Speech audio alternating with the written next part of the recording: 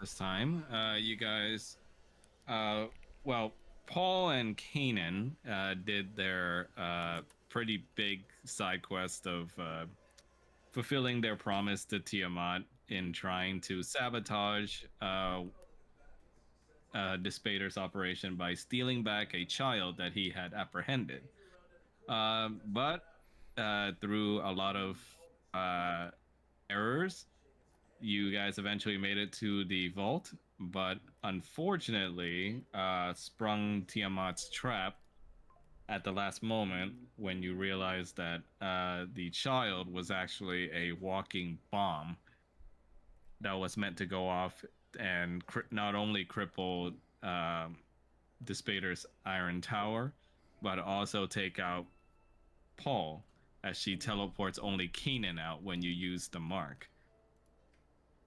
And even though it was incredibly dangerous, Kanan, at the cost of pissing off his godmother, uh, demanded to be brought back to Paul to save him, which, at the sacrifice of his brainwashed best friend Sona, he was. Uh, and you guys managed to get out while also saving Aurora by throwing the bomb at the the mouth of Baylor, the security guard demon. And now you guys return, a little bit worse for wear mentally for Kanan, as not only as did he have to look at his best friend being brainwashed and potentially killed now that she disobeyed Tiamat and helped him, but also he's got to deal with taking care of Aurora at the promise he made to his sibling, which he killed. But it ended with a pretty nice bonding moment between Paul and Kanan, where Paul shared a bowl of black bean noodles with him and said, thank you for coming back. Shit sounds gross. Wow. The noodles or the words? The noodles. The words, obviously. Have you never had black bean? No, it sounds disgusting. No, it's delicious. It's actually a lot of Korean food culture. Oh my god, we gotta get you a bowl when you come over to California. But anyways, we now come back here with everybody pretty much trying to rest, with Skia having put up a blurred vision field on the area in order to hide you from your captors and would-be pursuers. And after a good night's rest, so everybody gets a long rest here, you guys are ready to be on the go and on the move again. Oh yeah, and how could I forget? Roger almost died. That was What 2 else sessions is ago. new? It's true. There's how I open the spell book. Okay. Yeah, there you You can go. also just open it by clicking the book inside of your spells list. I like how I clicked it and nothing opened. It takes a bit. Especially if you're a wizard, because you have a shit ton of spell options. But you guys awaken in the morning, and you kind of realize to yourself, I actually got a good night's sleep. Without someone banging pots and pans demanding me to train. So Suspicious. you all begin to open your eyes, realizing that, and are a little, a little weirded out by that.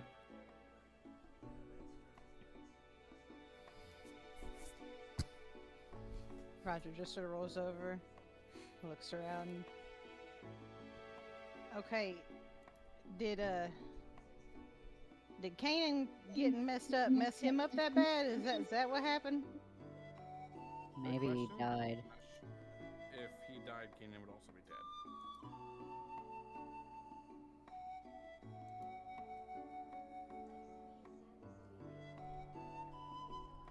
Maybe they did die.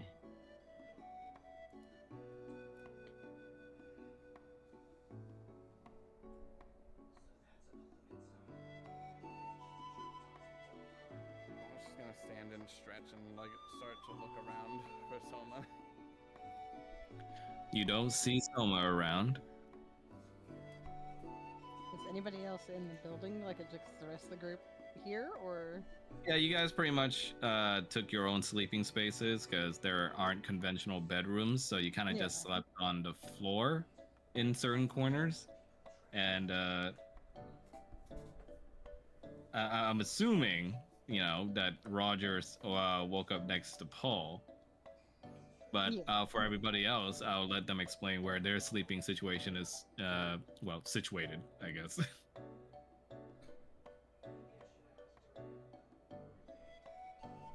Almost probably would have like tried to stay near either Error or Andre because he could probably tell that things were off with how so much like kind of rough with him. You stand vigil near one of the pillars of the shrine, Blaze, with Falmouth looking over the area, trying to keep an eye out in case they do make it past the illusion. And Kanan, what's your sleeping situation like? He's sleeping in a corner, like almost curled up fetal position and using his wings for a blanket. When you wake up, you find little Aurora sleeping under your wing. Doesn't want to move now, because it's like a cat. When there's cats sleeping on you, you don't want to move. Cat holes.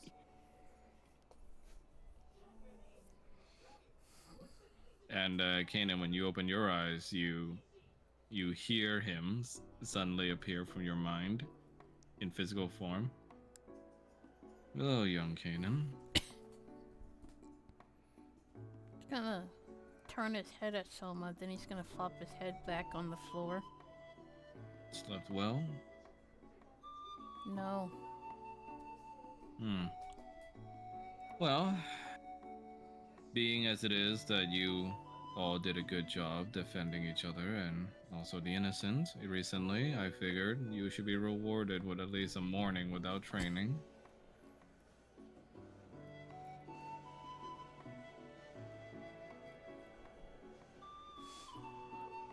He's gonna look back at Aurora and then he just closes his eyes.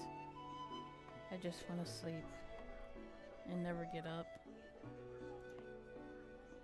Unfortunately, we are not afforded such luxuries. Your companions seem to be awake as well. Nope. And Paul's gonna roll over and just cover himself with his wings. Roger's just like under one, up against it. You ever see that thing where somebody wraps a baby in like blankets, like they hold them up against their chest, the baby's just peeking out? It's that, but Paul's asleep and the blankets are his wings around Roger. Roger's awake. He's just sitting there, like, this is fine. Soma sees all this and says, well, not exactly early risers, but nevertheless, enjoy the morning while you can, I suppose. What do you plan to do about the child?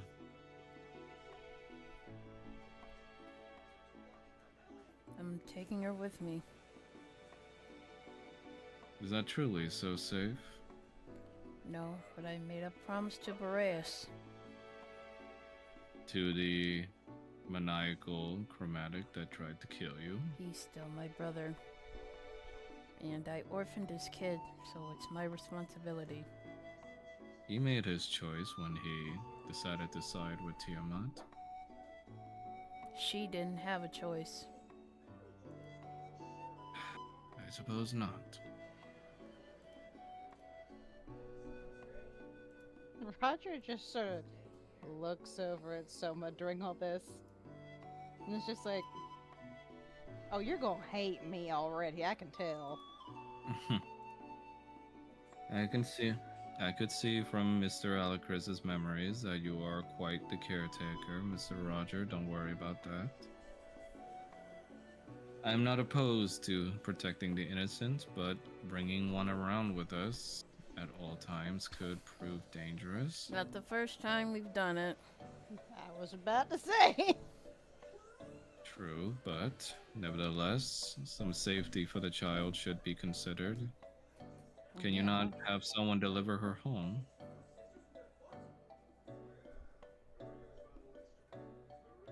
I mean, Calypso. if I say we probably could, but I will say this,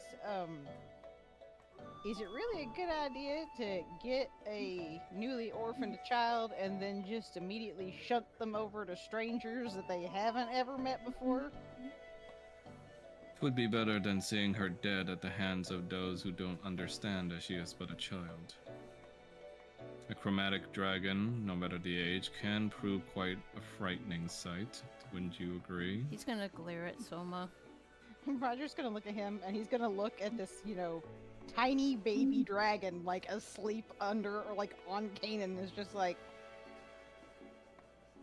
I You've don't seen- see it, but okay.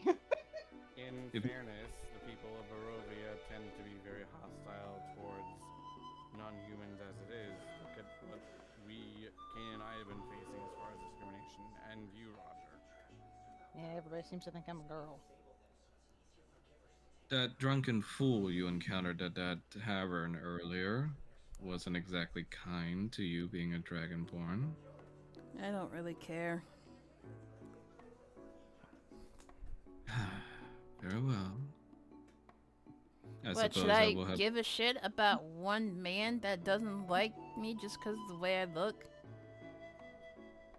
What I'm saying is that his attitude is shared by many Barovians who are less inclined towards understanding. Then they better stay out of my way.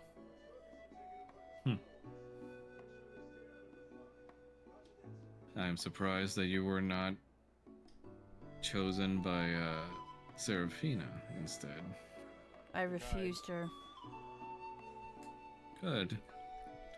I fear you two would inspire the worst instincts out of one another. She tried to force me to kill my friends, so I have nothing to say to her.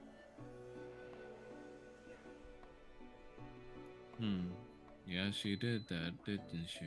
Yes. We'll have to have a talk with her about that. Have at it. Just leave me out of it. Would seem the child does not agree. You look over and see Aurora's pouting face at you as it seems like she woke up. Oh, great, you woke the baby. I am not a baby. He's gonna And did I- lift his And did I wing. hear you mention leaving me to some strangers? I had no intention to.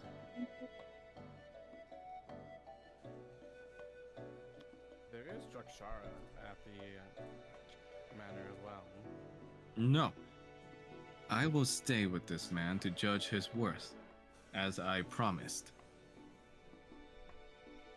It's gonna be really dangerous. I am a noble white dragon. I will simply freeze those in my way. You are a baby white dragon. How dare you? He's gonna poke her on the nose. She tries to bite you. You're barely bigger than my arm. You are a baby. And that's not a bad thing. It'll just be difficult for me to look after you when I'm busy fighting. I'm not trying to pawn you off. Just thinking about your safety first.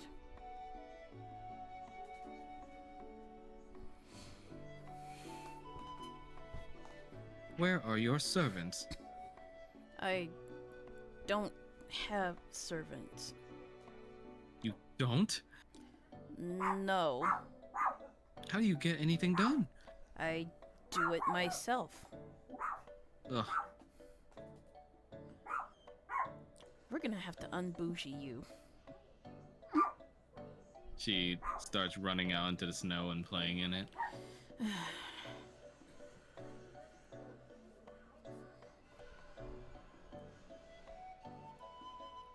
Meanwhile, Soma just looks over to you while meditating and just says, "Great job so far." Hey, if you have any advice about child rearing, which I'm sure you have no experience of, I am glad to hear it. And I can't move. There we go.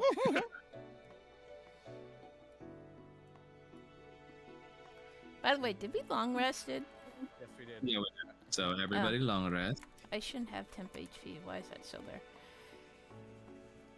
there? Excuse me.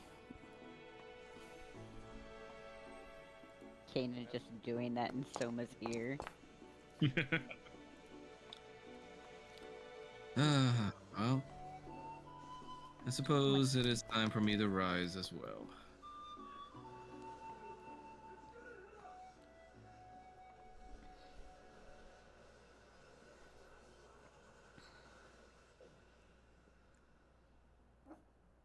Also, sorry for the chat spam. I'm just trying to make sure I can get this to work.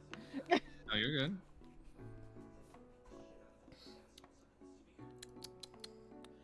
Meanwhile, Skia, you hear her wings flutter wide open as she says, "Good morning, everyone."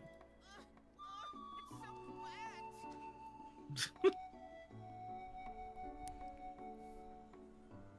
Lady Skia. Yes, good morning, Fulmouth. Kanan's too busy dropping snow on top of Aurora. She keeps shaking her head, kind of like a dog, and just sneezing.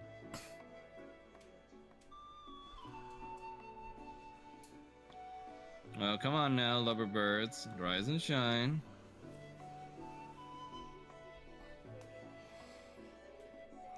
Roger's just gonna look. And he's gonna, sort of poke Paul. We're supposed to enjoy the morning. Why aren't we enjoying it? Guess we're gonna enjoy it with some activity, silly. Come on. Don't you want to fly around a little? I don't want to move. With your mom. I still don't want to move. Oh my God, you are like your father. All right. Paul immediately gets up. Roger is flung across the room. Thanks. Okay, Sorry. I'm awake. Okay. Oh, come on. Let's go for some fun. We can fly around a bit. Huh? Where are we even gonna You might fly go though. to? It's like, helps stretch the wings and the limbs and keeps you limber. I mean, if you're using magic, you gotta keep those fingers pretty handy for those somatic elements anyway. I don't think I have a problem with that. Why And not he's keep just him gonna handy for a kind of lot of glance things? over at Roger. Roger's just in the background. He's gonna keep him handy for a lot of things. It's fine.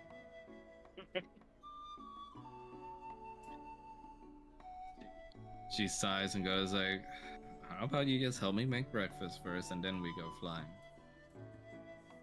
He perks up at that. I can do that. Come on, I know a good beef stew that's gonna warm everybody up.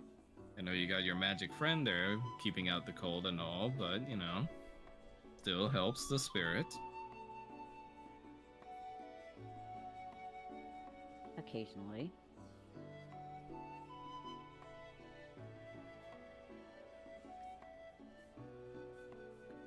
You see Seraphina, on the other hand, kind of groggily just speaks through Roger and just goes like, tell the woman to stop. Roger's like, no, Ugh. I'm not gonna tell my mother-in-law to not be bonding with her son. That ain't happening. Oh, that's so cute of you.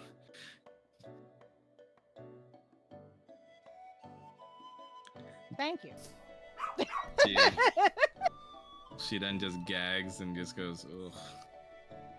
Just let me know when it stops being so bright out.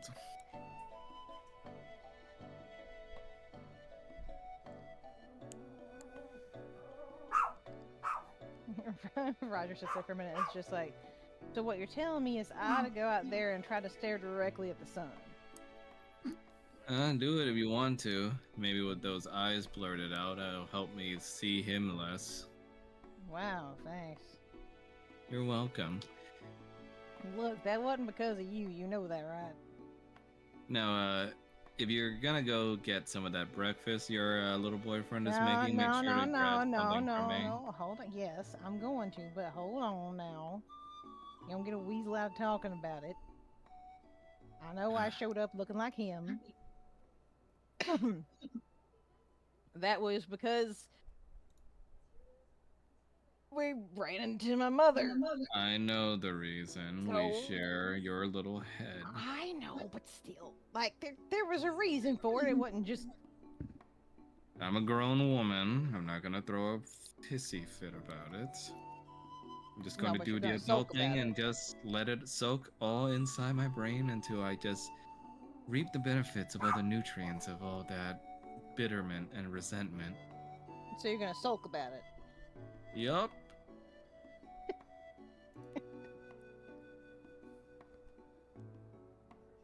Meanwhile, Era simply cracks his neck and also some of his other bones, making Charon in the room just just squint and cringe every time he does so.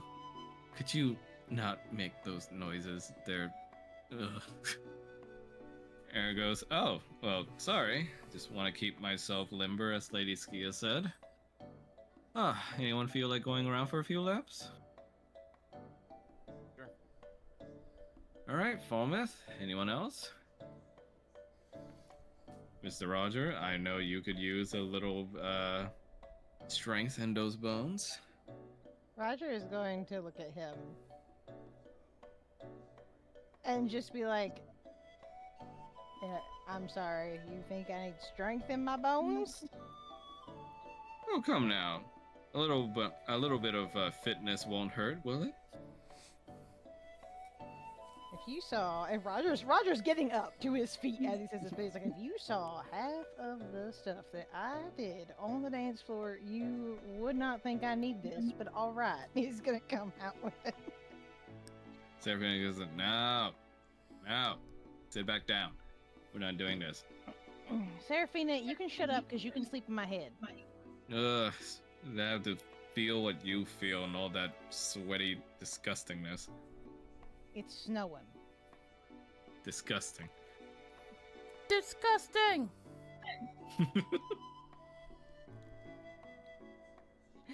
Roger's gonna stop for a minute and be like, actually, hold on a minute. You fellas talking about going for a run. Do you want to go for a run, or would you like to try something new? Era's just like, I love new things. Oh no! Almost just like tilts his head in confusion. Roger reaches into his bag and he pulls out his stripper pole. The immovable rod. Yep. He looks at it and goes like, oh, pull-ups? I can do those. No. Hold on. And he's gonna plant it in the ground, and he's like, I think he could use a little distraction, and it's gonna extend. Oh, are we gonna climb it? Climb it? We did some rope climbing back in the headquarters. He's gonna lock it in place. And he's like, "Oh no, honey." Seraphina just goes, here? Now? Really? Damn right, Seraphina here now and really. In front of where your boyfriend's mother is cooking for us. Yep. She just exits your mind and sits down. Well, I gotta see this disaster in brewing. And Roger is going to.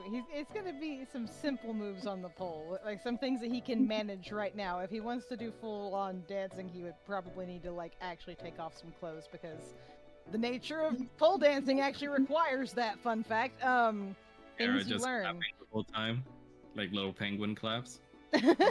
Oh, very impressive. Now, do you think I can carry my sword while doing that? Perhaps I can do a small little flourish. I mean, you could certainly try, but just try not to do it close to anybody. Charon just rubbing her chin. Is that? Huh. he's gonna drop down and be like, "What?" Doesn't look half as sweaty as it did in the fix. Well, it's also snowing out here right now. Hmm. Trust me, on stage when you're half naked, it's a little different. Do you ever have customers that have requests? All the damn time. You mind fulfilling one of mine? What is yours? Oh, hold on. Let me find the page for it. he's grinning. He's just gonna lean on her shoulder, like looking over. Meanwhile, that's happening. Outside Kanan, while you're playing with Aurora, she looks back inside at everyone, and she just goes like, "Why do you not enslave them?" Because they're my friends, and he's making like a life-sized snow dragon of Aurora, like a You're snow a whelp. red dragon, are you not? Red dragon born. But still, you are of Lady Tiamat's blood. Unfortunately. Father told me that people, especially lower beings like them, should bow to our strength. Yeah, we're gonna like not have that line of thinking when you're with us anymore. Why not? Because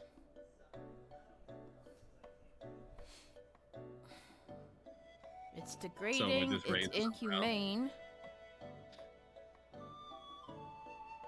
and It having was like, slaves would just make you complacent. But it's an honor to serve us. No, it's not. Yes, it is. No, it's not. She just pouts at you. Then what is the point of having them around? Companionship.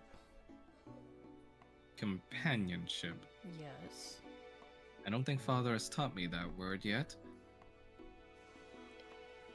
It's friends. My friends. The people that I spend time with, that I battle with, they are my friends. My companions.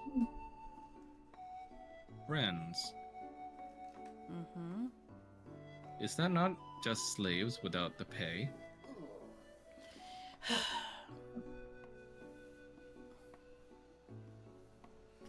No, it's entirely different. They are not my slaves. We are not getting you slaves. You're going to have to learn how to make friends. Fine. How do I do this?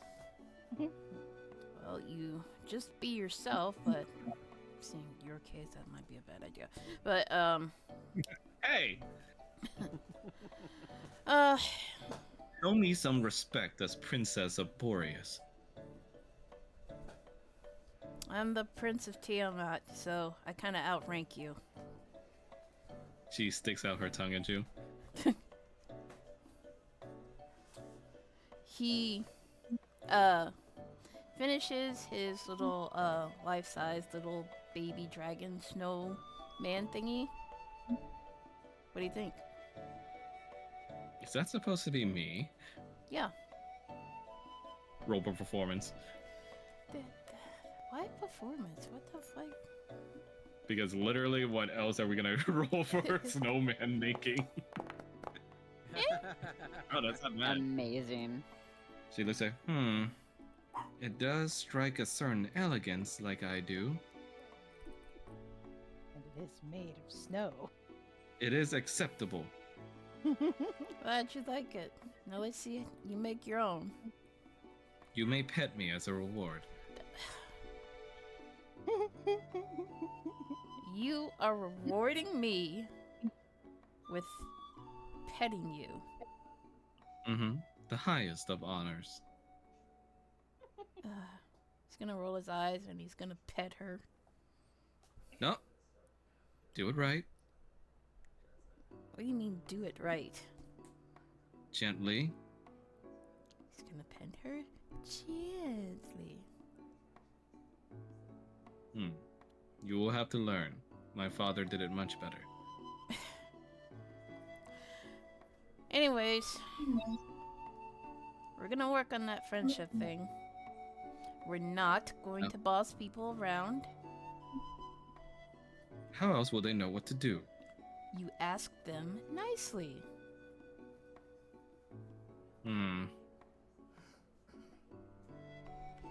She You goes over know, to Falmouth. please and thank yous. Dragon Man. Someone just like quirks a brow. Feed me. That's not how you. Fine. I don't think breakfast has been finished yet, and is a certain word you could say beforehand. Now? No. Please and thank yous. What a Please? zoomer. Yes, could you please feed me? Is way nicer than what you just said. But that is for the weak. No, it is for people who want to socialize. If you want people to like you and do stuff for you, you have to be polite. Roll for persuasion. Oh god. Went down the wrong throat. Verp. Oh no. Oh, not I bad. mean, The child looks up at you, Falmouth, with beady little eyes. Could you please give me the breakfast that I asked for? Much better. certainly once it is finished being prepared. Why is the chef so slow? Because it takes time to It takes prepare. time to make. It takes time just to take apart the flesh of a little demonling and just eat it? Ew, you eat demons? What else in the hells? Well, we're not in the hells, and thankfully there's a lot more stuff we can eat here. I suppose I can settle for that black gunk with wormy looking things that you served me last night. I think something new is being made. I hope that it's acceptable to my palate.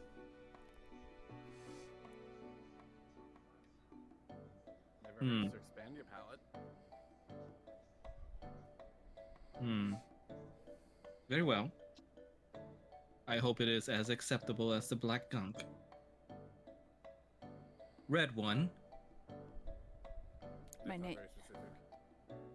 Which one? The dragon one. My name is Kanan. Kanan. Yes.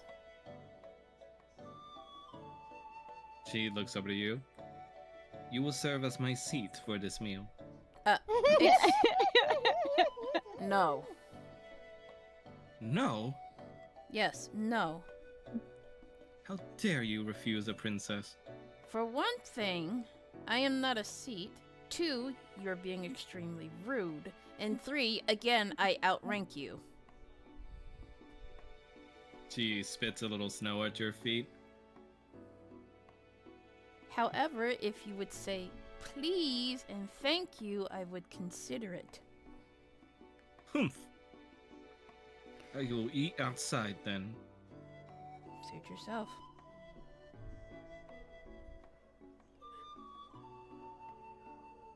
Someone can see Kanan just rolling his eyes. And I'm supposed to take child rearing advice from you. First of all, motherfucker, I have a son and a daughter. You have no children. I do not fuck mothers, first of all. And 2, children, well, fun sometimes. They are, at times, an impediment when there's a mission at hand. Yes, well, not much we can do about that, okay? She's coming. Could just what? We just give her off to your little manor inhabitants. First of all, they don't know her. Second of all, you can't just leave her there without supervision. And third, she might freeze the whole place. Technically, you are leaving a lot of people you don't exactly know in that place without supervision, but you seem fine with it. Oh my god. Listen, Soma. When you learn to become a father, when you become a father, you will understand why sometimes you can't just leave kids with strangers. Oh, I'm very well acquainted with taking care of children. He looks over at Charon and Roger that's like showing each other maneuvers in her book. That's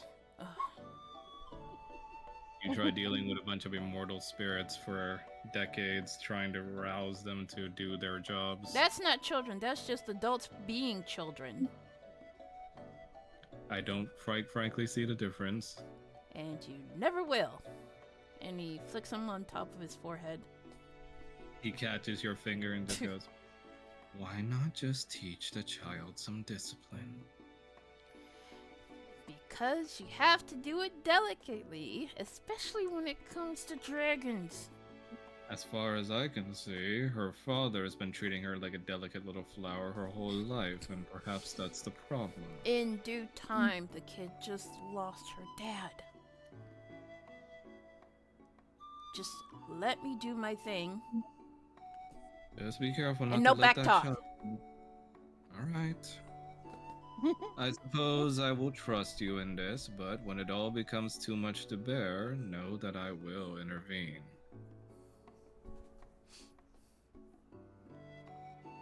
You touch one hair on that kid and I will end us both. She does not have hair. You know what I mean. Now, Mr. Falmouth, how can I assist you? Well, there were some questions I had.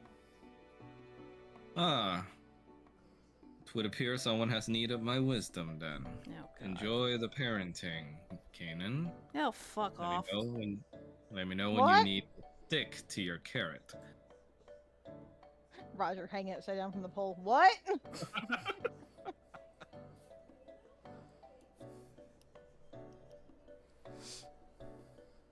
No, what is Falmouth? So there was something interesting that happened when we were at the manor before we met you. There was a point where there was a scuffle between Kanan and Paul, and An Charon occurrence. mentioned I remember from his memories. and Charon mentioned a name that I was not expecting to hear. And as you're the oldest of the wardens, perhaps you may have been familiar with it as well. What name is that? Though I warn you, if it's a name from one of her little story books that she reads so often, I have nothing to know about that. I don't believe so. It is my ancestor, a silver dragon named Elvis. Ah. I see. Well, this will take a bit. But what do you wish to know? How exactly did Charon, and I would think by extension yourself, come to know him? We've lived for quite a long time, as you've probably surmised, young one. She and I are the oldest of the spirits, and honestly, it's been quite a while before we've had to give up our mantle, while the others have had to do so quite often. This Belthus you speak of was a warrior that we came across in our myriad journeys back before this land became a hellscape. He was considered to be one of the optimal choices to take over the mantle of the Frost Warden, but it did not work out. I see. He had a little bit of a relationship with a Charon, I suppose. They talked here and there. I didn't know the lad too deeply myself, but he was a capable warrior and a devout follower of Bahamut. Oh, thank you for that information, at least. All I knew of him was that he was a true dragon from which my family line is descended, at least. He did have a myriad powers, yes, and they did come quite handy in the field of battle. Does it concern you?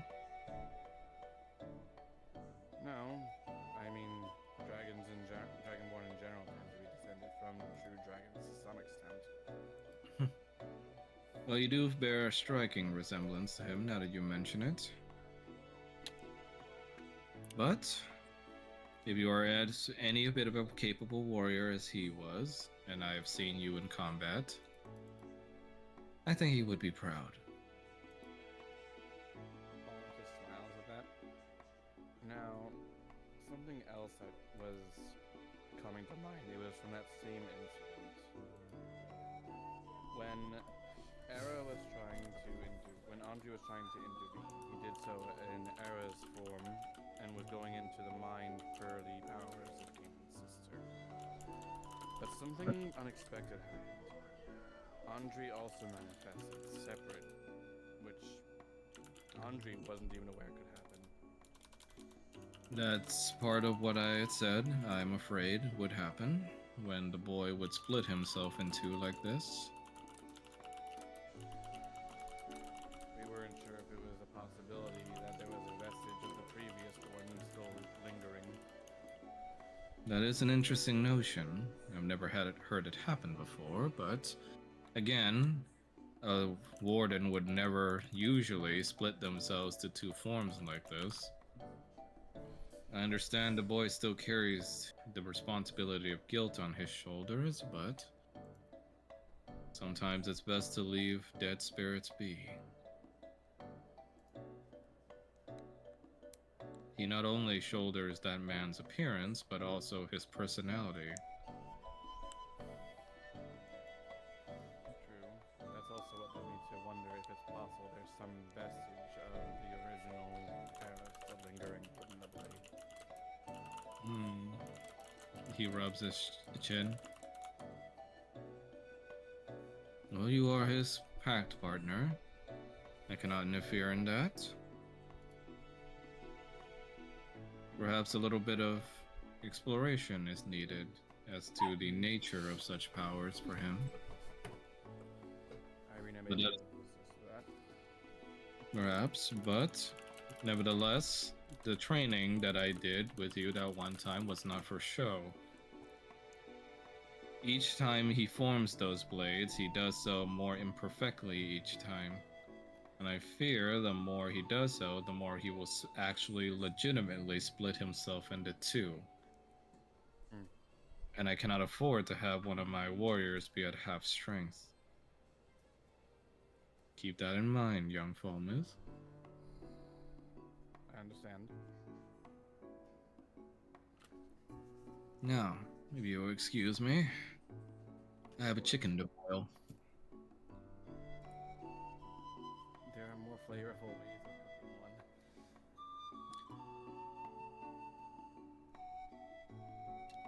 Soma walks back into the sight of Roger showing Charon some of his moves, and he just visibly cringes. Ugh. Someone's just gonna sit down next to Era again. Mr. Cunningham, I understand that you are a prostitute by trade, but perhaps not in the area where one would eat. Yeah, Roger is hanging off the pole and it's just like, what? I'm sorry. What do you think prostitution is exactly? Well, just be careful not to get any of that sweat around any of this place. I worked hard to build it. One, impressive that you built this, but two, he's gonna gesture to the pole like, again, what do you think prostitution entails? Because this isn't prostitution. He shudders. Ugh, could we just eat and not talk about this further? Roger is literally like hanging off this pole by one leg, and he just kind of puts his hand on his hip while hanging off of this pole, and it's just like, this man doesn't know what pole dancing is. It is not something I usually partake in, no. There is some athleticism involved in it. Seraphina This just takes goes like, a oh, lot. don't mind. Seraphina goes like, no, don't bother with him. Every time we went out into town back then, he would always sit out. Roger's just like, this takes a lot of muscle. I do not presume to know more than you do in this subject, Mr. Cunningham. All I know is it's doesn't seem like conducive to my eating. Paul just raises a brow at Roger. It's just super involvement. It's like, what? It does. It just kind of drops off the pole. Oh, I know. It does take strength. And control. I very much am familiar with that. Eric just goes like, I've been learning how to do some special moves with that pole too. Would you like to see, sir? And someone just goes like, no thank you, young one. Roger, like, tries to shake the pole. Of course, it does not shake because, you know, it's solid. He's like, this is so much better than some of the things I've danced on. My God. Well, if anything, you'll probably have to show me at some point when we're actually at the manor again. Which, didn't Calypso request us to visit at some point? I believe she did. Of course, I'm gonna have to show you, especially if you take me up on that offer of being a performer. I'm just saying. Oh, I'd have to Seraphina, talk with Margot first. Seraphina just chuckles. Yeah, you gonna show that cute little Jin boy too? Look. He's like, if he happens to be open to it, then perhaps. And if he gestures at Paul, he's okay with it, then perhaps. I saw when those eyes were looking. What? Can you blame me? The boy's pretty. He is exceptional. Meanwhile, Paul in the kitchens, you finally finish making breakfast with your mother. She makes a concoction with some special eggs that she brought over from the Underdark, being as small as quail eggs, but you break them over a toasted piece of bread, and the eggs smell as if they've already been seasoned.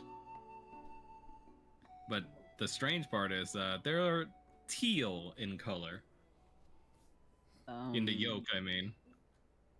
What are these exactly? Oh, yeah. Underdark vulture eggs. Underdark Volt. Yeah.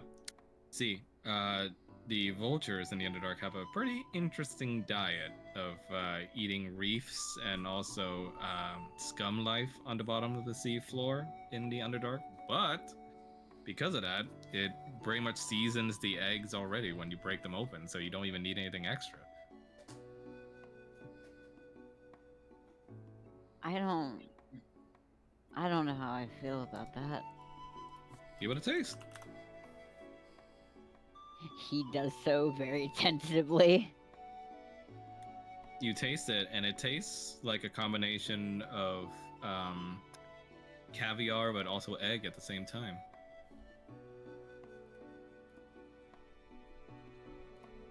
Good, right? I think this might be an acquired case. You think your friends will like it? Or maybe I can just make some regular eggs for them.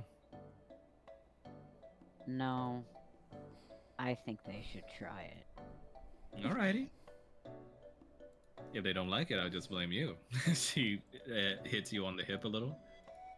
I always get blamed. So, you're a big chef out in the world, right? Yeah. Ever cook for someone famous? If I have, I wouldn't know.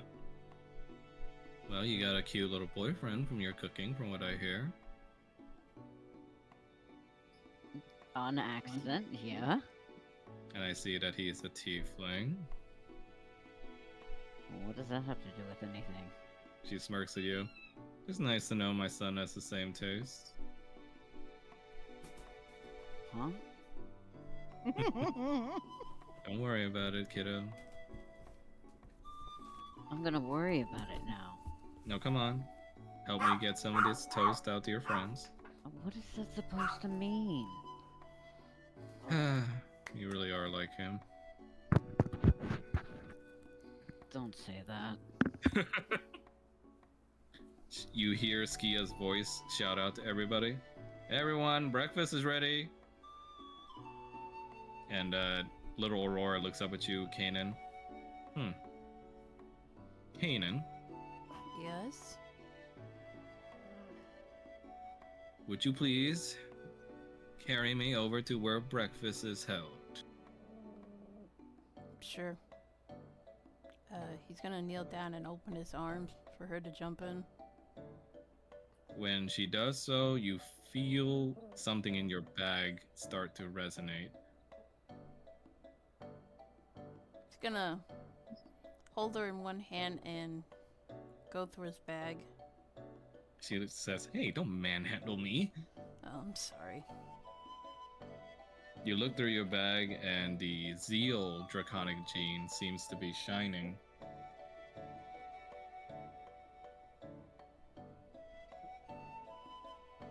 He's gonna walk her to the shrine. While he's looking at the stone,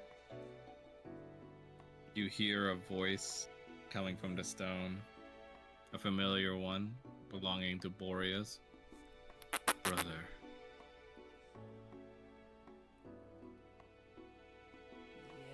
yes? let me speak to her. Oh. Kanan is gonna walk her back to the edge. Hey, that's not where breakfast is. Just give me a minute. And he's gonna pull out the stone and activate it. Stop it! Winston! I got You it. activate it, and a small spectral image of Boreas would appear. Don't you dare play that song. I'm gonna punch you. I'm gonna punch you. I'm gonna punch Not you. that song. Calm down. Okay, I was about to say I'm gonna punch you. It's the others.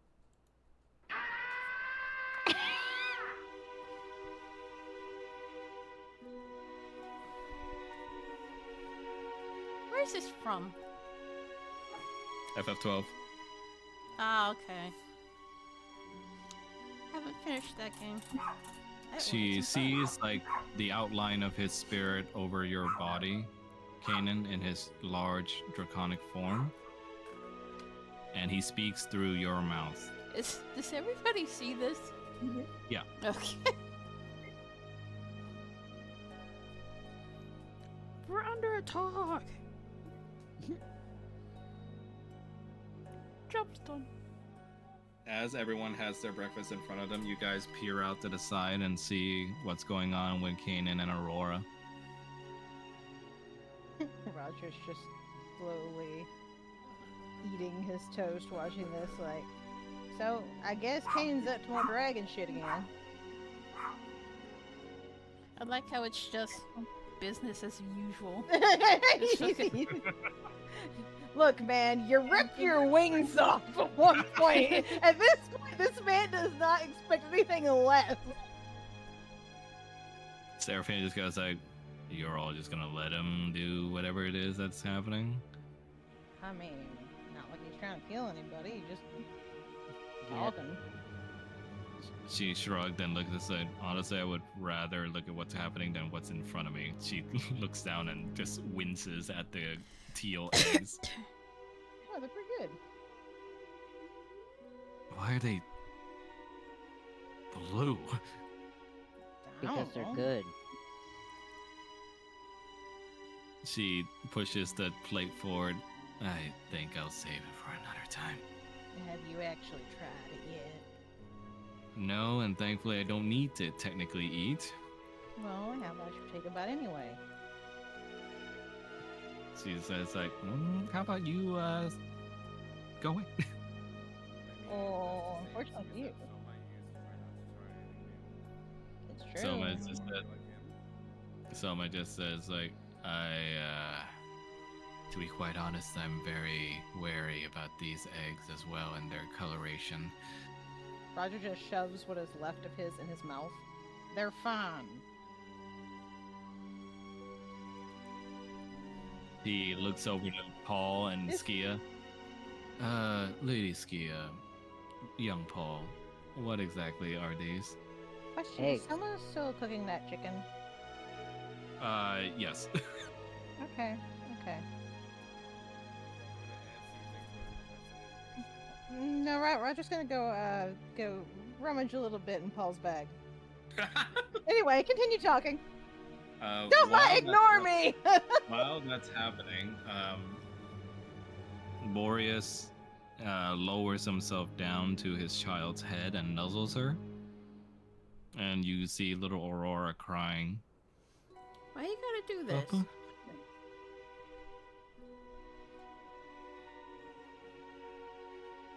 My princess. My diamond in the snow. Know that though I am slain, I will always watch over you. For in the glory of combat for our queen's greatness, my soul now aids in this young dragon's fight.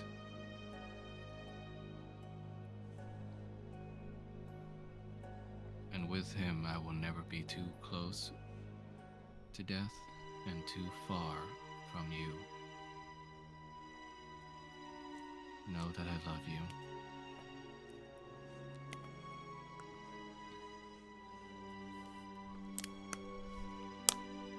Know that I will always be there for you. Even when the snow ceases.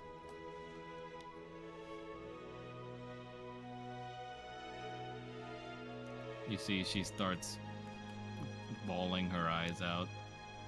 You see she starts trying to climb up on his leg as if to beg him to stay. And she does so more frantically as his soul then goes back into the stone.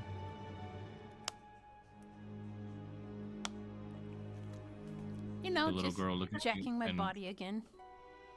The little girl just goes, "Give him back. Make him That- come back." That wasn't me that time. He's like, I can't. Please. I can't. The stone's got to rest.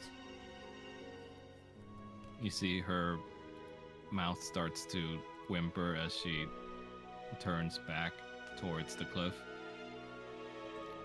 What are you doing?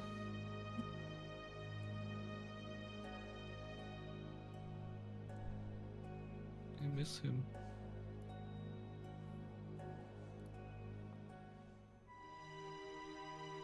Hasn't been even a day and I still miss him.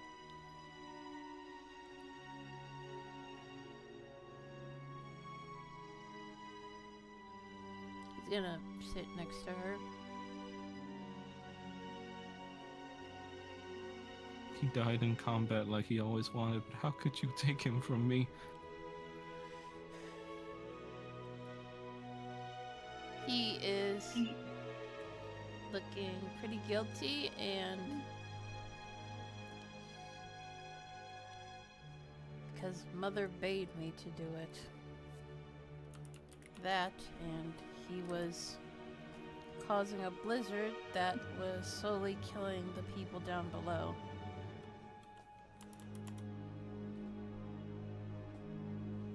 But isn't that our right? It was his right as a mighty white dragon. No one has the right to step all over people. Not And even what gave you the gods. right?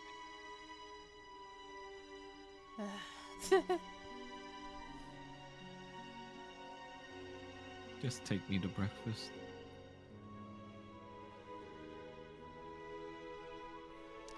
He will very quietly pick her up and take her to the shrine.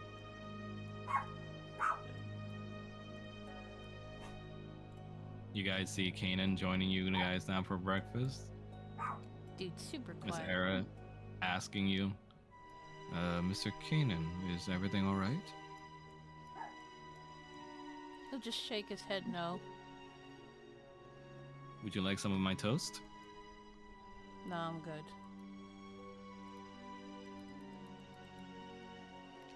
Hmm. gonna let her. How do I put this? He's gonna let her sit on his lap to where she can eat. She looks at the food in front of her and just goes, "What is this?" I don't know, what is this? Skia just goes like, Food. "Underdark vulture eggs and toast." Very good. Kanan's gonna smell it and wrinkle his nose at it. Try it, Miss Kanan. I promise you it'll be good. You have eaten everything else I've given you. I mean, didn't you say you ate demons before? So like, this seems like it's an upgrade. He slowly takes a bite. You take a bite and it tastes like surf and turf, and I've it's never had actually surf not and bad. turf. Oh well, it's like seafood and like savory meat together, basically. Oh, not bad. You taste the taste of caviar and also delicious egg on the toast. Isn't caviar And- egg? Yeah, fish egg. So Yeah, it's like well- egg. Yeah. It's like, so there's two different types of egg. They taste Yeah. slightly different. Tastes kind of fishy. Yes, Underdark specialty. Mm. If you prefer, I can make you some regular eggs as well, Mr. Kanan. That will be necessary. He's gonna. The Uh, little Aurora, however, just bats away the plate with her wing rudely. Aurora. It's bad enough that I lost my father, but I have to eat food like this now? It's either eat it or you go hungry. I bet you'd love that, wouldn't you? No, I wouldn't. Soma just sighed. Child, show some class. Coming from the guy who doesn't do anything to his. Roger's gonna lean over. Paul, you're gonna feel a hand in your pocket. He's just gonna kind of look over at Roger. And it's a hand of returning something to your pocket. What are you doing? Roger just grins. Roger, What? what were you doing? Nothing. Roger. Kanan see- will you- take out some elvish bread. And Wander, I'm gonna tell you what he was doing. Oh, okay. I mean, because yeah, no, I realized something the other day when I was actually at work, and it was really hang on. Okay. Meanwhile, little Aurora is kind of spitting in Kanan's lap, like throwing a tantrum. It's like, I want some actual food. Ari. Leiskia just goes like, maybe I should just make some regular No, it's stuff for fine. the child. It's fine. No, truly, it wouldn't be a bother. I mean, No, It seems- she's throwing a tantrum. she stomps her little leg on your knee. Goes like, no, I am not. Kanan's gonna raise his voice. Aurora! And there's. Her head lowers a bit when she hears that, Don't be and you rude. and you can tell it's the first time she's ever been yelled at. Not like yelling, but more like firm. First time somebody's been firm with this child. Yeah. If you don't want to eat it, that's fine, but don't be rude. She just puffs her cheeks and sits down. Now, what do you want to eat? Food, real food. That is real food. What kind of food? It's like, she just goes, meat. Skia, do you have any meat? I can definitely scrounge up something, right, son? She looks over at Paul. Paul is just looking at Aurora like, yeah, I have a couple ideas. Kanan's gonna glare at him. Most threatening tone ever. What? I have a couple of ideas. Lady Skia just goes like, all right, well, back into the kitchen we go, son.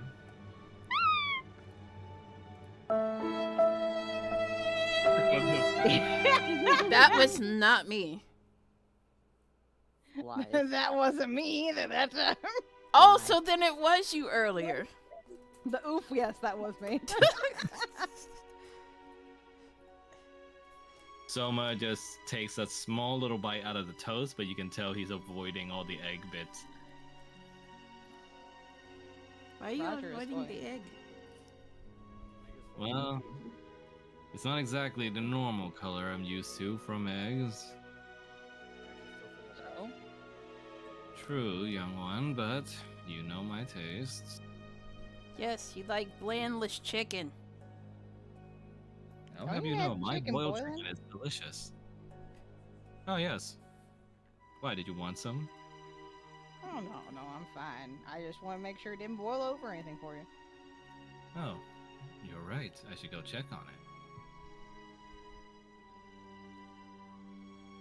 The second he leaves the room, Roger looks so satisfied. it. Paula just looks at Roger. Roger just grins. Seraphina, just sighing, just goes like, well, he's gonna blow a casket if he finds out. You realize that, right? Roger's just like, what? For She just shrugged. for all he knows, that was just a very aggressive chicken.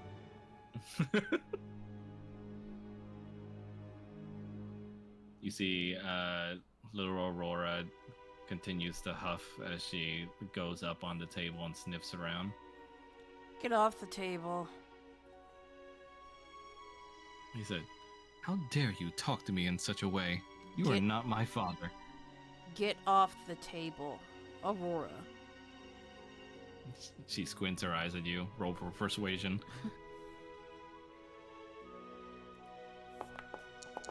You will get fed, but you are not going to be rude.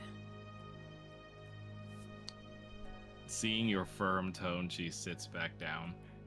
Just be patient. You be patient. She just mutters under her breath. What was that? Right. She says, Winston, I'm Roger's gonna gonna- throw you across the house if you don't stop. I can't believe you're gonna throw a child. He just gasped. No, I was talking to my dog. Like, he keeps nagging me okay. for... No, he keeps nagging me for attention, and I'm not in the... Talking about Aurora. I was like, oh. I've got you. Roger's gonna lean over and look at Aurora and just be like, you know why we don't walk on tables? Tell me then, little demon.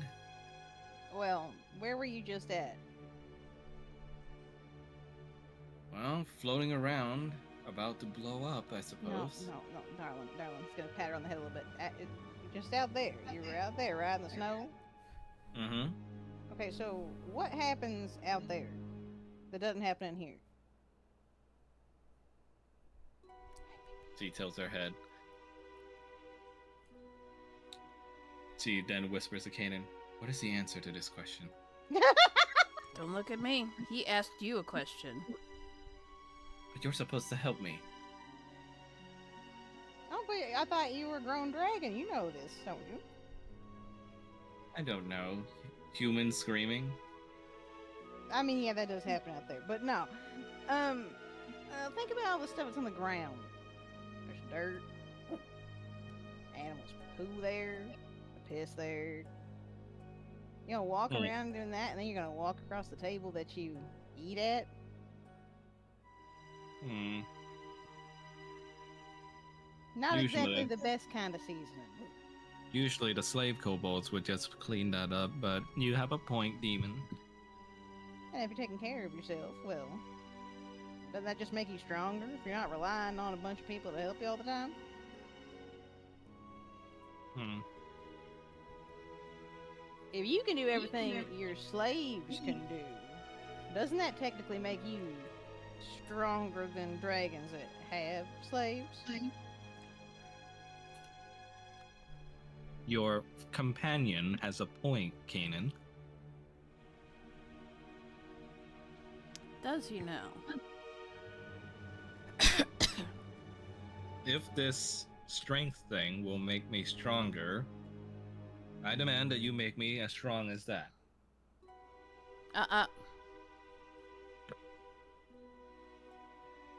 That's not how you ask for things. Remember that. Please show me how to be reliant on myself. Much better. She Winston. then does like fake little mutterings about your voice under her breath.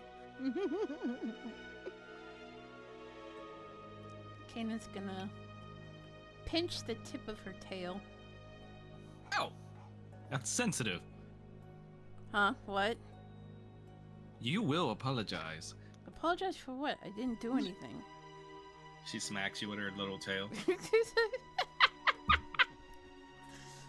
Meanwhile, in the kitchen, Lady Skia is working on acquiring some meat out of her inventory as she looks over to you, Paul. Meaty fuck.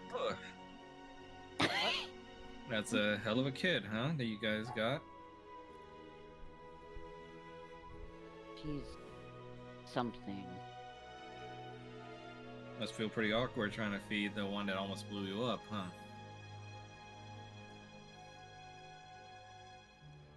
I mean, she technically wasn't doing it. True. You feeling alright, though? Define alright. Well, I mean, what we talked about last night, you know?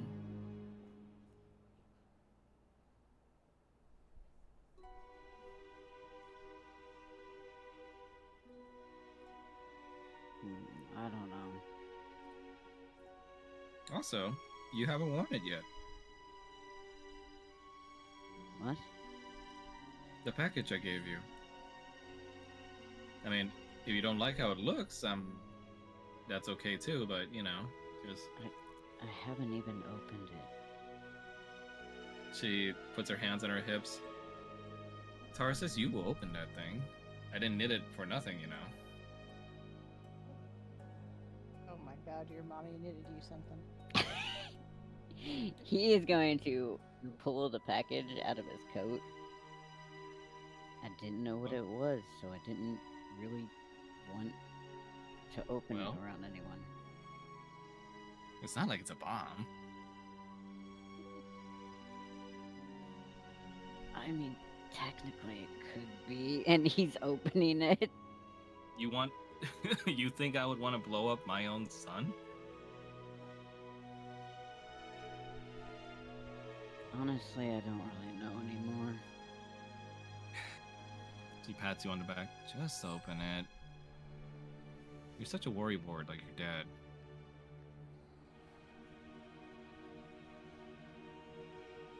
I wish he was saying that. And he just opens it up.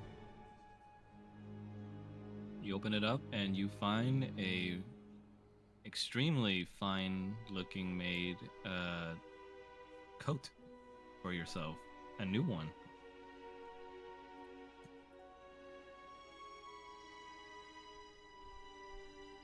And when you unfurl it, you see that it was made to fit your color, but also you feel magical enhancement from it. Oh, nice. Nice. Casually grabs that reference image because I know now, because of how Roger's screaming, I'm going to need it.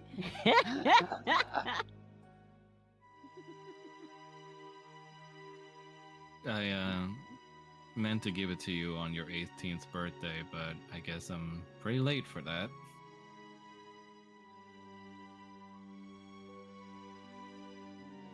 I like it. He smiles. I'm glad. We figured it would help It's got a bit of a special blessing on it from me. What kind of blessing exactly? Oh my god, that actually scared me a little. She looks at you and goes like, well, I gather a special talented lad like you with all that magic might be, how do you say, under the influence sometimes about some mental fuckery. So, your mom's made you a special little cloak with this coat that makes it so that the next time someone tries screwing with your head, they're gonna regret it.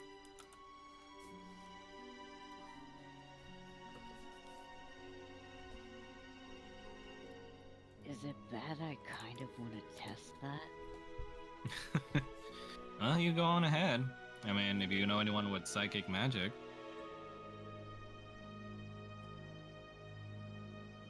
But seriously though, don't get yourself in trouble just to test your cool new clothes. That's I get some into trouble all the swashbuckler time. shit What's the right there. difference?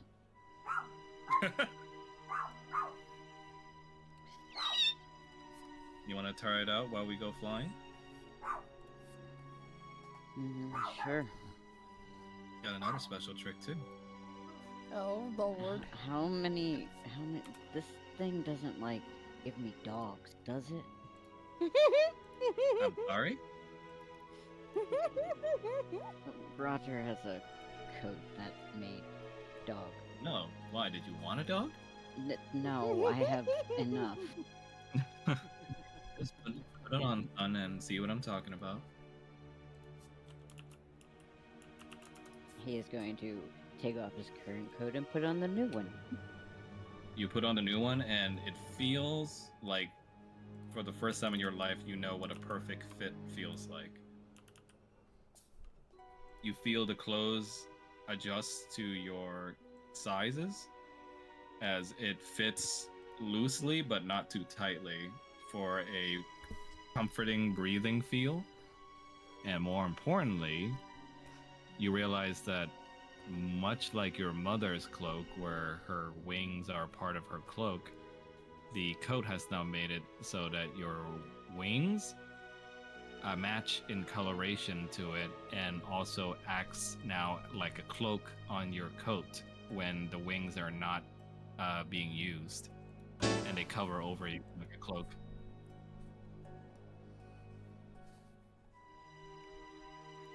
This is actually really nice. Yeah. Now you won't have to worry about going through doors. She smiles proudly, seeing you don the outfit. Paul is going to step out of the kitchen and look over at Roger and just be like, so how do I look? Roger looks up from the table and just literally was in the middle of, like, I don't know, playing with Aurora or something, and just stops dead. You And guys just all stares see at him. Yeah, you guys all see him wearing the new outfit now.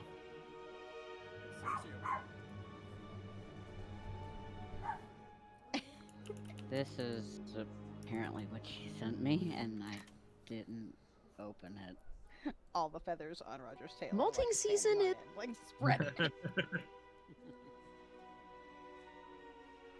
It looks good. Looks real good. Why'd you say it like that? No reason.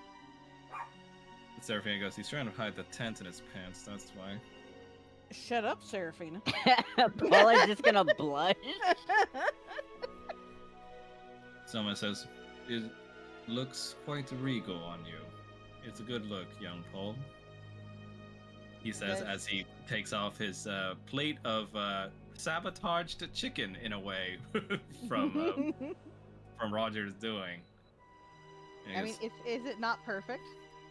Is it not the perfect sabotage? yeah. He then looks at everyone. Who wants some of my boiled chicken? Maybe it had some spice in it. He looks at Akina and goes like, no spice is needed. It's good enough. Yeah, but Spices accentuate the chicken.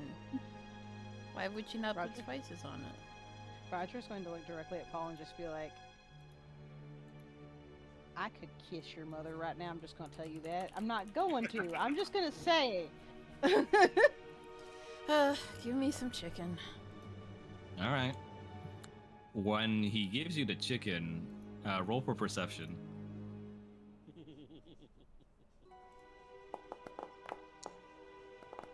Oh no. You see it very vaguely, but you see little flakes of something on the chicken that's hard to see unless it's right in front of you. What is that? Somebody goes, "What's what?" There's something on the chicken. What? Where? Something flaky? Shouldn't be. He looks at everyone. None of your companions have dandruff today. Don't know. Odd. I didn't add anything to the chicken. What is it, Max? Roger, I just want to state that Roger is missing all of this because he is too busy fawning over his boyfriend's new coat. just. Roll. You can roll for insight, Cannon.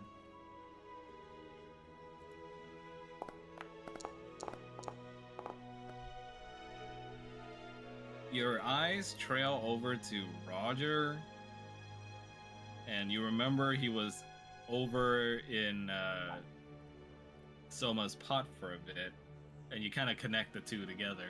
Wait, what? He basically put white salt in so No, much. it's not white chicken. salt. It's Oh, white sorry, not pepper. white salt, white pepper in so much chicken without telling him. Oh, okay. He's going to blow on it and then taste the chicken. The chicken tastes a lot better now than you would expect because of the white pepper. Mm. There's no salt though. It's just pepper. Yeah, So Not bad. there's at least something on it. Soma just smiles. See? I knew it would be good. Mm-hmm. He's gonna offer a piece of chicken to Aurora. I can't say her name. Aurora. I'm just gonna call her Aurora. Ari. Aurora. Not the League of Legends, Ari. No, it's just or Ori. Ori. Sounds Ori. like how Ori Rattles or does Ari. sometimes. I'm gonna call her Ari. It sounds like what Rattles does sometimes, where he's just like ah, rah, rah, rah, rah. Yeah, I can't do the Yeah, it's Aurora. Aurora. Yeah, you've been Aurora. saying it fine. It's Aurora. Aurora. No, it just sounds Yeah. weird when I say it. I can't accentuate. Aurora. Aurora. Yeah, I can't. So I'm just gonna call her Ari. That Pretend works. you're just pretend you're Australian. R nar. Oh no. Aurora. No, I can't. Aurora. I'm just gonna call her Ari. But Aurora looks at the chicken and goes like, "Finally, some meat." And she just goes and gnaws on the chicken like a rabid animal. Oh dear. Might have to teach you table manners too. This needs more seasoning. Oh. Oh no. Soma just sighs. Young children. I don't think it's a young children thing.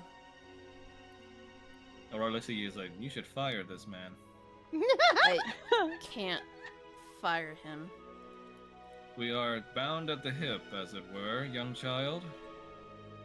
As you grow, I'm sure your taste buds will be refined. Can only hope. He tastes the chicken himself and he goes like,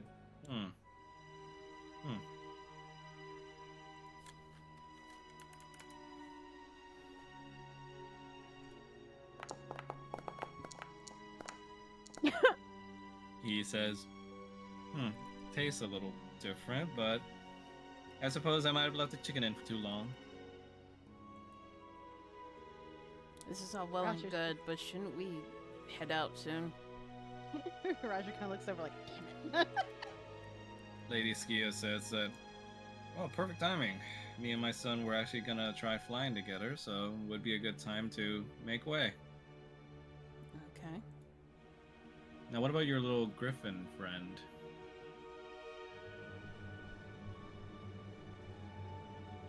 She said she's gonna make a new nest, isn't she?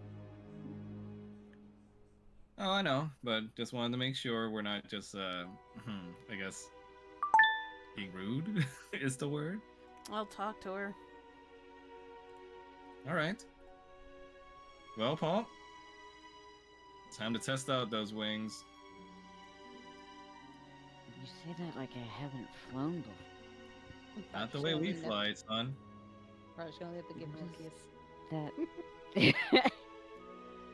What did you do?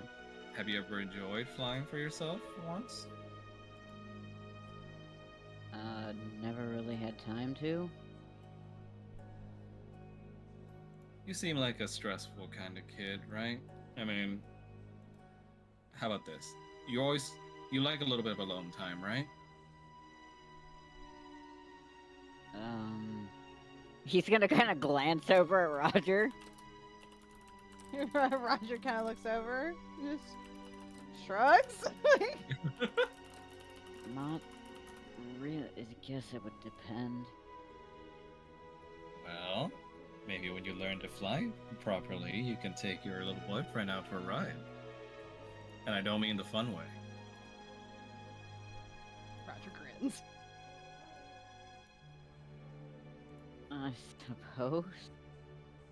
Come on, son, I'll teach you a few tricks, even a few somersaults. Alright, he's gonna follow after her. Looks at you. And hey, big pro tip. Your wings count as limbs, too, for when you cast spells. Paul's gonna stop. Wait, what? You ever tried casting magic missile from your wings before? I can do that? She flies up in the air and gives you an example. Shooting only one missile, but it comes out looking like a feather that's shot at the ground. And you see that it comes right out of her wing. Roger Why is did gonna nobody grin. tell me this? Roger's gonna grin. He's gonna go over to Paul. He's gonna like kind of tug him down just a little bit, kiss him on the cheek, and go have fun with your mom, honey. And he's gonna whisper in his ear what he did to Soma's chicken. Paul is just gonna grin. Meanwhile, as you take off to the air with your mother, Paul, Kanan, you go over to Zafira, the griffin, who is resting atop her paws. He's gonna knock on the side. Hello. Yes. Sorry to disturb you, but we're gonna be heading out soon. Do you require me to give you a ride? Oh no, I think we'll be okay. I just wanted to thank you. It is I that should thank you all for saving my life and taking back my home. I decided we're gonna keep the baby dragon. I think she'd be a bit of a handful for you.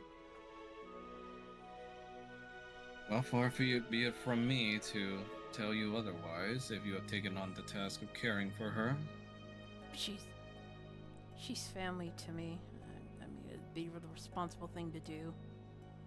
I hope you have better luck protecting her than I did with my own.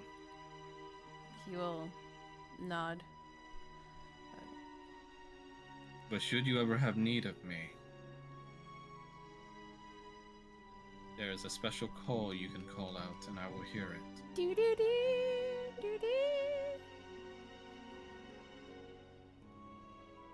She goes into her feathers and takes out something with her beak and throws it to you. looking like a small little whistle made from bone. Huh. Just gonna hold it up to get a good look at it. I will come post haste when you call. Thank you. I wish you the best of luck. She nods as she takes off to these skies. Birdman!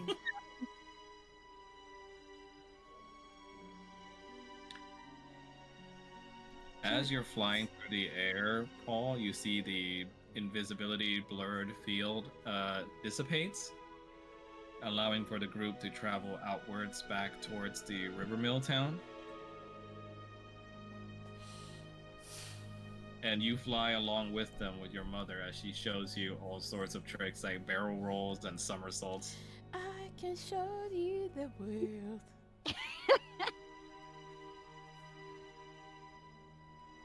Or that my arm is bleeding. Why is your arm bleeding? Oh no! No, it's Game Grumps.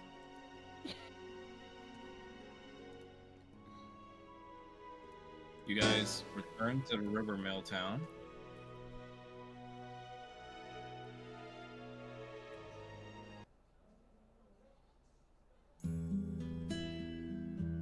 And you see Irina and Win waiting for you there. Where's my So they baby? both look a little apprehensive as they see Kanan enter. Of course. As you remember your prior kind of tense reaction to them. Where my baby at? You're carrying her. Why am I Okay. stuck? What is? Why is? I think there's a rock. Okay, There for you some reason it let me move across that, and then it was just like, oh, I guess I'm stuck here. Okay. Fine. Like he's carrying Ari over his shoulder, kind of like Pikachu.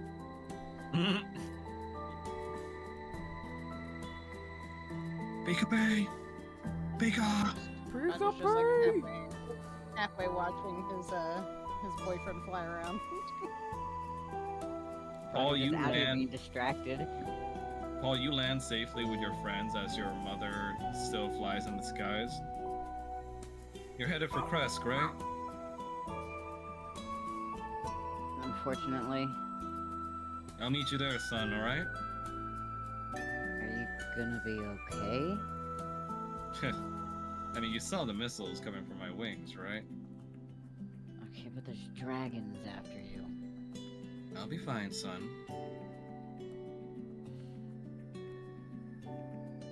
Alright. She if rubs you're your sure. cheek and gives you a kiss on your cheek. You be careful, though, right? I love you, We're always Tarsus. careful. Roger looks at him. He's just gonna go look at the group. We're always careful, right? All right? I'll scout ahead for you guys. Thanks. As you hear her take off again and Irina approaches. Another new friend? The second she's out of sight, Roger's gonna look at Paul and go, "You would lie to your own mother." I didn't lie to her. And Roger's gonna look back at Irina and just be like, "Yeah, that's my mother-in-law." I'm sorry? Just gestures to Paul as his mama. Oh. Man, you guys get into the craziest shit when you leave me behind. And yeah, you ain't kidding. He's gonna pause for a second, and it's gonna kind of hit him. Oh, that's not the only mama we ran into on this trip. She raises a brow, but Wynn speaks. I can sense that White Dragon no longer ails the mountains, but I sense a small part of it still. Kanan is going to grimace.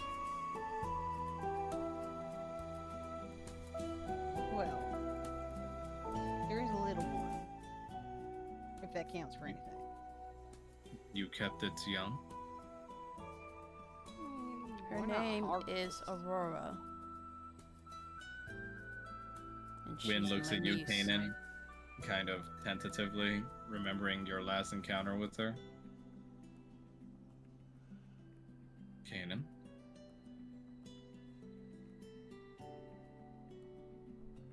He won't respond.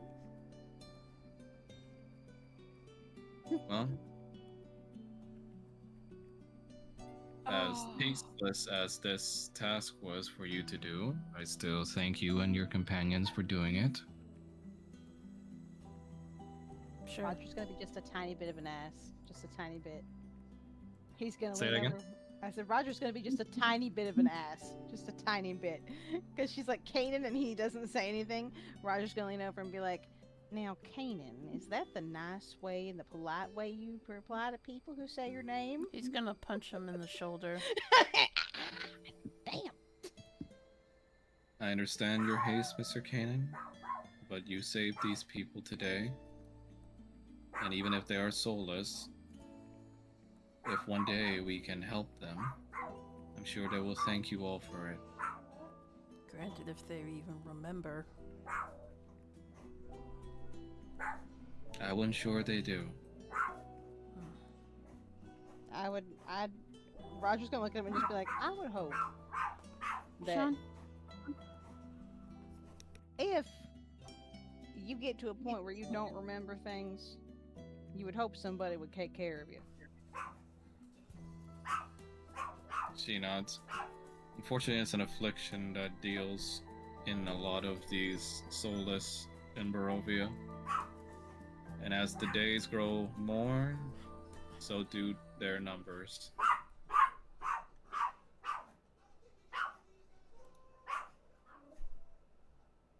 But as extra thanks for your help, we did manage to get your cattle and also your wagon across the way.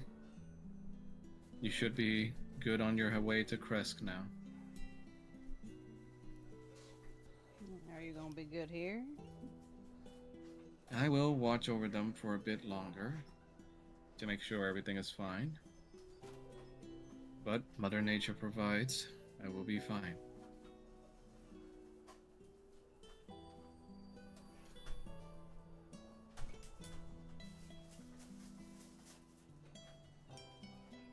Irina looks at you all. It looks like you guys have a lot to catch me up on. Yeah, it's been a lot. Well, let's do it on the wagon, man. Do you want the rest when I'm done?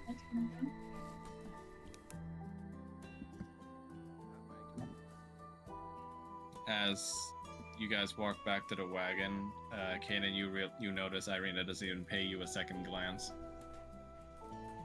She's looking at the back of her head, but he just keeps walking. You guys catch her up on everything as you return to the wagon and continue your travels with Esmeralda and also the hapless man that you rescued from the vampire.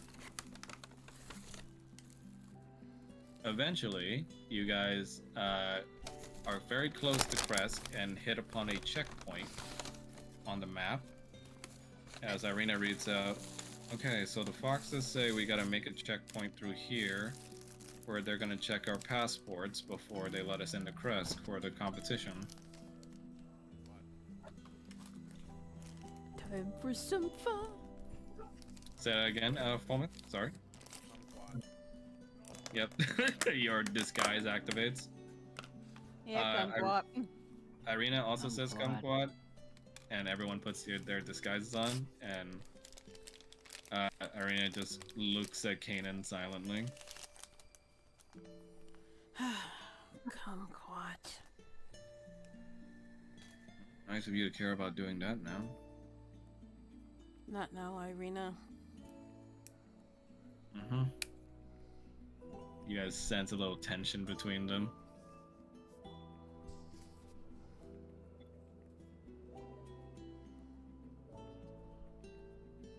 And the wagon eventually comes to a stop Yes, let me see here.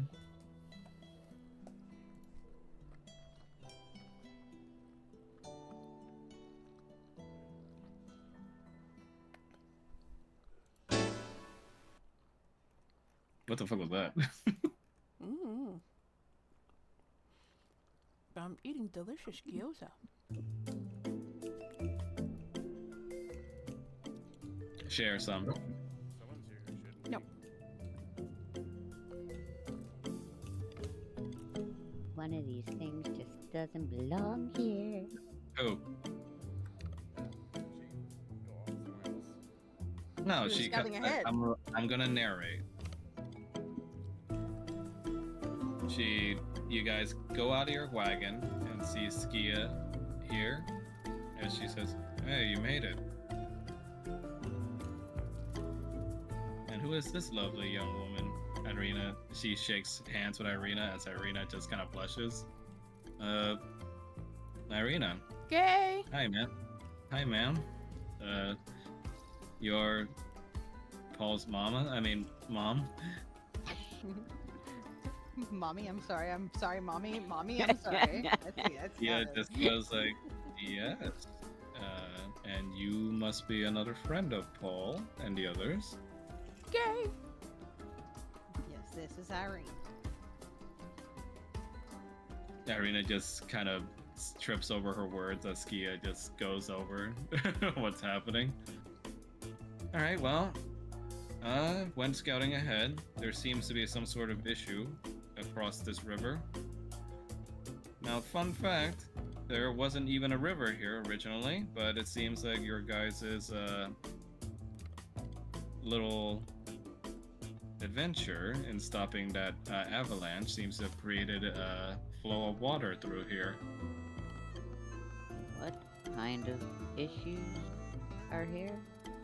She points towards the large river that is now blocking the way in between the checkpoint.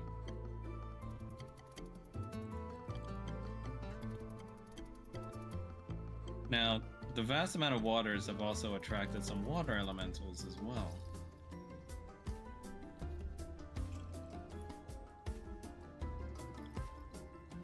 That sounds like a Chiron problem. Karen says, like, oh, I don't screw with water elementals. They and I have a history. Did they fuck? Aren't you a kind of water elemental? You see swirling bits of water being animated in the water as it crawls around in the water on all fours.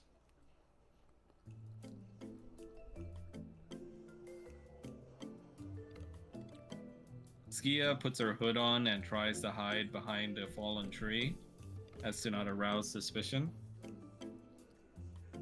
So some of the contestant goers seems to have been trapped in that checkpoint due to, I guess, a rock slide blocking the way. So they've been parking there trying to blow their way through using some explosives, but they have a magic circle that's up to prevent monsters from getting into their camp. Ooh, it's a spellbinding circle? Basically. She looks at you and just goes like, unfortunately, that circle also means I can't go in. Wait, why? I think they tuned it specifically to keep out any denizens of the Underdark as well. Well, that's racist. It's fine. Magic users like that are usually pretty general when they're put into conditions for their barriers. But if you guys can find a way across the waters without arousing too much suspicion, then I suppose you're gonna have to find a way through the landslide. Is it suspicion if Fall Myth freezes the whole river? Yes. Yeah, definitely would be since we're supposed to be, you know, Roger like squishes his dress in disguise, you know. Esmeralda goes like, I mean, hell, how am I supposed to get my wagon across there? Fa fa fa fa fa fa fa. Fa fa fa fa fa fa fa. I'm immediately having flashbacks to being like 8 years old and playing Oregon Trail and having to cross the wagon by taking the wheels off. Yeah, You died of basically. dysentery. Yep. And you died of Yep. dysentery. Yeah, it's like Yep. that's Yeah. Caulk the wagon. have to caulk the wagon. Irene just says like, I mean, can't we just drop these guys for like just a second and just use our stuff and bring this guys back? I mean, they can. I'm pretty sure they can see us across from here, can't they? Like, True. Damn it. that'd be a little obvious. Yeah, we kind of screwed that up. Can I just warp everybody over there? That's still magic, and it would immediately get us into suspicion. Would it though? Yes. Well, we're apparently a bunch of classy rich people, right? It wouldn't work anyway. She didn't want me touching the wagon. Yeah, we'll be able to get the wagon. Esmeralda just goes like, I mean, the wagon itself is fine, just not my wagon? pretty little oxen.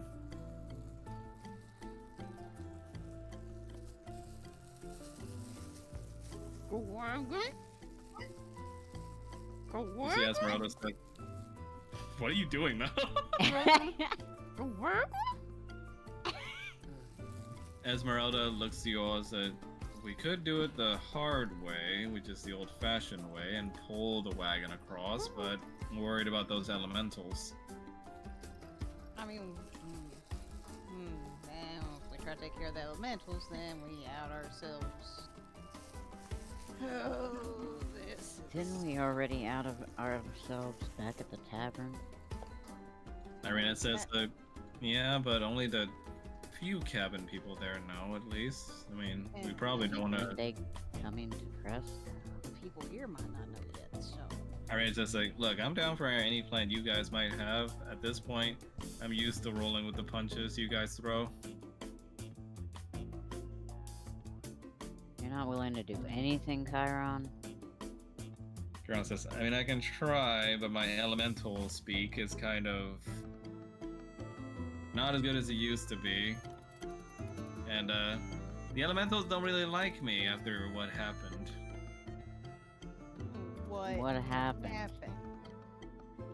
Well, you remember how you found me, and that was ruins. Uh-huh. I may have flexed a little and took it from a big water elemental that was a leader.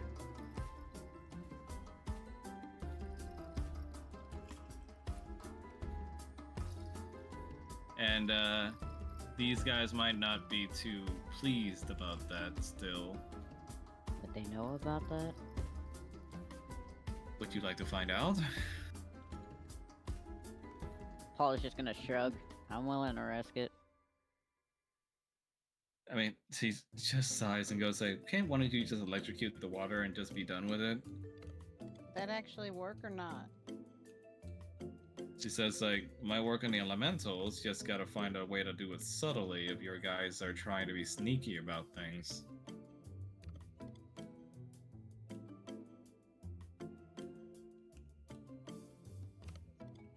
Irina says, well, I don't have any electricity magic. Unfortunately, whatever spell I have that could do it does require that I would have to strike. I don't think I even have that. I have Oh. sound, but not lightning. I can.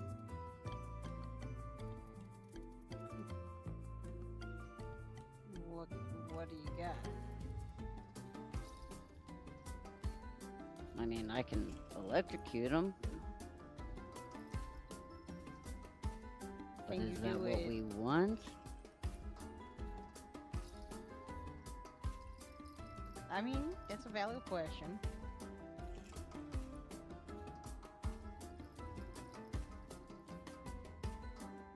Irina looks at you all. Well, then we're gonna need a distraction, right? To probably draw attention away from the electricity? Or come up with a good reason why the electricity is there.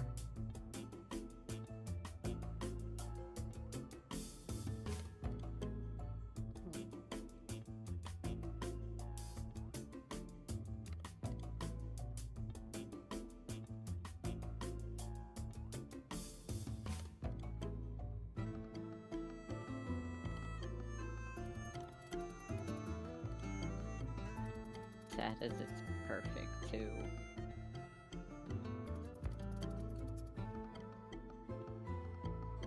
What is perfect?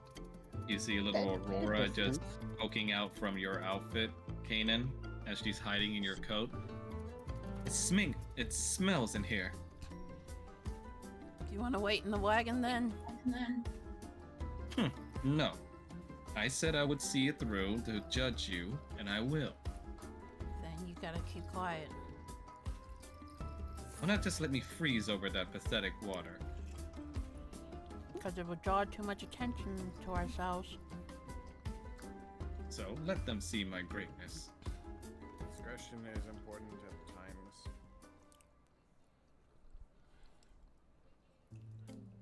She sighs and just nuzzles into your jacket. Ah, He's gonna close the jacket up just a little bit, just so she can still breathe. smells like Mother Tiamat a little bit in here. Kanan's gonna look visibly uncomfortable. Yeah, because she tried to kill me. So we don't want them seeing whatever we do. You have something in mind, don't you, Paul?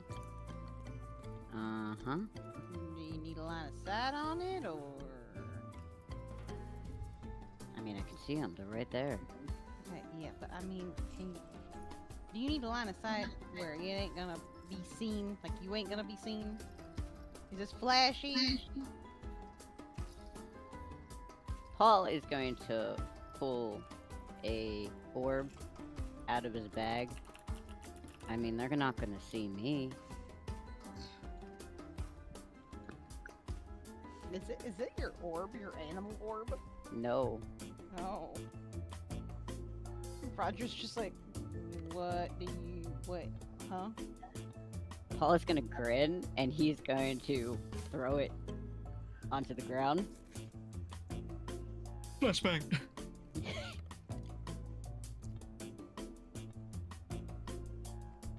You put it on the ground, and you create a space of distortion or visual distortion in that area in a let's see, 60 feet sphere, 15 radius.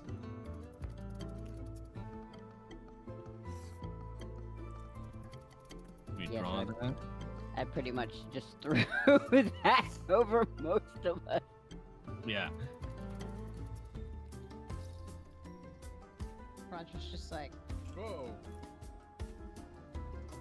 I don't know what that is.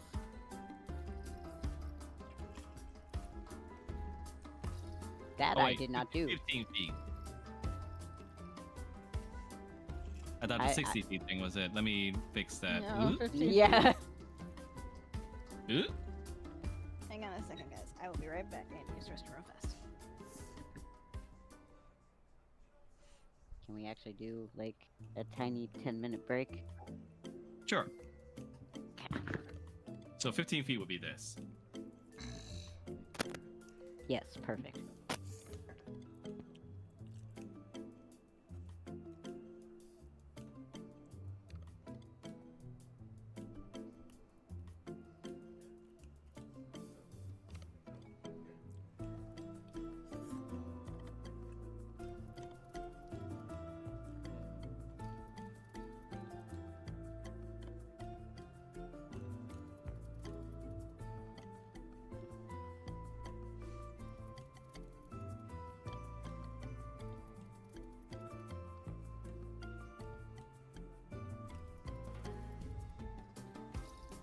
So, anyone that's left at their desk, how are you guys doing? Okay. That's good, that's good. I'm eating beef stew. Nice. Perfect for the fall. Also trying to keep away ants.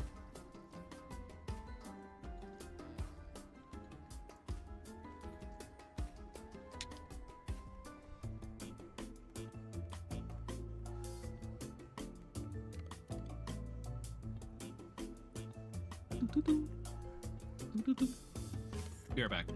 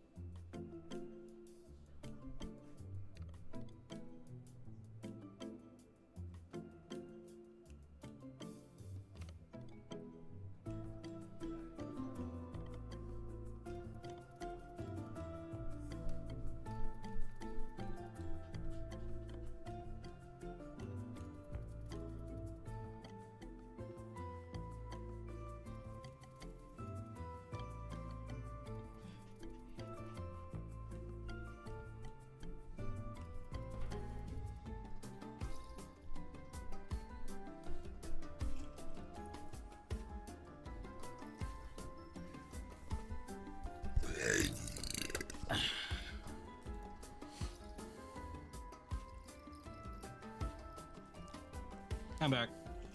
Welcome back. With toasted bread. Ooh, fancy. I have Reese's and blueberries. You have Reese's and what? Blueberries. Odd combination. Huh. Interesting. Not eating them at the same time. Oh, I was gonna say. I'm specifically eating the cum-covered Reese's. The Oreo Reese's. They're really fucking good, and I hate that. I haven't had Reese's for a really long time. It's mostly just been, like, you know the really cheap bag of Hershey's, like, nuggets that you get at the store? Oh yeah. I love Yeah. those. Yeah. Reynolds hates Oreos, which is why he hates the fact that he likes the Reese's Oreos. The Oreo You hate Reese's. Oreos? Yes. I don't like Oreos. How And yet, could you? fucking Reese's puts out the thing with Oreos, but then Oreos puts out a thing where the cookies are Reese's, so it's got the peanut butter cream in between it, and those are fucking good too. I literally took as many boxes as I could from our store. We have no more in stock. I don't even Maybe- know if we're getting more in. Maybe you just really like peanut butter. Oh, I love peanut butter. Yeah, there you. I'm a dog by default. Do you eat celery with peanut butter? Ew. I don't eat celery.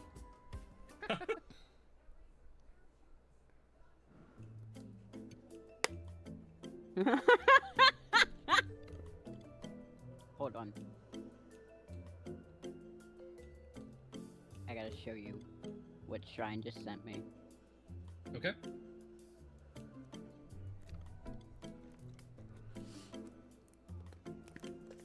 Oh God. She okay? She'll be fine.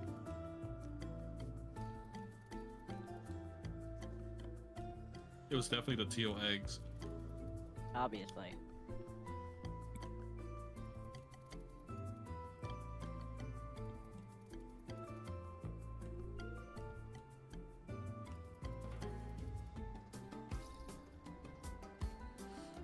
How could you deprive yourself of Reese? Huh? How could you deprive yourself of Reese? Is someone doing that? You said you haven't had Reese's in forever. Oh. Well, it's not like it's like a thing against it. It's just I haven't had it in a while. So why would you deprive yourself of that? I'm more of a Okay. Twix man. Oh god. What? Run! Twix is amazing. Twix always just seems like that last resort candy because you can't figure out what else you No, want. you can't say that. Three Musketeers is the last resort candy. Hey! Three Musketeers is good! Three Musketeers is okay, but it's like it's nothing but nougat. So it's Alright, literally alright. like the last thing you can choose if you had to choose. Wait, but Three Musketeers isn't even nougat. Isn't it? I mean, it's all No. nougat, isn't it? No, it's a whipped chocolate. Nougat, you're Oh. thinking of Milky Way. I'm thinking of some Three Musketeers still. I just didn't know it was called whipped chocolate instead. But yeah, it's just whipped chocolate. Like, F that. Do you like Milky Way? Milky Way is okay, but I get sick of it really easily because of all the actual nougat.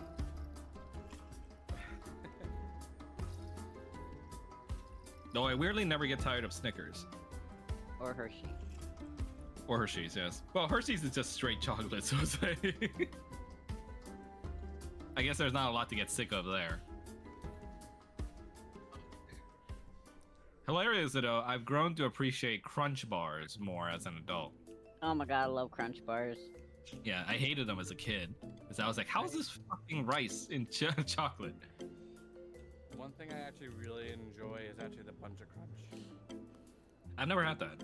Is that I like the haven't East either. Coast thing? I haven't had it. So it's basically Crunch Bar, but it's sorts of like cluster little things. Oh. Let me get a picture of Is it like those nerds balls? it. Kind of, sort of. Oh! You often see them in like movie theaters and stuff. Hmm. It's like Butterfinger BBs. Oh, okay. Yes. Oh, let's talk about Butterfingers. They're such a situational candy for me. I love them so much. I miss Butterfinger BBs. Same. Like, Butterfingers is good, but I feel like I'll eat half a bar and then just not care about it for the rest of the day. 'Cause Those are a bunch of crunch rattles. Yeah, Butterfinger BBs. I like how I come back to see screen caps of what I sent to you in here. Thanks, husband. You're welcome. Oh, Calling my whole ass out, but tis. I gave you Reese's. I see.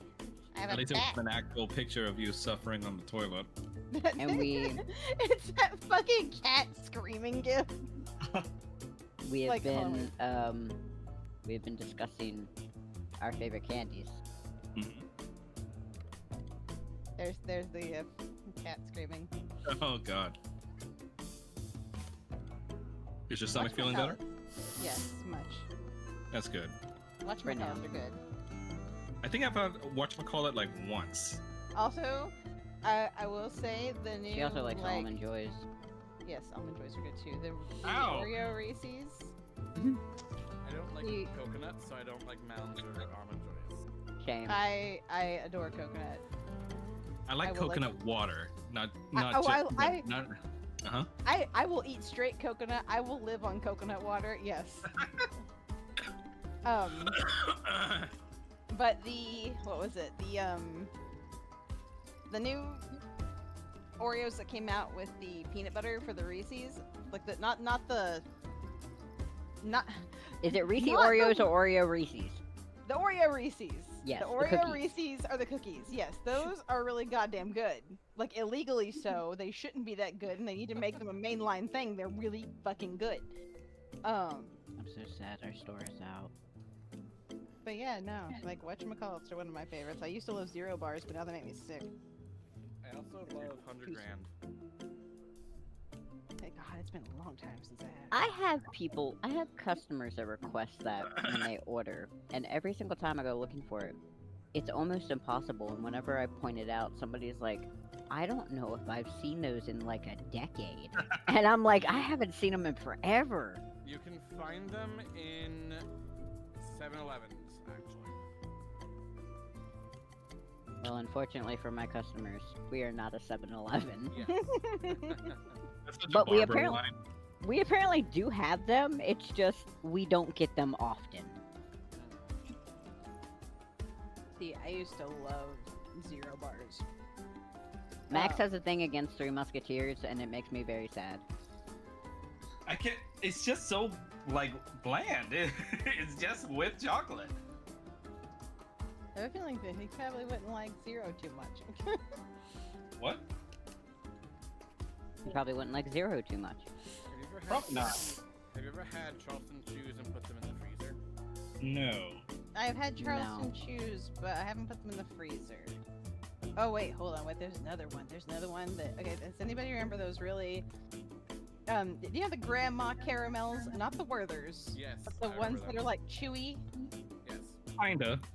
Okay, all right. So the same company produces one of my favorite candies, and it's dumb, but it's basically one of those stretched out really long, and they're called cowtails. Oh, yes. They're delicious, and they come in different Never had flavors. them. They look like toffee. Yeah, they're like the They have like, different flavors.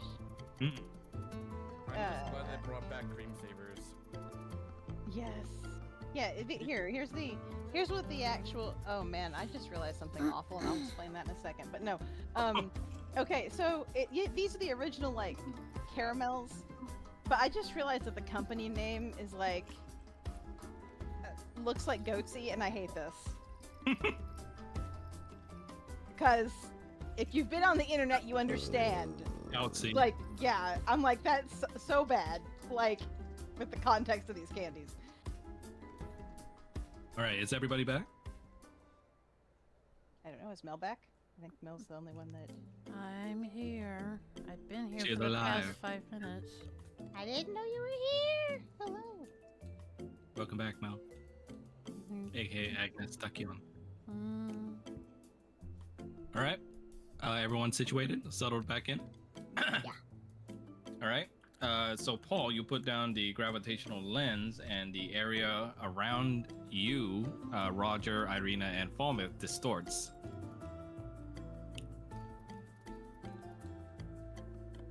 so we can see out, and nobody can see in. Yep. Okay. Is there an area we can go that's not really looked at by the others where I can potentially touch Oathbinder to the river to try and freeze it slowly, gradually, so that's not really noticed? Within the sphere, you should be able to, but you know, once the freezing starts happening outside the sphere, people are going to start noticing. They just won't see you. You're out here wanting to pull the Brennicle effect,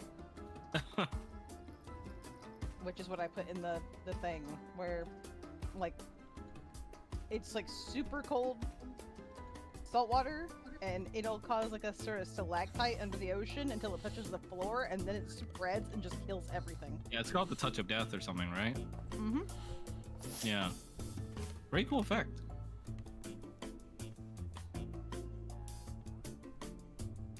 But all right, what shall you guys do?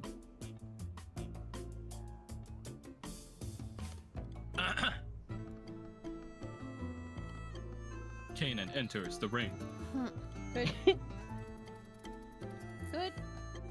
Here I make the ice that you make go under the water.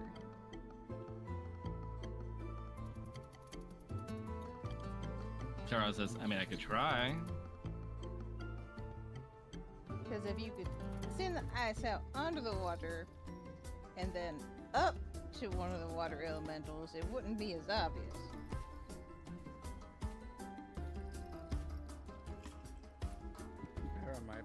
Aaron and I might be able to assist with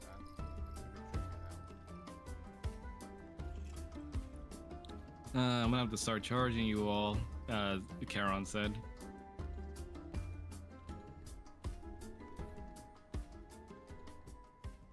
Think of it as Well- putting your training into practice. I'm sure Soma wouldn't be complaining about that. How many requests you want, darling?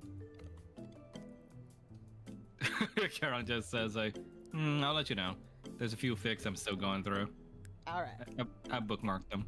Paul Okay. Paul is going to pull out 10 platinum. How many books do you want?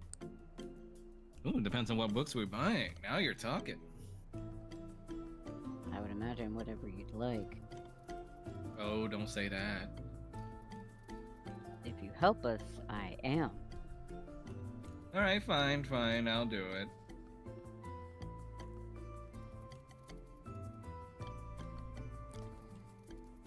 Congrats, you get a spirit guard in. Congrats, you have to pay them. All right, well, turn on the ice.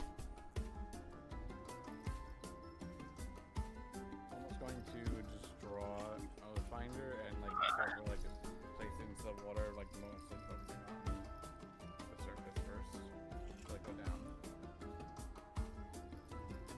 You guys slowly start to freeze over the surface, and as the elementals get frozen over, they get stuck in the middle. And you see they start thrashing about, but they basically become the equivalent of restrained.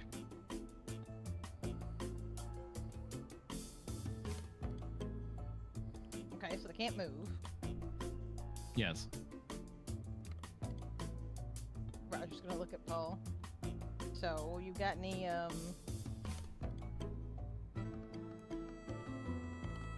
anything you want to take them out with, or are you we're gonna try and talk to? What are we doing with this? Well, we can either immediately attack them, or if you want to talk to them again, or Chiron can talk to them. But We could also Chiron try doesn't to- seem up to that. We could also try swimming along the edge and avoiding them entirely, draw less attention to ourselves. Charon says, I vote for whatever option doesn't require me to talk.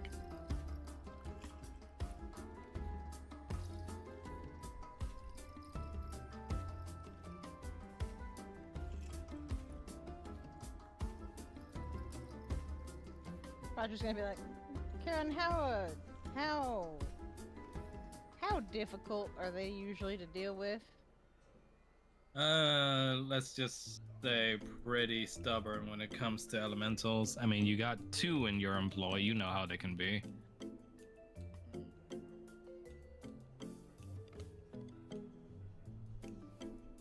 It's not like we haven't haven't dealt with them before. Man, if I went out and tried to talk to him or something, I'd probably have to switch disguises.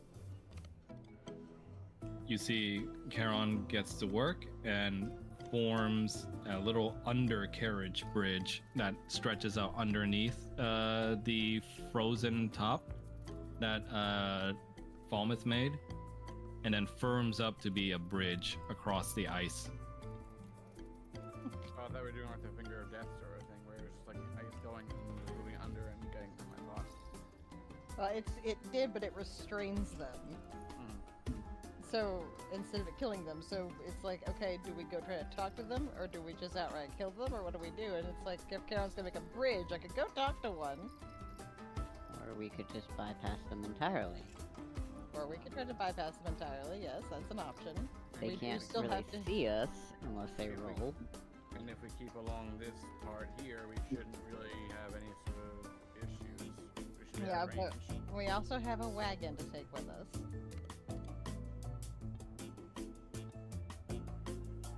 You hear Charon say, I made sure to make enough ground for the wagon to come across, but y'all should really hurry before the thing melts, because I'm not good at keeping things from melting. Okay, so, well, I mean, do we just want to go then? I say we go. We kind of have a bridge. Let's book it, I guess.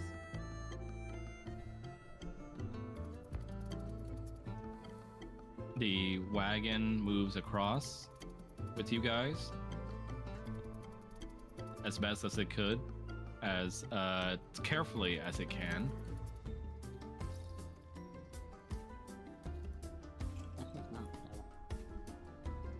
Paul is going to keep alongside the wagon with the orb. That way, they stay. As for Skia, she looks over to you and says, I'll just keep the disguise. Just give me a signal if you want me to land somewhere nearby. Sounds good.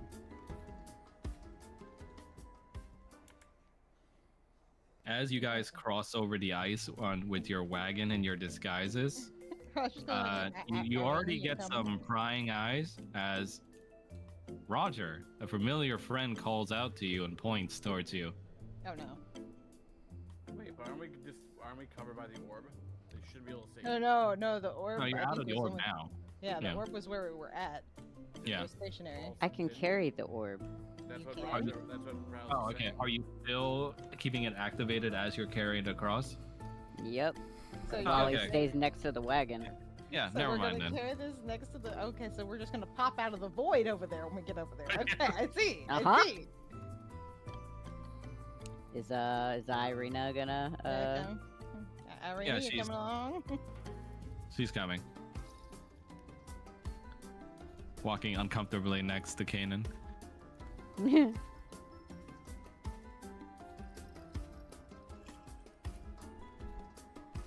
get behind like a thing and then just come up later on. As you guys go across, Charon kind of looks over with Paul's head, and one of the elementals just points towards her and says something in elemental language, and she says, yeah, how about we keep going? Yeah. Why? What'd they say? No, you don't need to know. I think I Nobody do. speaks Aqua nowadays. I'm sorry, Chiron. this is my first thought.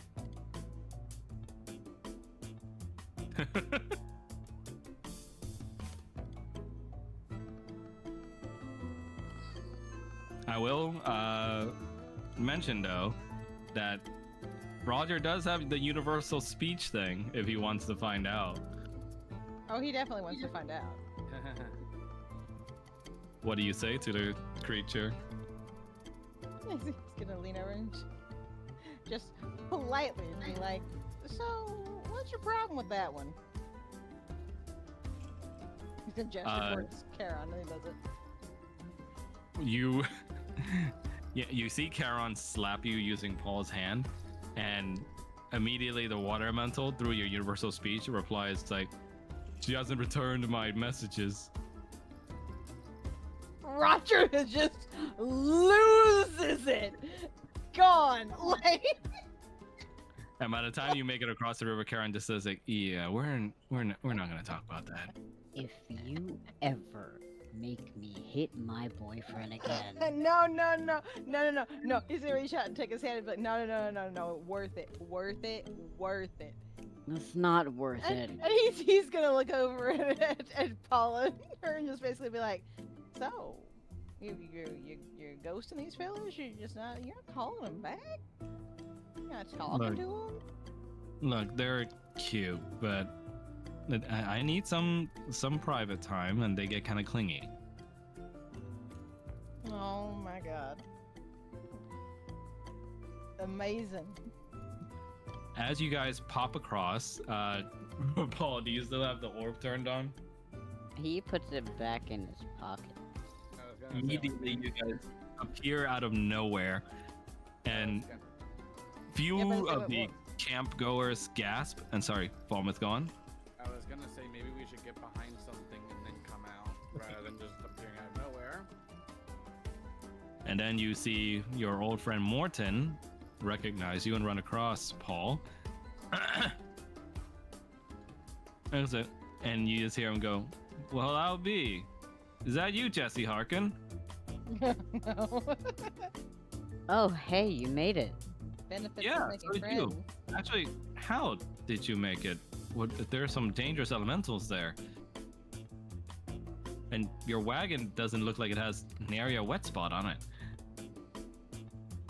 Oh, we have some secrets. Oh, well, come, friends. Welcome to the, I guess, temporary encampment. Okay, knowing that this guy's here, could Roger assume the other guy is also here? Yeah. Okay, Roger's You gonna. spot him in the distance as he kind of flags you over with a wave. Hold on, Roger is quickly, like, essentially doing that thing that girls do where it's like, I gotta do my makeup real quick, like, just like... Yeah. He actually approaches, pushes the orc guy aside, and extends his hand out to Kanan.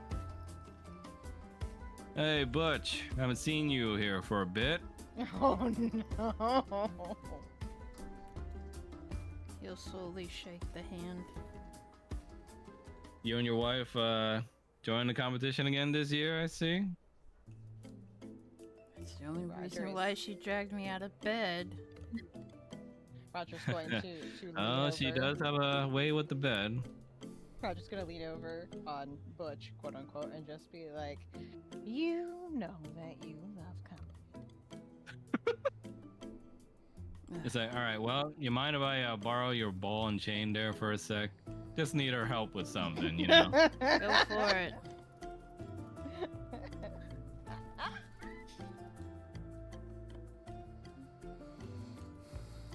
Okay, I gotta be able to move. I gotta Irina move just forward. says like, are you kidding? You remember what you did to him, right? Roger's going back at her and I was like, I know.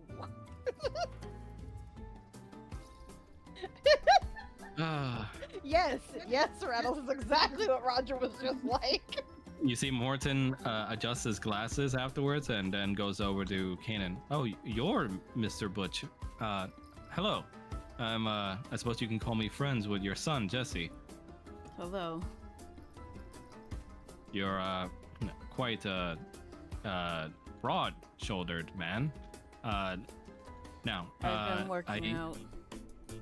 I see. Well, sir, it's nice to see a fellow wine connoisseur. I hear that your family is well known around these parts. I hope you wouldn't mind giving a new timer some advice." Everybody's out here to win. Stick to your guns. He looks at you and goes like, "Ah, poetic. Straight to the point. I like it." Would if you wouldn't mind, sir, I actually had some recipes. If I could, just discuss them with you. Okay. All right, perfect. Jesse, would you mind joining us and your dad? Paul is just looking very pointedly at Kanan. He's like Yeah, rubbing his love hands. to. Like he's like rubbing like that space in between the eyes where he's like, ugh. And then, Falmouth, in the corner of your eye, you see a familiar sight as well. The literal mercenary that was paid to snipe at you guys. Though, of course, in your disguises, he doesn't recognize you. Palma's eye is just like a narrow, but he looks away for the now. As the blue tiefling pulls you away, Roger. And you guys see Roger just conversing with him with hushed breaths, but you can already see a panicked look on the blue tiefling's face as he pulls her behind a wagon.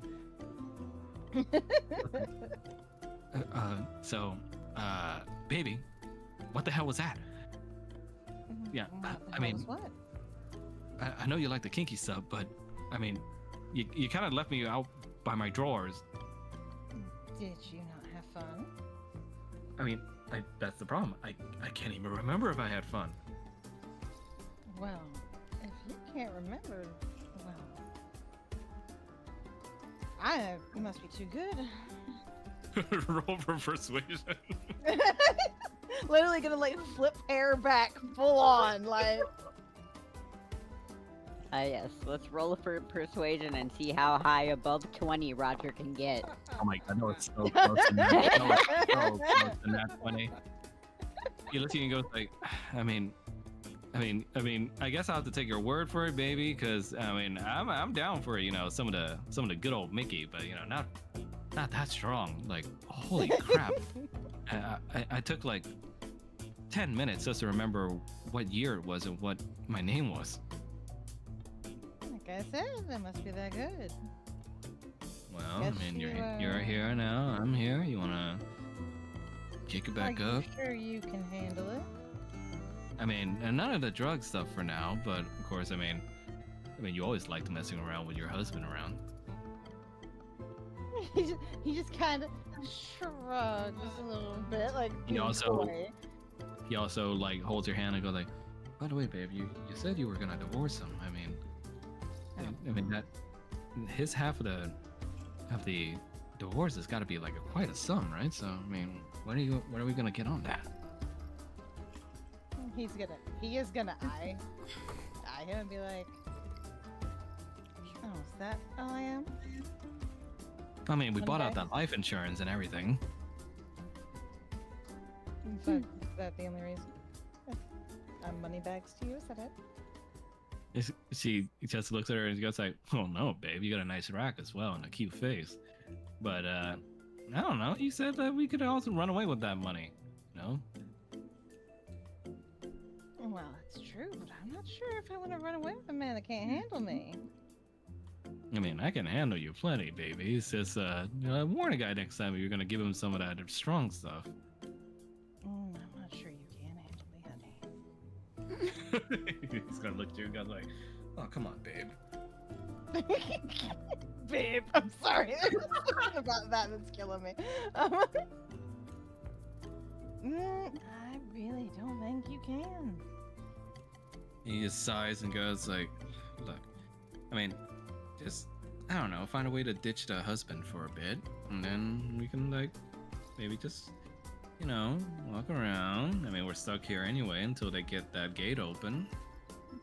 Oh, so what you're saying is you want to prove it to me? Yeah. I'll consider it. All right. And with that, he's No, gonna literally like, he's gonna pat him on the cheek. Like, No, walk off. And he goes like, and of course, don't. Tell your husband we're still on for cards on Sunday. All right. Oh, of course. Sashays back over to the fucking camp. Get this fucking. As you go back, you see Kanan just kind of nodding along as the Morton goes over his recipes and the intricacies with him. Roger's And he gonna goes go like, over. I was and with the planning to kisses add in a go. hint of rosemary at the end there to give me an edge, but I don't know. I mean, it could mess with the entire formula and the taste. What do you think, sir? I would say go with that. Really? Yes. It is so nice to have someone affirm so many of my ideas. Yep, you Nope. look like the one to be. You know, I Jesse think is you really should lucky use to have. yeast instead of the raisins. Really?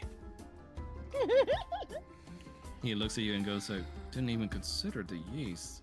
Gods. Roger's just gonna Right. go over and give Kaden a kiss on the cheek, like, you know, like chaste wife to husband kiss on the Chaste cheek, kind of wife. thing. And just be like, Oh. so you're apparently still on for cards with that fella, Sunday. Kanan looks so done. You can at least Uh, try to act excited. Morton looks at you talking to Kanan as, ironically, you're kind of exasperatedly playing the wife and husband role well for the Harkins. As Morton goes like, "Oh, you must be the lovely Lady Harkin. Hello. That would be me, dear. We met slightly at the tavern when all that terrible mishap happened. I do I'm remember. glad you and your family made it through okay. Oh, what happened to that red dragon fellow? He was your bodyguard, yes? We had to dismiss him, unfortunately. Oh, unfortunate. Would you like to borrow some of my handymen? Oh well, I'm not sure. It's just, she, quote unquote, is gonna look over at Butch and just be like, "Well, do you think we need anybody?"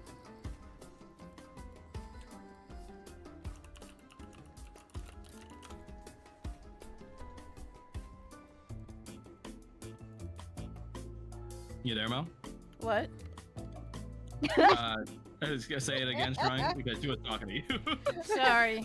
Roger's just gonna be like, "Oh well, I mean," and he's gonna look over at Butch and just be like, "Do you think we need anybody?" Because he was offering that they needed some handymen. Because No. he said that they dismissed that red dragonborn bodyguard they had. No. You see Morton goes like, "Oh, all right then. Well, the offer's on the table. I mean, they're good, soulless workers, so you know, they're working their pay." Thanks, but no.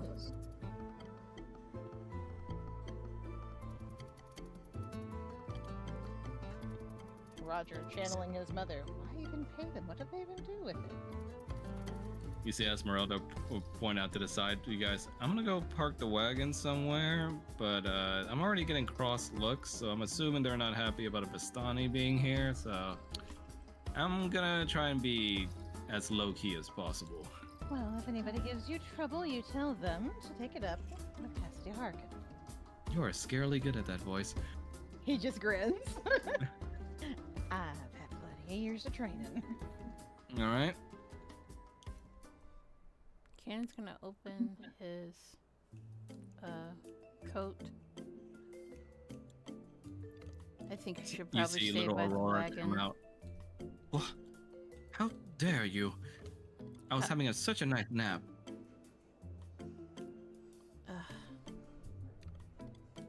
You know what? Go back to sleep. Wait. But am I needed? Saying you might be safer in the wagon. You're gonna leave me alone? Ugh.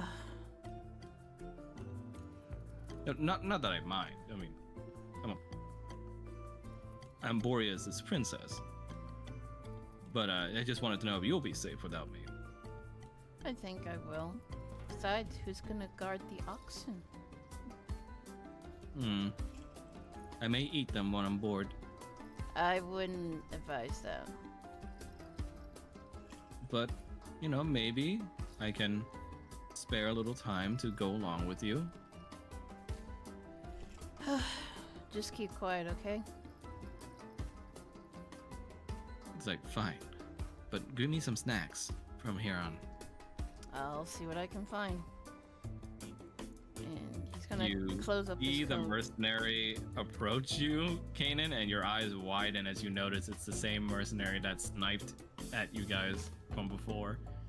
But of course, with the disguise, he doesn't recognize you all. Hey, friend. He's gonna slowly turn to look back at him. Yes. Notice you've been pocketing your coat. You got some smokes? No, sorry, I don't smoke. Damn. Well, sorry to bother. How about you, little lad? I mean, you look a little young, but Almost was shaking his head. oh man, damn it. What's a guy gotta do for work around here?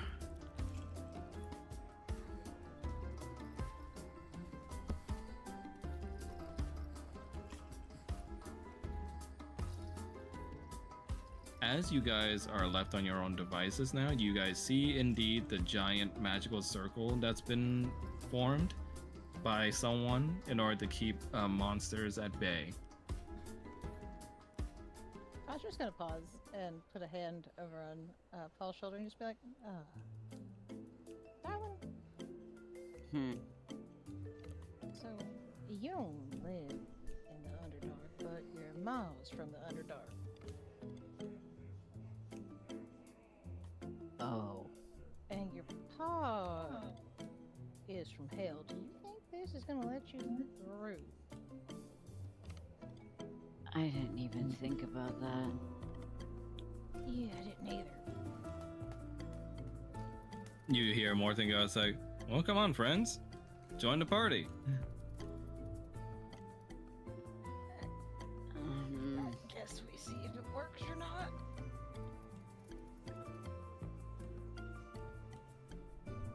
Maybe it won't. You try approaching the barrier, and the minute you are inside it, you're not repulsed, but you feel like you're being held down incredibly by a large amount of gravity. He is immediately going to step back out.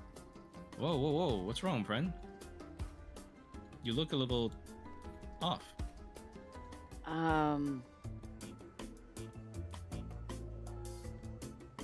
I need to check on something. All right.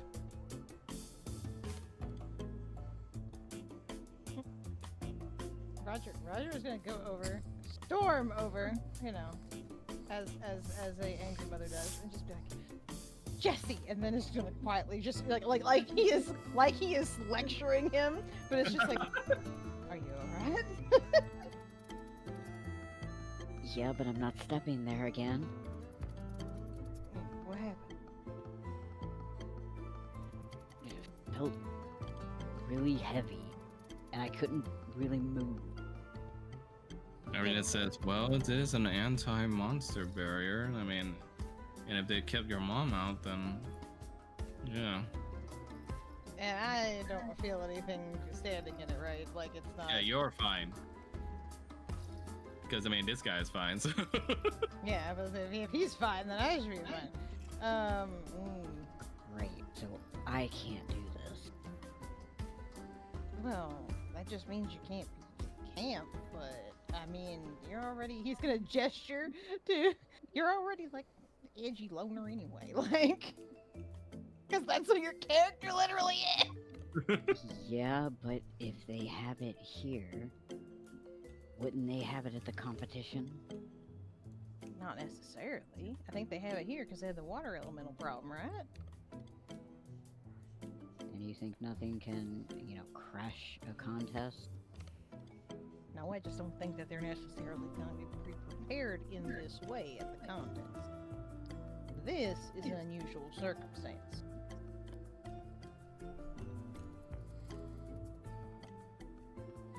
There is a good chance it'll go away once the gate is open.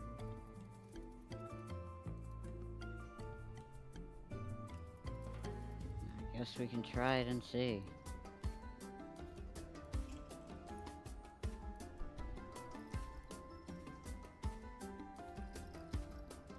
Alright, now, here's the thing. I need you to storm off that way and act like you're mad at me.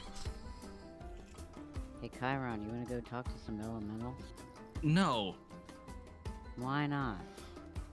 because just don't. All right. And he's gonna start stomping off in a direction.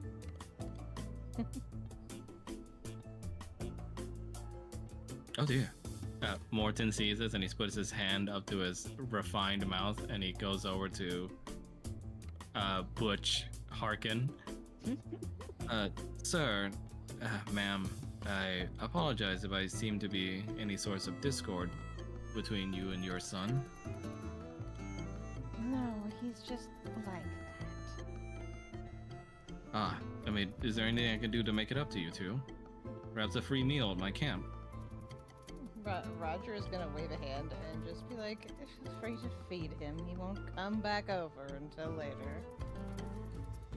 Alright. Well, the invitation is there. I suppose good day, sirs.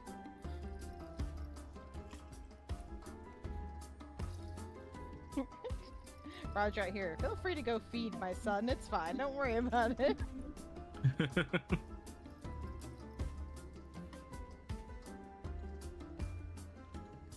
Meanwhile, Paul is just sitting a ways and just sitting on the ground with his arms crossed. Roger's Irina goes into the barrier and takes a deep breath and she goes, you know, it's a sick kind of humor the world has when something like me can get in.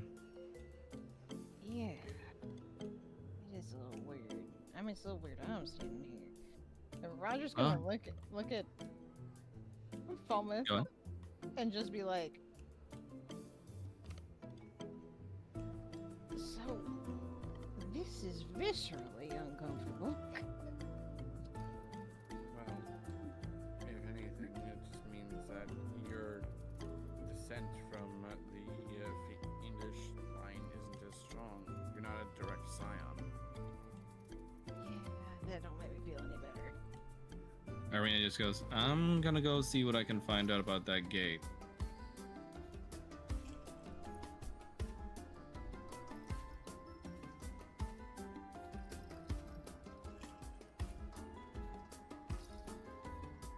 Roger's gonna kind of look at the other two, like,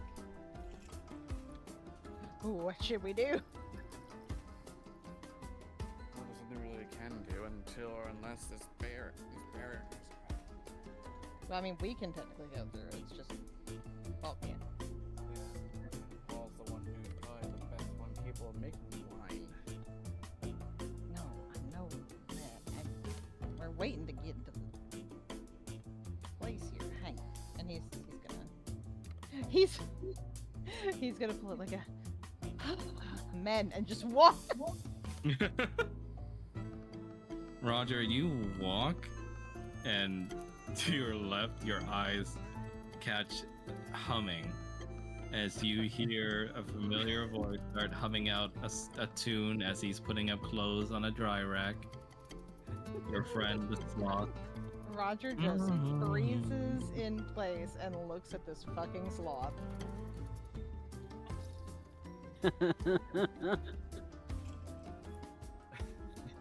Goes over, grabs Irina's arm. Irina.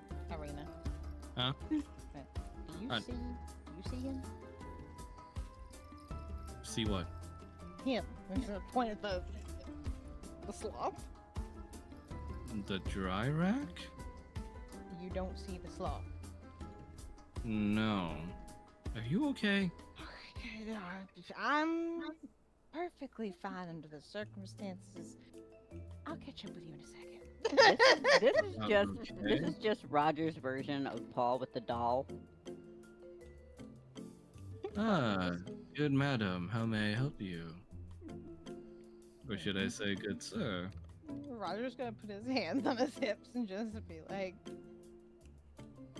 "Don't you good man? Say that again? Don't you good madam me?" Like it is Oh, I'm said. sorry. It is Do you said kindly, but it's also. He said, oh, I'm sorry, do you prefer they or them? Roger just rubs his feet out. What are you doing here? Well, as you can see, I'm just helping some of my clothes dry up. Terrible little splash that river made. Okay, but alright, look, I can see you, but she can't see you. Paul could see you before. So, I mean, you're here, obviously, but he's again gonna rub his brow like, God. Alright. Perhaps you need to sit down for a spell. That dress doesn't seem to do too well for air circulation. He's just gonna huff and go still, like, sit over here. Well, if I can get over here. It's just like, alright, I have to not be obvious that I'm talking to myself. Why not? It's a little healthy from time to time. It might be healthy, but it's not necessarily something that people are going to want to see an upper class lady do. Does what others think really matter to you that much? Not to me, but to what we're doing, it matters quite a bit. Well, I apologize, but you're here. So, what can an old soul do for you? Well, I'm curious as to what you're here for, because you're the one that keeps popping up. Do you want something? What a very interesting question. What does one want from life? This snarky little son of a bitch. Roger's just staring at him and it's like, you and I both know who you are. Do we? Yes. Don't be playing with my head like that. We both know who you are. And Well, I God's just come don't like to make poking around. assumptions. God's If you come have a poking different around. perspective on me, then please, I'd love to hear it. Gods come poking around when they want something. Almost always. That's a very wide assumption, ma'am. I'm sorry, or is it them? Just you can shoot him. It's fine. Well, you'll find with me, if I am who you assume I am, that most often it's not about what I want.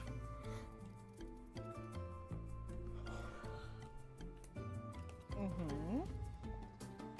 Frankly, I live my life by that credo.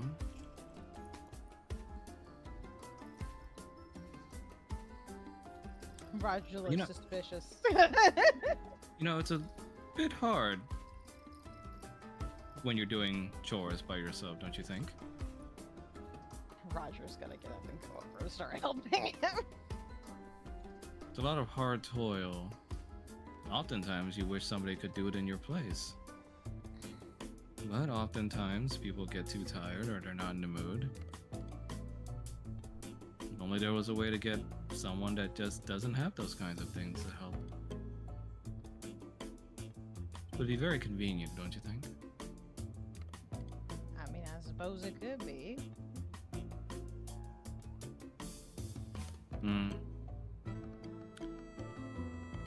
But of course, that doesn't leave a lot of choice for anyone now, does it? I'm not quite sure what you're driving at here. Well, just an old man ranting, don't mind me. So, how did he like the scarf? He likes the stuff. Good. He likes the quilt too. I can see your group is doing a lot healthier than when I last visited. Yeah, they are. At least I hope so. Kanan didn't look like he did too well the last thing we went through, but Does it pain you to see him in pain? I mean, I don't like seeing anybody in pain if I can help it. Roger He's- realizes what he just fucking said and stops. Like,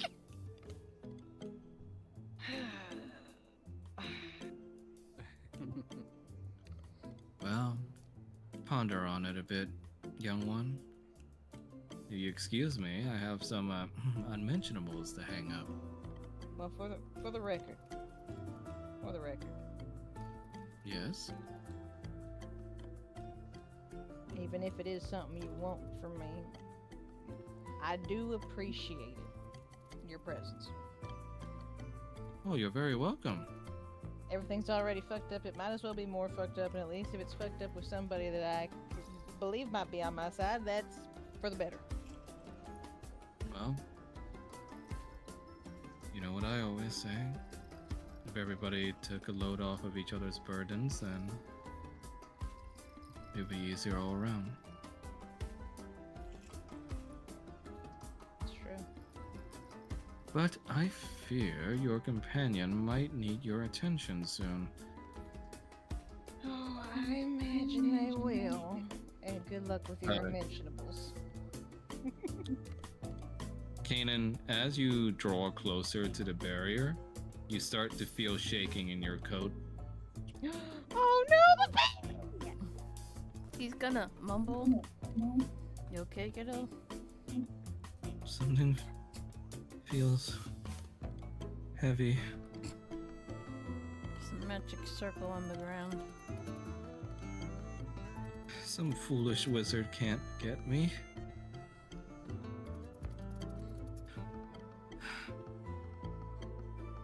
You gonna be okay? I am strong. I will be fine. Oh, maybe. Just go away, Winston. Also, god damn it, Blaze. You- Advises You- you, but ask your pronouns first. Aurora clutches onto your coat. Hang in there. You hear some mutter, Papa.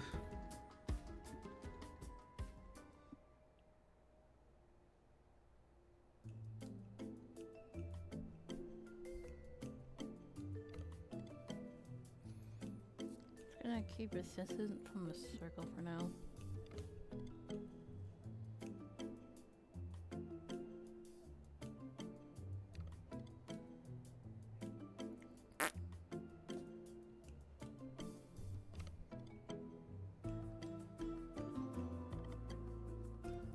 You see Irina looks towards the blockage and just whistles.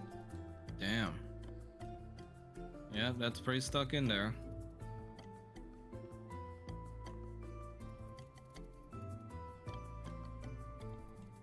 And you see one of the fine nobler ladies on the side just holds her opera mask and just goes like, good grief, can't we just send more of the soulless in there with the dynamite and just call it?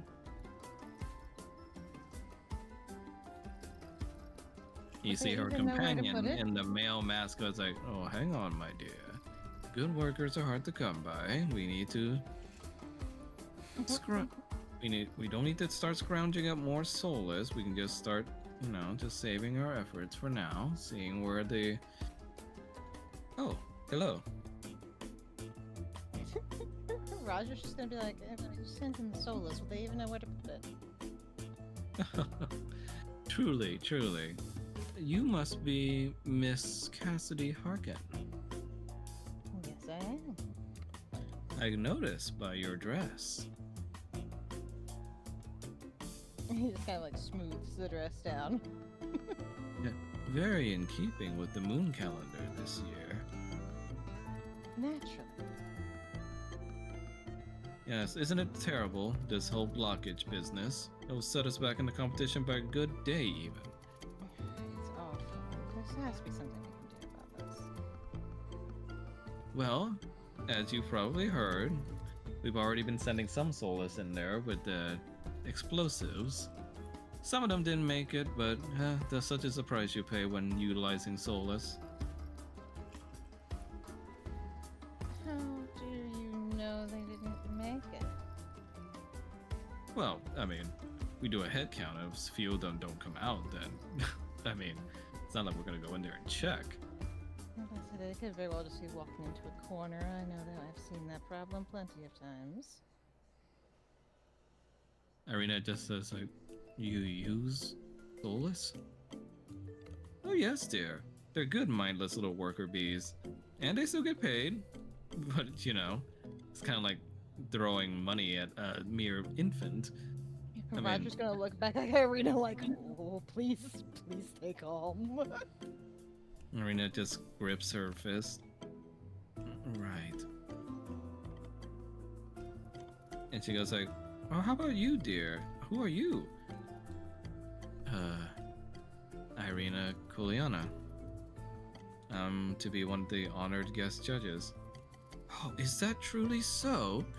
You see immediately her opportunistic little eyes just beam up, and she goes over to shake Irina's hand. Well, it's good to meet you, little miss. I am Lady Camellia, and this is my husband, Lord Duke Ferdinand. And he takes Irina's hand and kisses it, and he goes like, charmed indeed.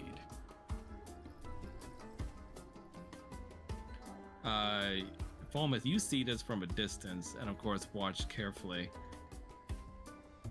But also, if you roll for perception for me, please.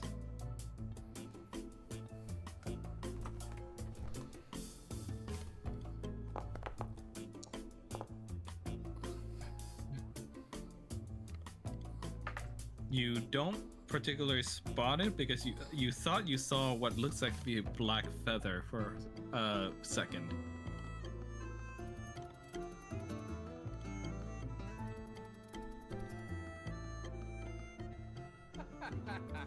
I saw him, and I was like, I don't. Roger wouldn't have noticed him yet.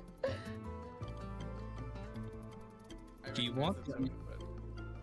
walked out and looks over to Paul and Kanan's direction, and he calls out, "Call." Ugh. Paul is going to jerk his head around and realize who it is.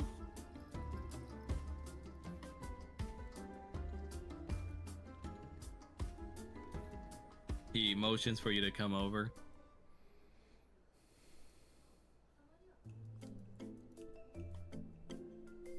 Call. Call. What are you doing here? He sighs, takes out a ring, puts it on himself.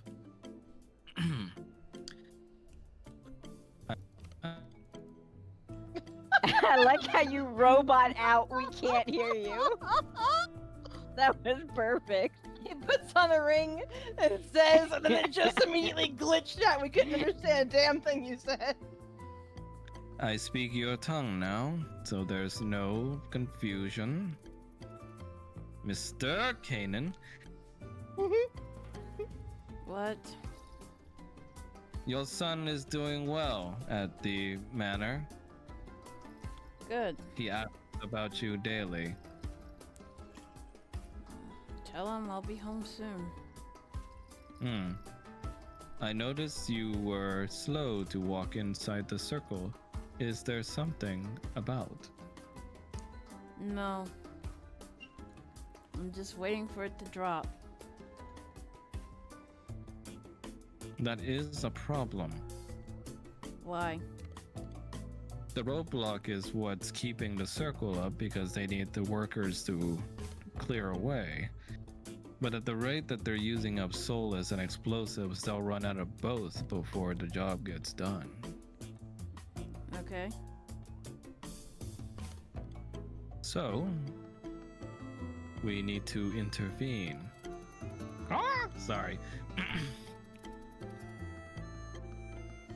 And how do you expect we do that? Well, I can create a diversion, and one of you two can blow open the door. I don't have magic. Sorry. Mr. Kanan.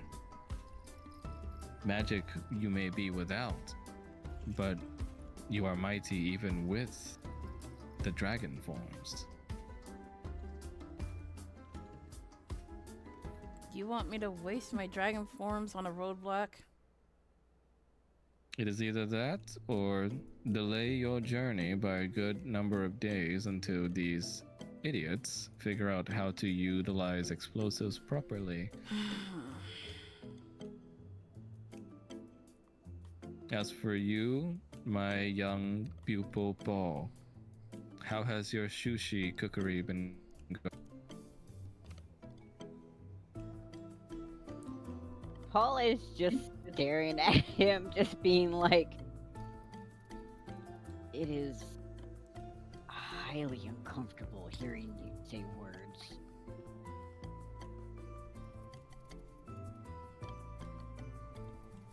I can't believe Max is dead.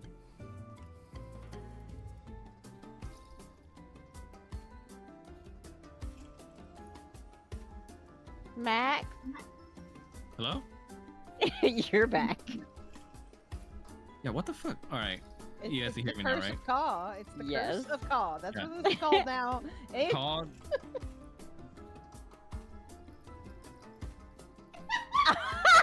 You're cutting it. Oh, that's amazing. Caw speaking human You're words is you're just across the curse. room now.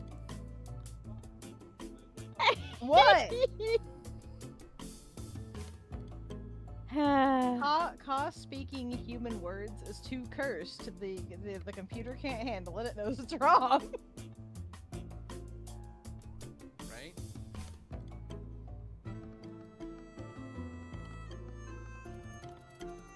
Testing. Hello? Hello. Hi. Okay. He looks over to you two and goes like, well, just let me know what kind of diversion you need and how long, and I will create it.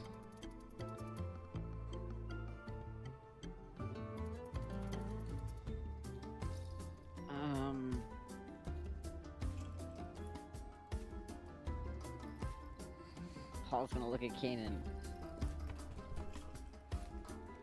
Why wouldn't you use a dragon form?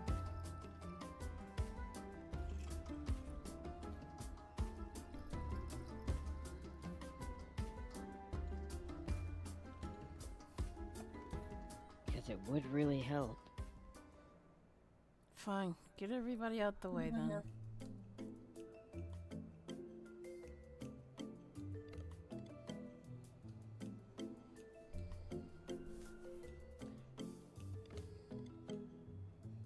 You see a familiar looking figure walk by Falmouth. Huh? How? Cole. I'm not even gonna question it.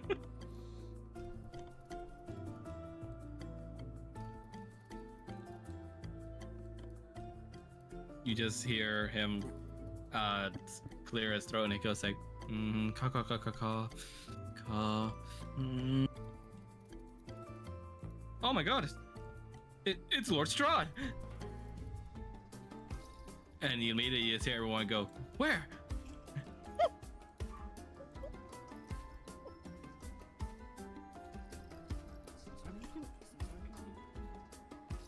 And Falmouth, you're like almost getting lost in the crowd as like they all just kind of gang up on you. I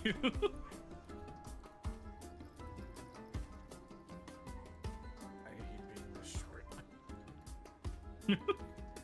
It's short. Roger over here. Bet.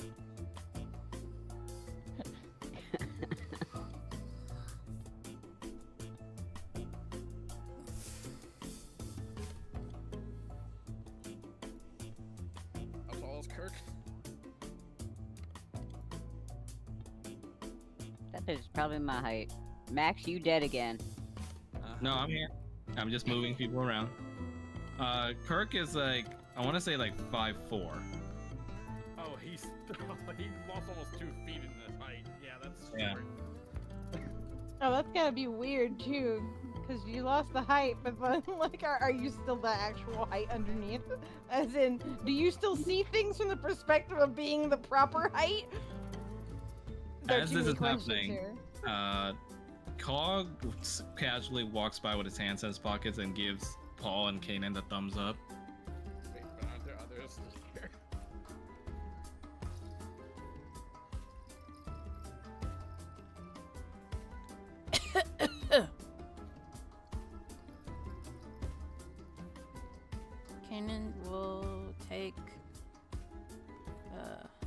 Ugh.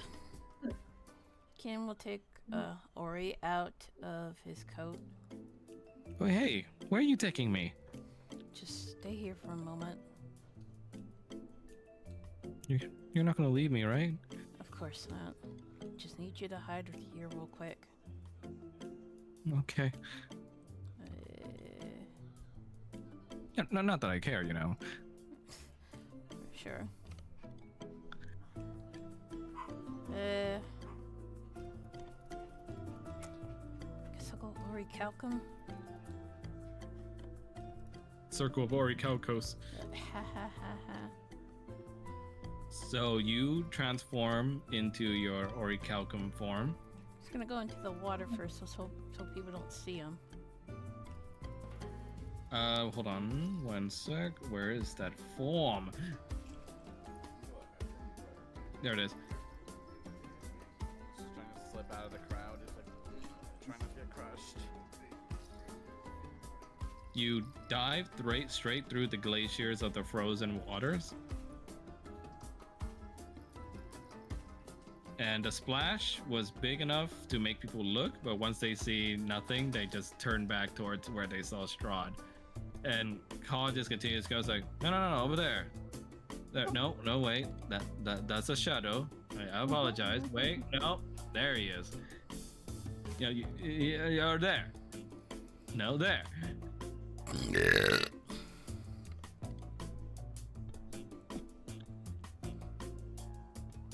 Okay, now what will Kanan do? And he's gonna scream. And he's gonna come charging out of the water. I can't move. He comes charging out of the water. And when they hear the scream, they look at you and goes like, Dragon!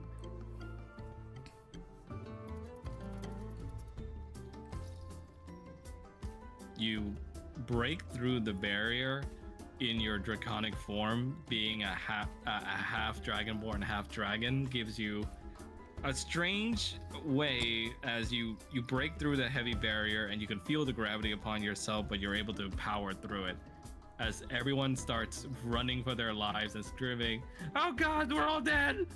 He's gonna scream in their faces before charging for the blockade. Morton just straight up passes out when you scream in his face. And he's gonna walk Just gonna carefully, run walk over Irene. He's not gonna run her over, but like, Sorry, but the image of this dragon running and then stops and very carefully steps over. I love it. Good. he too will scream in Irina's face just to stay in character before. He just raises a brow at you and goes like, So I'm gonna try Thunderous Bellow to try and break through.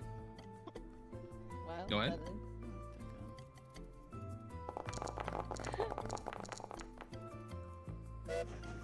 Ooh, Thomas.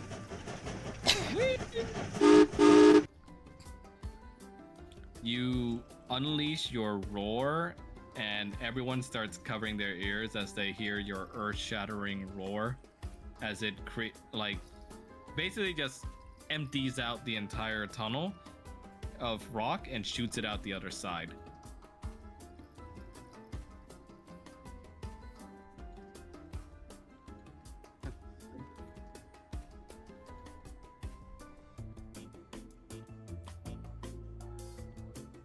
What the fuck?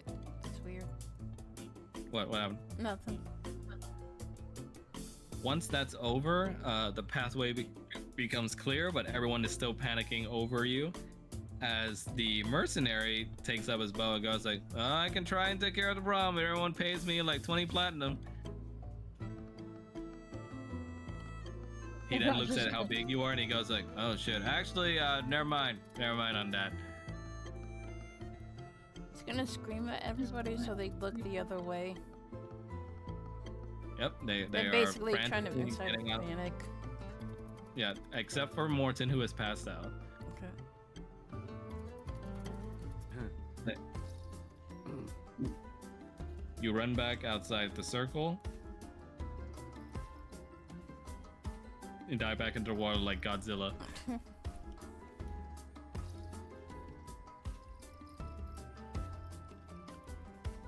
The panic that ensues is quite large as everyone just runs back to their own wagon to try and take cover.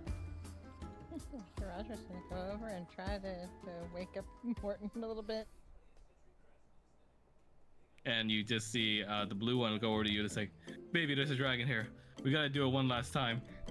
He just looks up and is like, Fucking the dragon's already gone.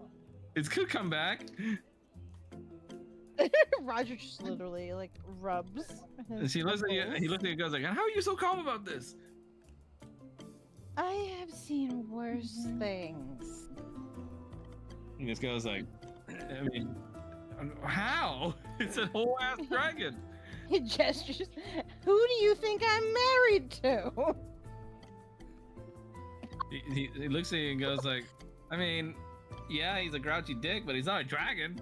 I'm sorry, I said that and my roommate yelled in the background, "Your mother!" Oh. Kanan, you slowly come back out of the water as Aurora looks up at you and goes like, "You can do that?" Yeah, for a short period of time. But you're red. That wasn't am. red. The stones let me change.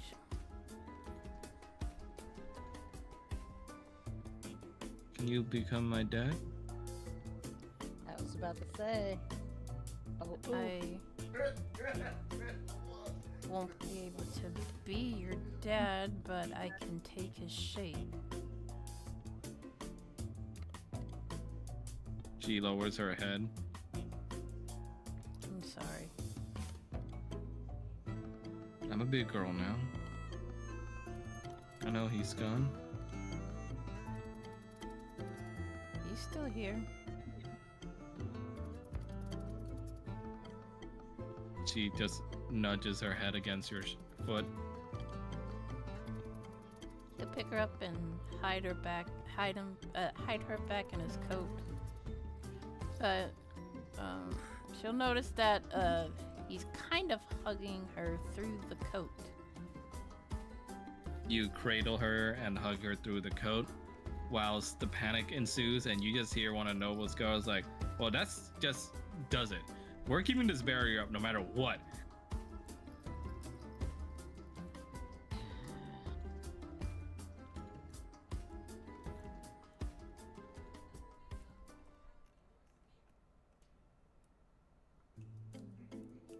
What's this barrier doing here? You see one of the inhabitants goes towards you. "Oh, Mr. Butch, if you remember, it's to keep out monsters. There was a dragon attack just now, actually. I don't. Did you not see it? I got knocked into the water. Oh, goodness. Are you all right? Yeah, I'm just wet. Well, you still look very distinguished. I do must say so myself. Thanks. But come now. We must be careful. That dragon could come back." Shouldn't we make our way through the tunnel then? The noble lady says like, "Well, yes, good man, but a dragon just attacked. There's no way we can take down this barrier now. What if it comes through while we're in the tunnel?" It Roger. probably would have killed you by now, wouldn't it? Such rudeness. I'm not And you being see one of rude, the I'm nobles just just observing. one of the nobles just whispers like, "So the rumors about that gentleman is true?" Roger's just going to look back at them and just be like, "Listen, my husband and children have sensitivities regarding certain kinds of magic. Oh, And I would Oh, rather dear. them not show up to the is it a rash? contest. Yes, I would rather them not show up broken up in hives. It's not catching, but it's unseemly." They look at each other and go like, "But okay, but what about the monsters?" I get The warts on my dick if the magic is up for too long. Thank you for that clarification, Butch. We didn't need that. No one just goes like, "Oh, good heavens!" Roger's gonna be like, well, have you considered that maybe it was a friendly dragon? Friendly. Yeah, it Good, did. good madam. What are you on? It showed up, it stormed over there, it opened up the door, and then it left, yes. Well, you know, it could be trying to free its companions from whatever's across that tunnel. So you're implying that there's more dragons inside? Who knows, good woman? We're all panicked So- here. We're not exactly warriors, you know. Well, why not? Just put down the damn barrier so we can get through, then you can put it back up. Yeah, Roger Roll for gestures. persuasion. It ain't that fucking hard. Roll for persuasion with disadvantage. Oh my god. Really, Max? Actually, never mind. Never mind. You already rolled it. It's not 20. They look at you and just go like, "Well, I mean, if you're going to be so rude about it."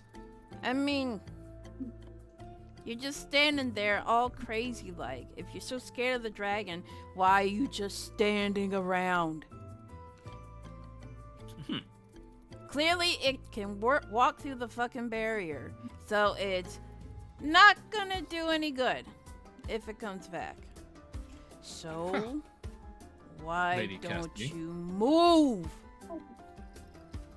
Well, Lady Cassidy, I can see your husband is of that kind of sort. Eat my ass. He certainly is.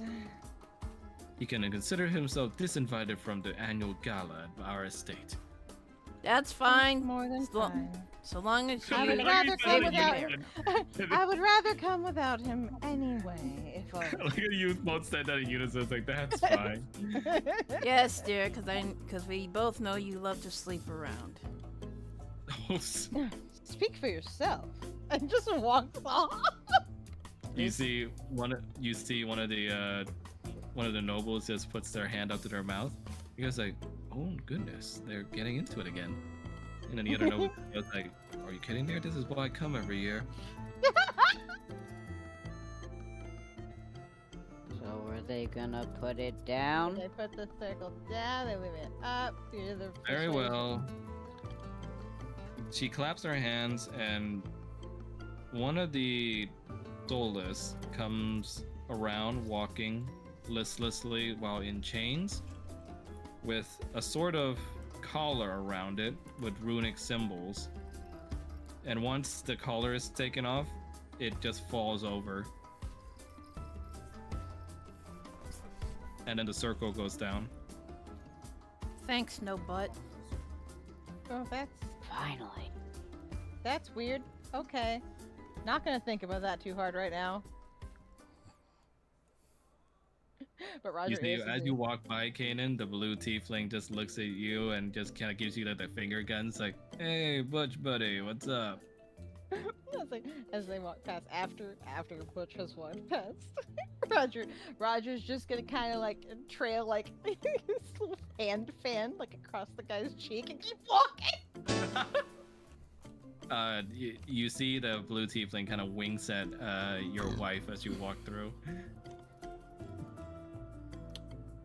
I would look elsewhere. She's got crabs.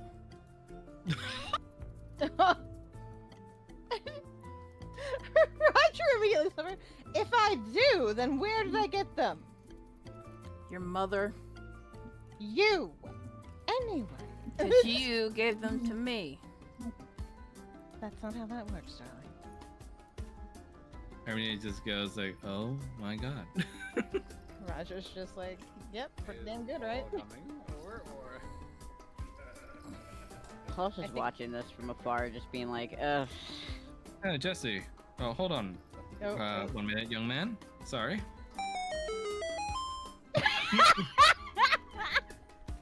hold on a minute, one minute, man. Oh, Let me just real quick. I didn't know that you had sensitivity to magic. I'm so sorry. yeah, I get seizures. But it's. I'm sorry. Is it a selective kind of condition? I just I remember you casting all sorts of spells at those vagabonds that attacked us. Certain kind of magic. And you can blame my mother for it. It's Oh. warding magic. Okay. Well, would you have time later to, I suppose you youngsters call it hang out? Yeah, sure. All right, perfect. You see, unlike Paul's usual, these magic missiles are not gluten-free.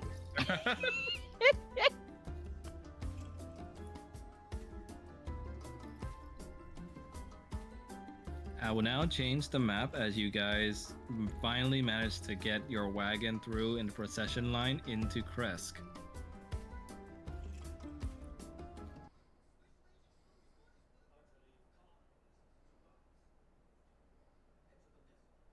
Can't wait to go through the 5 toll booths that the tunnel has. Oh.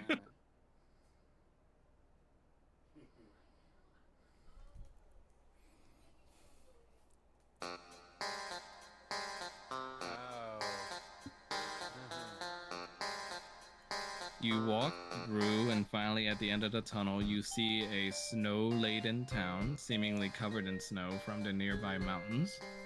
Is the map supposed to change? Did it not? No! Damn it. Here you go. Now it is.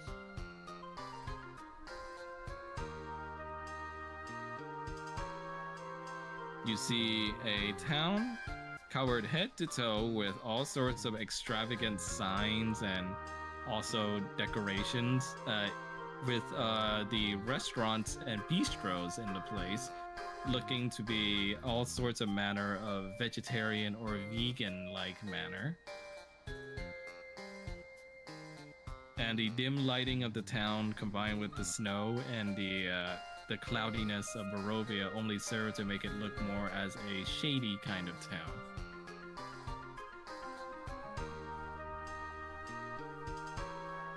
Music's playing too, right? Yeah. Okay.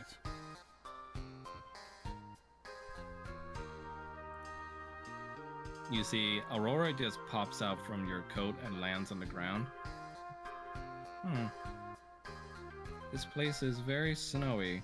I approve.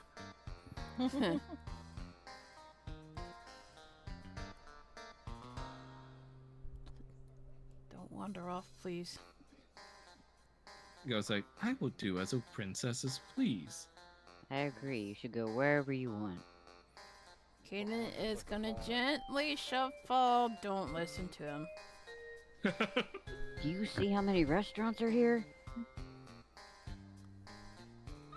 If she wonders Probably overpriced as hell. As you see a noblewoman look over, it's like, oh, good heavens, what a strange looking dog. Kanan's gonna glare at her angrily. Ugh. She ducks back into her house. Did she just call me a dog? roll with it. She looks at us like, we should end her. No. You never let me do anything fun. If it causes a panic, then makes things a lot harder. Roger just looks down at her and is like, you don't have thick enough skin to deal with being called a dog? I am a dragon. A noble, majestic dragon, not a dog. Okay, well, you know that. Maybe she pronounced it wrong. I've been called worse. Yeah, You so know Or you're that- Oh, what have you been called? A lizard.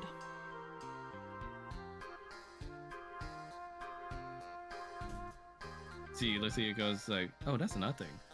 They say worse things in the hells. For instance, and then she just blurts out something that would be incredibly censored. Wait, what? I don't think Kanan speaks Yeah. Infernal, but I think... Does Paul know does. Infernal? I'm about to say, doesn't Paul know Infernal?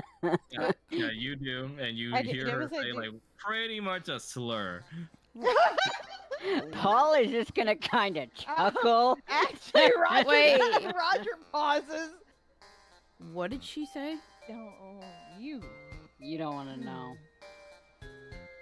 That What? is something one should never do to a goat, ma'am. Please don't say that again. My father used to say it to all his compatriots all the time. Do not say that again. It is not a nice word. Hmm. I know. As you're walking through the town, you already begin getting approached by several people in the shadows as you see this strange woman with snake-like designed hair walks over you and goes like, "Join the Order of the Serpent. No. Find meaning in the Yuan Ti culture." No. I'm quite good, thanks. Kanan's gonna pick up Ari and put her on his shoulder. It's a, "But your dog could very well be the next body of the next Yuan Ti god." Piss off. Sorry, Roger can't help but laugh a little bit at that. Like, You see the lady still kind of like tries to show you her pamphlet even as you're walking by, being very pushy about it. Kanan will take the pamphlet and rip it in two and hand it back to her. She hisses at you. Hiss. He's gonna show his teeth, which I know he's still in disguise. The teeth look really sharp. She goes, watch out, she might think you're one of them. "Roger, you suddenly get approached by a man running up to you and literally opening up his coat at you. Wanna buy a sundial? Bye. And he goes like, "Hey buddy, wanna buy an exotic animal?" Want to buy an exotic animal? Arena just goes like, "Did that man just flash you? Hey!" Roger just pauses and is like, "What sort of exotic animals do you carry in your coat?" "We got all kinds, buddy. We got ourselves a vampire puppy. Got ourselves a mind manta. I'm about to say, Roger just see Paul zoom up next to me. You got a Right. vampire what? Roger's gonna be like, Jesse, you want to talk to this one? He goes like, "Here, behold. This platypus was known as a king in the olden days." That's a platypus. Is it That's a kingfisher actually platypus. platypus? He goes like, "Yeah, you ever heard of it? Well, if you haven't, it's because it's exotic." Looks Well, like you see that- broccoli with feet. And he just looks at you it's like, "Hey buddy, you gonna buy or something?" Oh my How much? God. And he goes like, "Look, just because it's your first time in town, all right? I'll let it go for like 35 gold." Okay, Roger immediately wants wouldn't to do do it.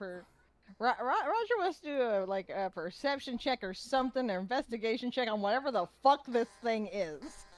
You can do a nature check. Nature works. Okay. Everyone can do it actually, since you're all here. Wow. Oh no! Oh my Roger's god. convinced. Yeah, Roger likes this showmanship.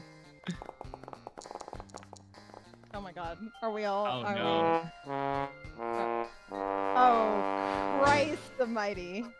What about insight to see if he's lying or not? Sure, you can roll for insight. Oh wait, hold up. Yeah. Roger wants to lean in and look at this little guy. Don't they have a And thing he's- where I can tell people's lying? Yes, you can. Is he lying? Yep. Roger's Through gonna his- lean in and look at this little thing and just be like, But- "What are you, little Gomez, buddy?" you can tell also that this man is pretty much a charlatan in every definition of the word. As it looks like the headdress was glued onto the platypus's head along with the tail.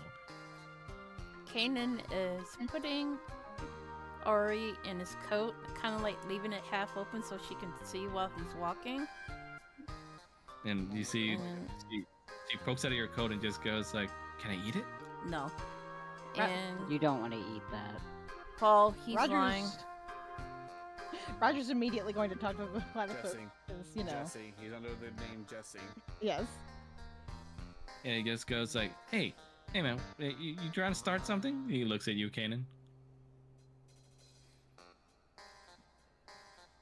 He just doesn't like much. Whatever. You put glue on that poor thing's head.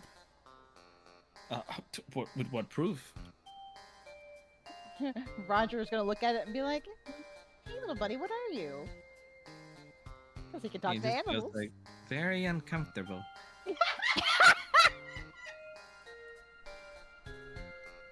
Can't you press Like, the vegetation uh, to glue out? But That's this human feeds me, so That's not part of your face, is it? no. It feels warm though. Okay, so you like the hat, but it's not comfortable. He looks like, all right. But if the naysayer over there is gonna not make you not be convinced, I also got a mana ray. And he takes out this manta ray looking creature that's floating around in his hand. And he goes like, yeah. Well, Kanan, is this a lie? Is it a lie? You don't sense he's lying about it being a mana ray. There's a butt somewhere there. It's a mana Roger's- ray. But I don't Roger's trust gonna him. look at it. You know what? You know what? I'll even give you the special bundle deal. I'll even give you this funny looking dog I have here. Why does that funny looking dog look so much like Talita? I'm losing it. Why do you have He looks like- animals in your coat? He just goes like, I don't know, what business is of yours, buddy? Well, you're trying to sell us shit, so I would like to know. Well, a man's gotta make his money, so you gotta have an animal coat. Roger, meanwhile, is talking to the animals from the animal coat because of course he is. He's just like, hey, how you two doing? The mana ray just goes like, I require mana. Okay, is there anything else you require? The dog just goes, the blood of my enemies. Okay. Can I ask what you both are? He looks at you and goes like, hey, buddy, no free samples, all right? Oh, I'm sorry, I can't talk to the animals now. I can't talk to the things I'm gonna purchase. Ugh. Have you can ever talk to them have once you buy ever 'em. test driven a cart? He Have you goes like, ever test driven a cart He looks like, what? No. or a horse? And No? he goes like, no, but no free samples, buddy. You either buy or you go away. Kenan's gonna How roll is his it a eyes. free sample to talk to it? For all you know, its personality is not compatible with mine, and we'll hate each other the second I buy it. Well, that's not my problem, buddy. That certainly is your problem, buddy.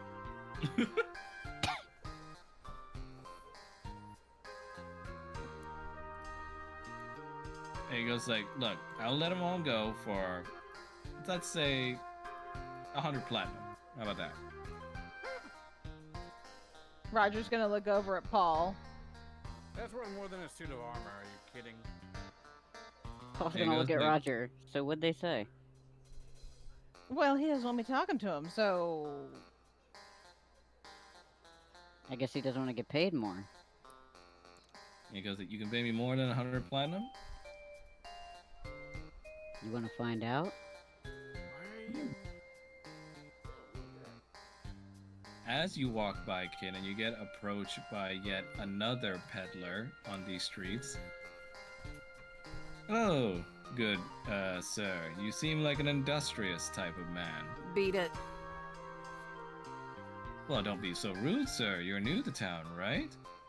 Just Can I here sell for the you some- contest. Can I sell you some good boots? Maybe a chain shirt? You never know who might shank you for that wine recipe.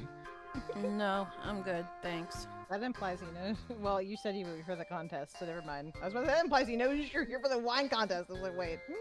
He just goes like, hey, come on. I'll even give you a sale on some stuff. No thanks. And you just hear Aurora go like, let me bite his face. I'm tempted to. He goes, excuse me? Nothing. I'm not interested.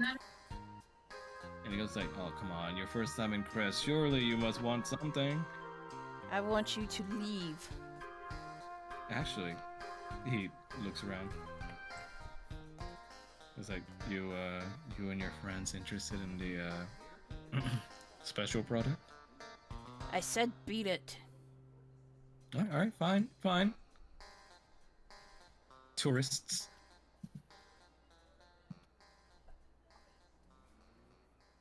Even the most aggressive merchants in my hometown, in my home city, weren't this aggressive.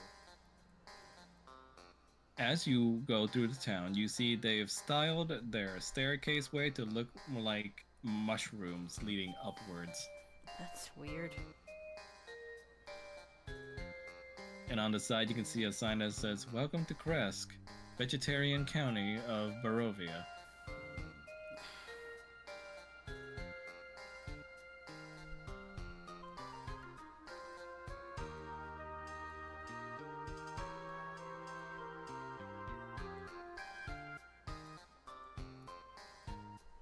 And we cut back to the pet merchant as well as he looks towards Paul and Roger and just goes like, "All right, fine.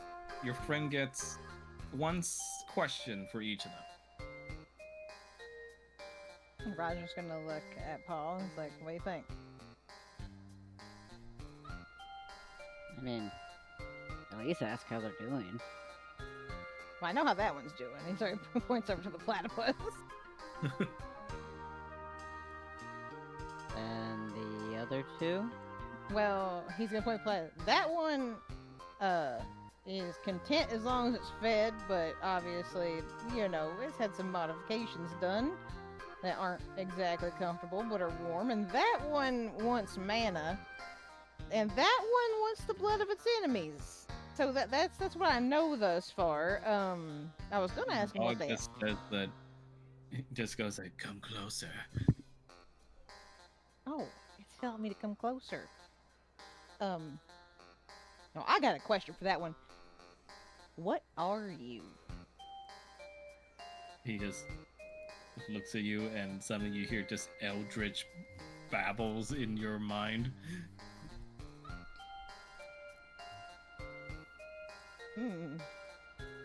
I like that one.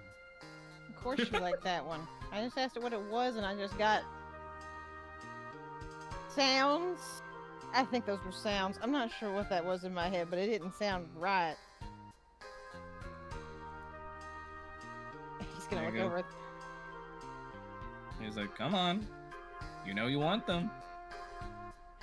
He's gonna look at Paul. Do you want me to ask anything of the other ones, or do you just want to buy the lot outright? Because I know you. I'm sorry, I just pictured Paul already has the money in hand. Paul's gonna rub his chin and just kind of be like, if he's here after the contest. And he goes like, "All right, but got lots of other customers coming in now. You never know who's gonna take them. Don't take too long." He puts them all back in his coat. Roger's just like talking to Paul as they walk. That dog really was real unnerving. Like, I don't know what's going on there, but something's not right. Something ain't right. As you approach, you see the same peddler that bothered Kana before approach you guys. Like, "Hey there, customers. Welcome to Kresk. You are newcomers, I take." "No, wait, actually. I recognize the color of that dress.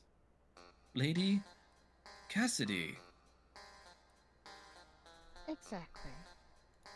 Welcome back, my lady. It is I, Marco the Peddler, as per usual. Have you come for the, special product again?" Possibly. "Well, it will be waiting for you at the inn, should you, need the company. Alright, understood. Will you be paying me the same amount as per usual?" We'll see how I feel when I get there. Perfect. Enjoy your time in Kresk again, my lady. Paul, are you gonna talk to him at all or no? Nope. Roger just gonna turn to Paul and is just like, I think I might have just ordered an escort. I'm not sure though. But then again, I am an escort. I was gonna say, how do you not know?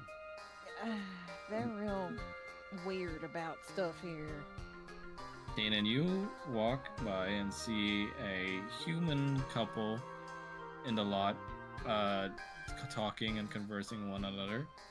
And on the left, you see what looks to be a strange noodle shop with paraphernalia indicating vegetarian ingredients only. Kanan's gonna cringe. Ugh.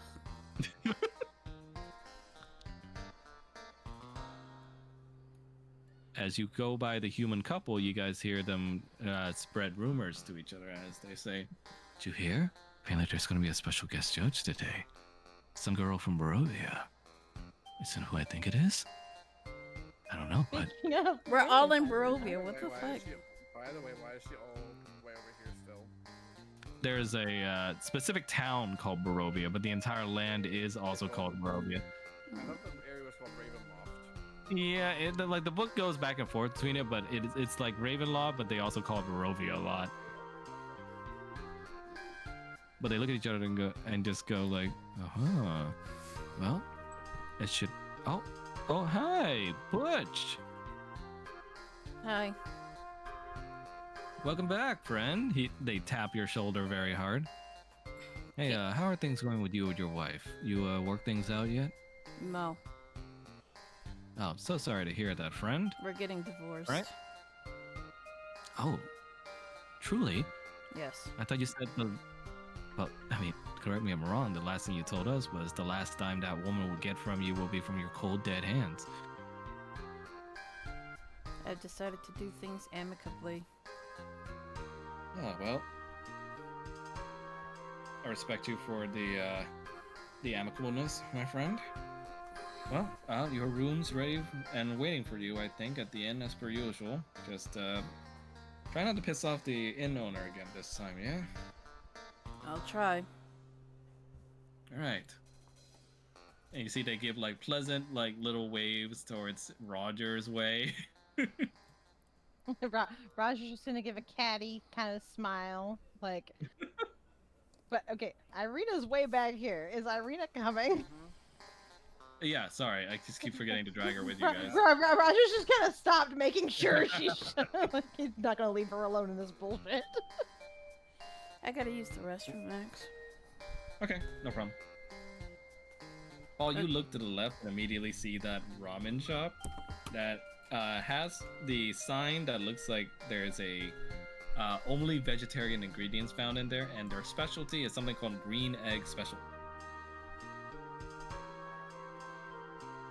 Of course there is.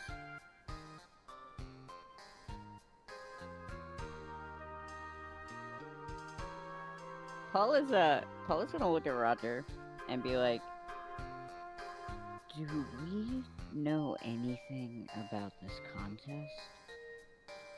It's a wine contest. That doesn't strike you as weird?" I mean, what? It's Barovia. Or sorry, he said it's Ravenloft, Paul. I mean, a lot of things are weird. I mean, Most this. wines aren't vegetarian. So he looks at you and goes, What the hell kind of wine have you been drinking? Making wine uses animal products. she looks at you, Paul, and just goes like, actually, I mean, not the wine thing, but I don't remember this place being so heavy on the vegetarian stuff. I wonder what changed. I mean, I was gonna say it's kind of weird, but like, I'm a little lost. What the fuck do you mean it requires animal products? How do you... I guess you wouldn't know how wine is made. No, I drink it. I don't make it, honey. Well, it uses a lot of stuff. It's got various proteins that come from, cows. There's... Honestly, you really shouldn't get started on the bugs. Okay, well, alright. That aside, what is it with this place and vegetables anyway? Like, I don't know, just seems a little much. Irene just goes like, yeah, me. Last time the burgomaster took me to visit when I was kids, it was a regular town with meat-loving taverns and restaurants. Actually, I don't even remember half the decorations here being like this.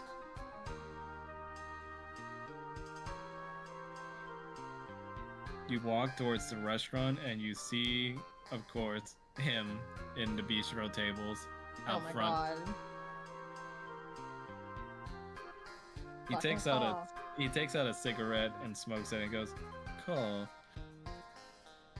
my god.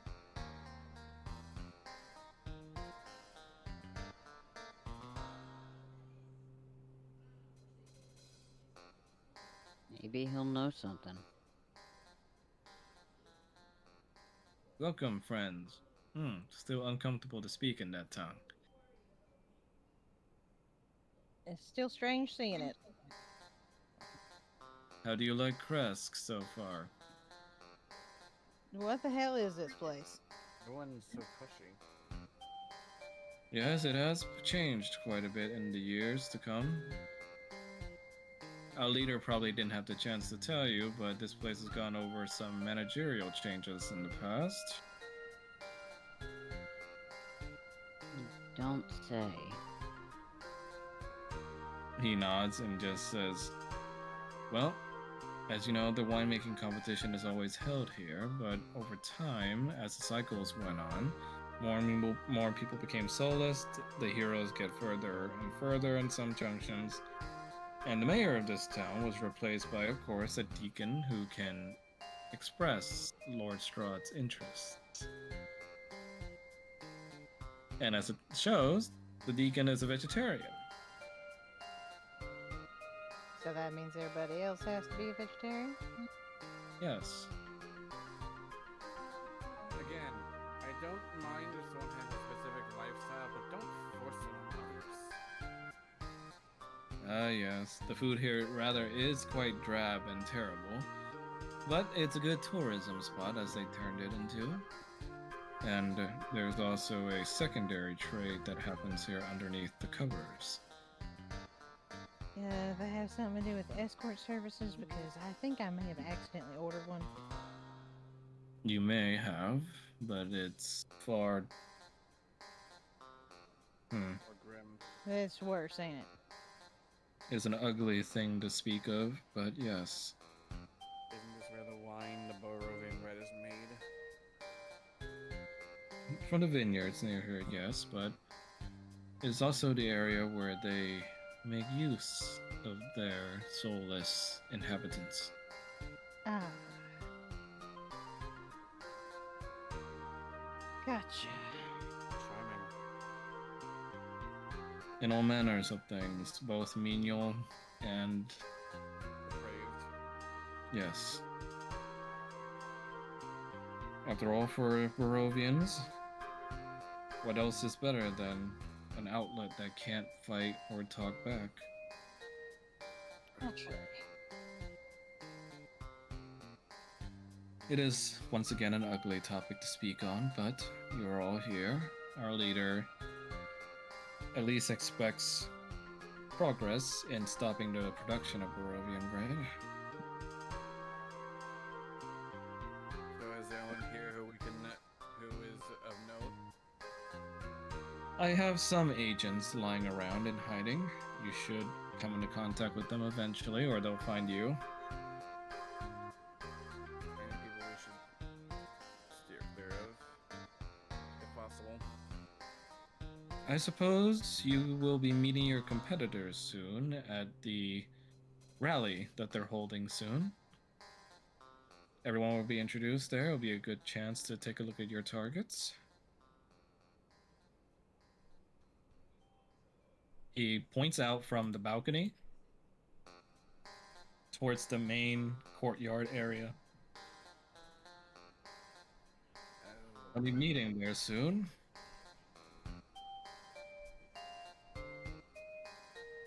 Oh no. You are disguised, so you should be good, but express caution around those that might see through it. She's the cat.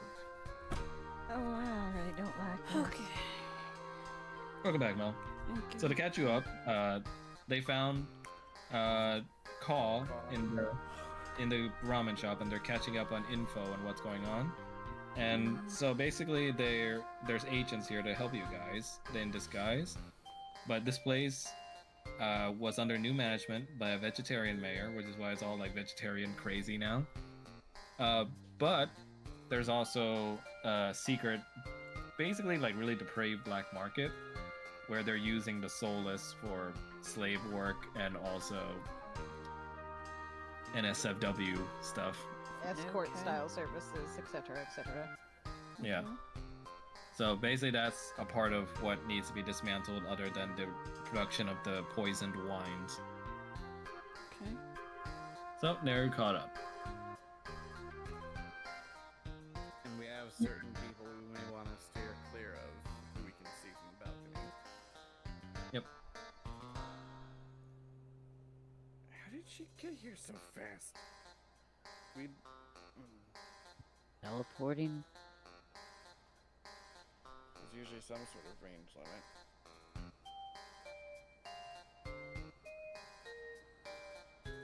You see Anna looks over in your direction, Roger. Mm-hmm. But of course, you are in disguise, so she simply gives that small little civil wave that one does. He does the same thing back with the fan. While looking terribly bored, of course. And Call just says, "Well, I must be going now. Can't stay for too long. Must scout for more information. And also to access my, or to escape my stomach. I don't recommend eating the food here." I mean, Why would you in the first place? He goes over to Kanan and pretty much catches him up on the same information before leaving.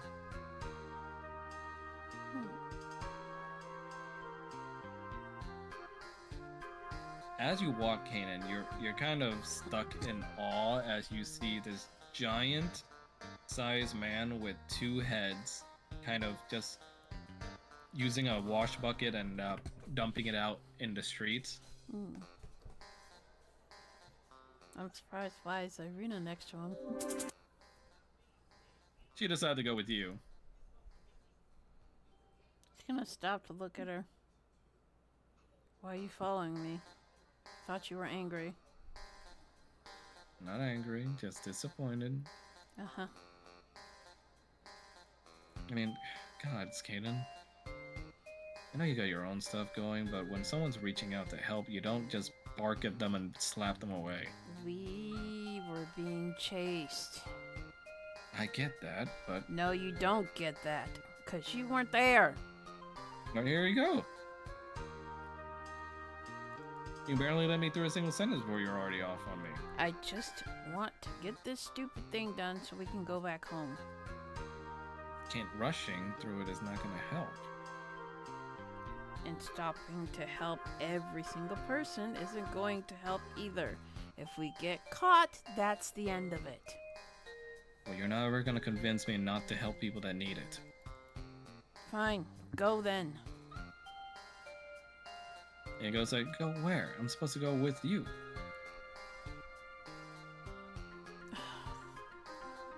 And you hear the two-headed gentleman goes like, "Hold up a second. Which? He's gonna stop to look at them. You've still yet to pay your tab." How much was the tab? Well, I gotta go look over it again, but with all the damages you and your family did last time over your little spat, it's getting over in the platinums now. How much platinum? About 20 and rising. I ain't got that money right now.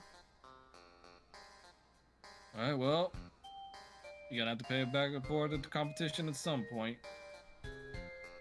Fair enough. Nevertheless, your room's ready. And I strongly accentuate that I'm only having this room because my boss told me to give it to you. I appreciate the hospitality. He goes like, yeah, fuck yourself. If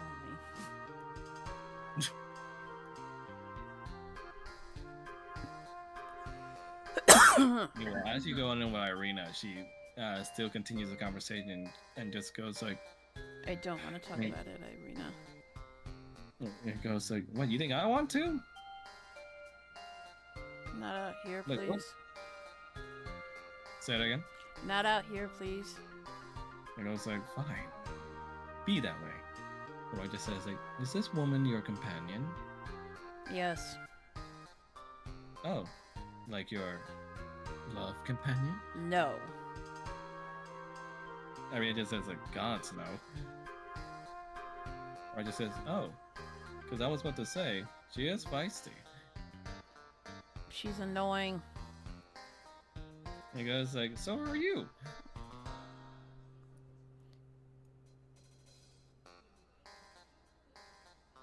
You guys, Paul and Roger, also head towards the two-headed man.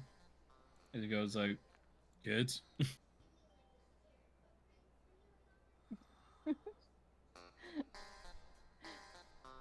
Roger just waves like Lady idly. Harkin, I do have to recommend again behaving yourselves. Your husband still hasn't paid the tab. How much is it again? 20 platinum. Yes, I'll be mindful. And I want it paid before the end of the event. Now, I want to be courteous to you, but well, your husband can have a bit of an attitude. Oh, don't I know it?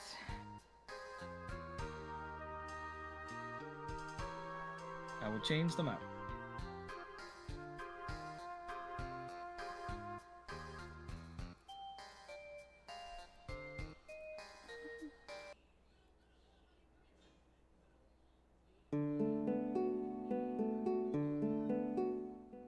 You guys finally step into what looks like to be a proper, well-furnished and big inn.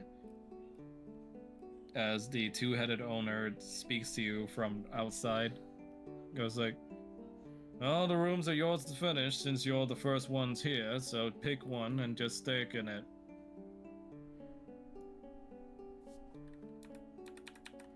What's this door over here? Is that a room? I can't see. Irina's in the fucking way!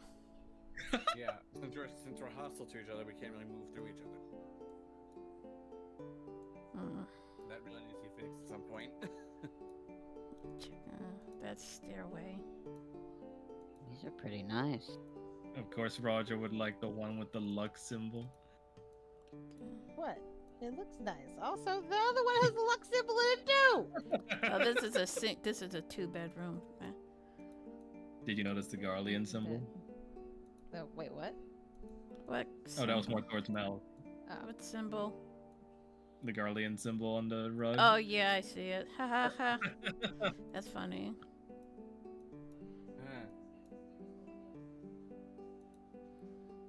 Irina just goes. She rubs her brow.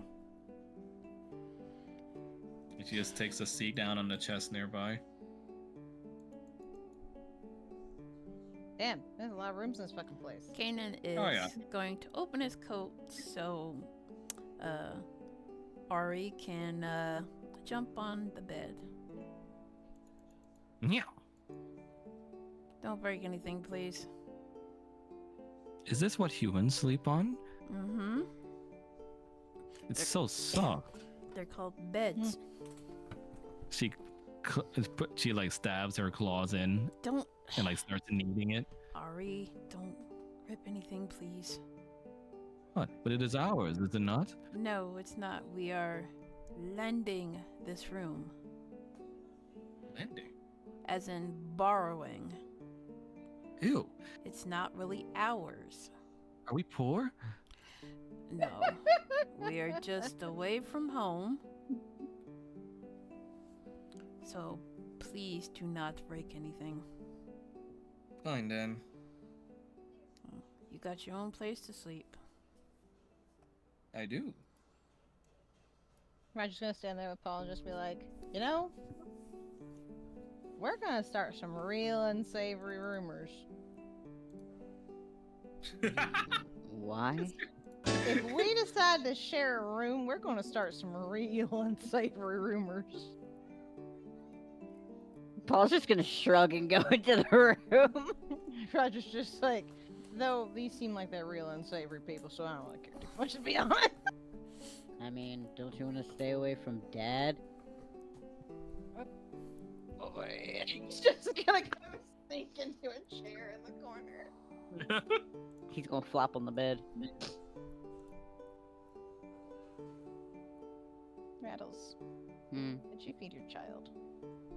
My child is looking Your for horse. snacks. Your horse keeps coming out looking for food. She's looking for snacks. She's I can't spiraling. I can't move my token. So How about now? Nope, still can't move it.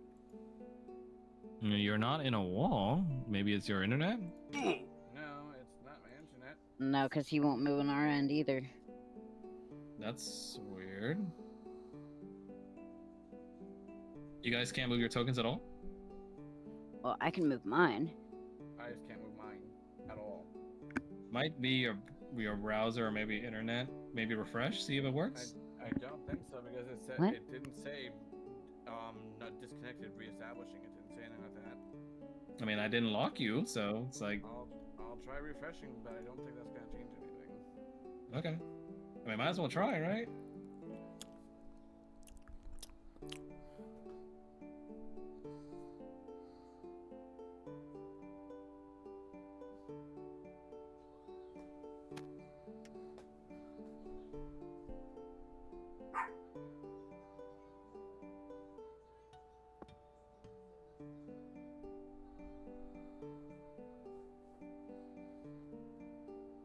As you guys are settling in, you hear some footsteps going near your room, Paul.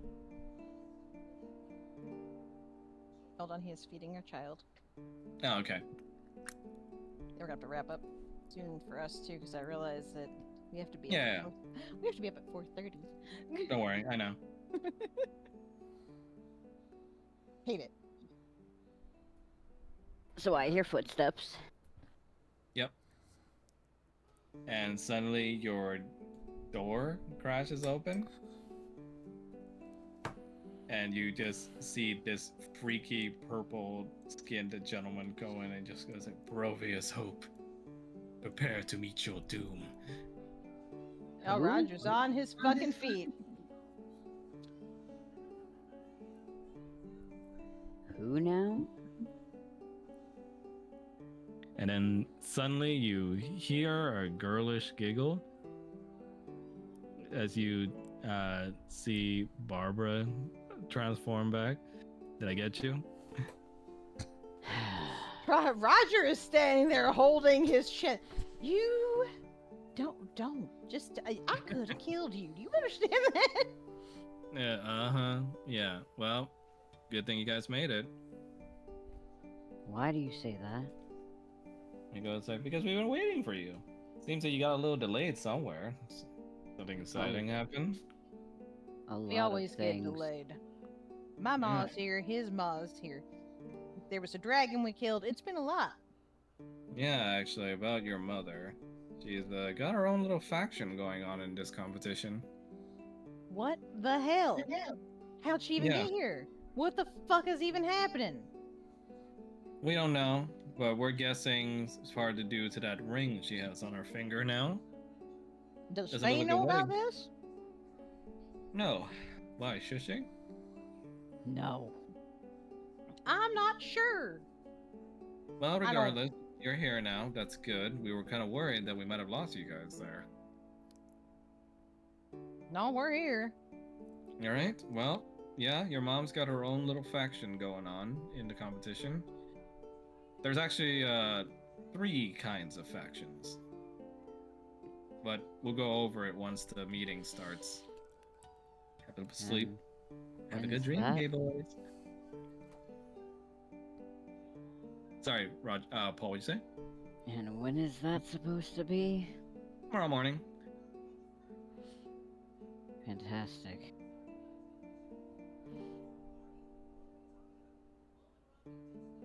Roger's just gonna flop on the bed and just go, come quiet.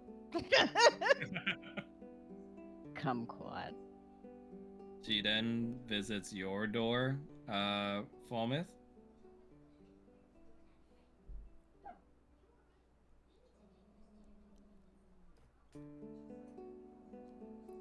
And this time you see she takes the form of Arno.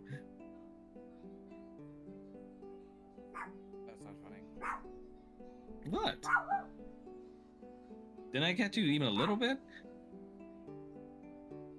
Not really. You're no fun. But yeah, hey, welcome on getting getting yourselves here. Yeah, it was tricky. Kumquat. Mel, you also take your disguise off. Back in my As own scales. Barbara just. What is that? Back in my own scales. Yes. You take a look at Barbara, and she just kind of rolls around a chain of keys in her hands, and just goes like, "Got myself a job here at the inn as a what's it called? A waif, as it says." Okay. You non-islanders have really interesting ideas of what a room should look like. I kind of miss the sliding doors, not gonna lie. Maybe, but there's also some security in having it more sturdy like this. I guess. But regardless, I wanted to talk to you specifically about something. Sure. So Arno's asked me to send a little message. You know, the usual, I miss you and I love you, yeah, blah, blah, blah.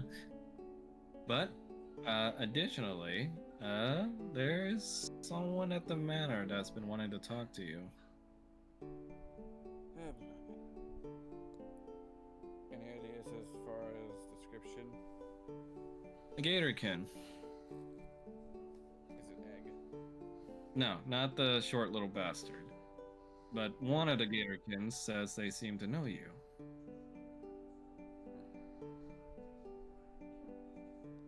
So whenever you have time, during your little mission, you can pay a little visit. Sure, I need to pay a visit to them. We were asked to come by and see them anyway. And I do want to see Arno again. Thank you for the Yep. message. Yeah, I bet you want to see him again. Have a good night, Fulman. You too, Barbara. Kanan, you hear a knock on your door. What? He slowly takes out his sword.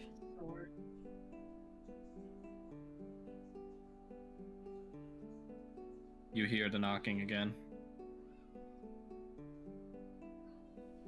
He's gonna hide behind the thing right here.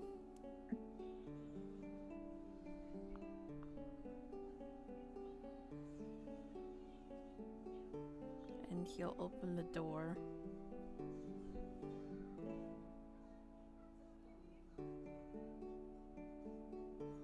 Hello, husband. What? He's gonna smell her and he's like... And he will sheath the sword. Surprised to see me? Go away, Barb. Come on. You and the other dragon, you're both no fun.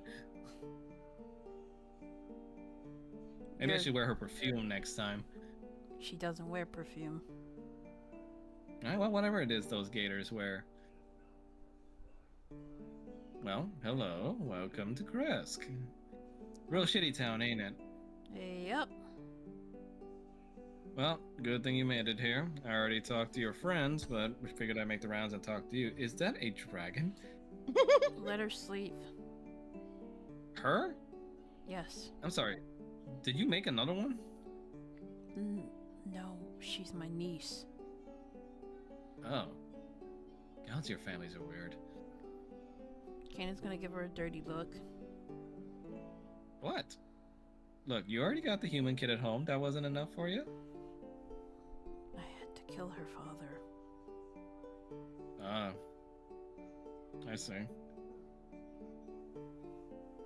So, whole honor thing, taking care of the fallen's child?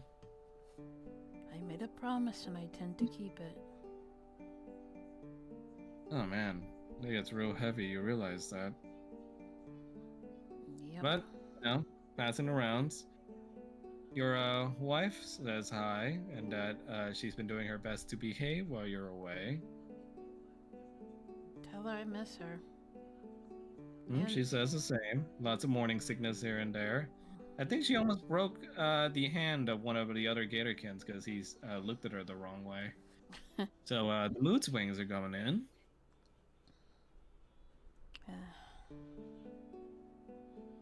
She's been hanging out at the brothel a lot too.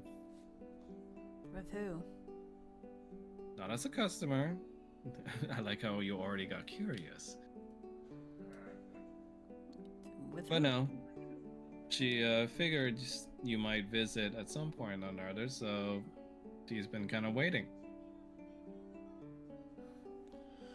I'll do my best to visit soon.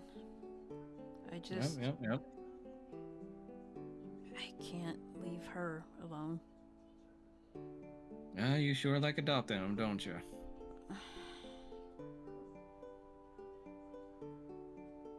He's gonna turn his head away and just rub his forehead. It's nice to see you, Barb, but I really need to sleep. Yeah. Sleep. We know old people need that. And everything all right with you and that girl, Irina? I'm not talking to her right now.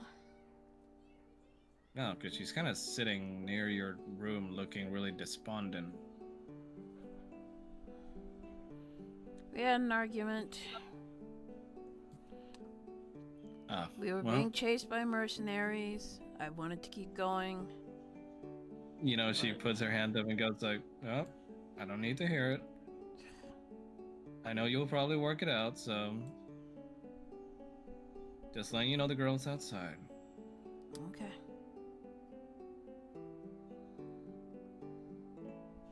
You see, she goes over to Irina. Hey there, girlie.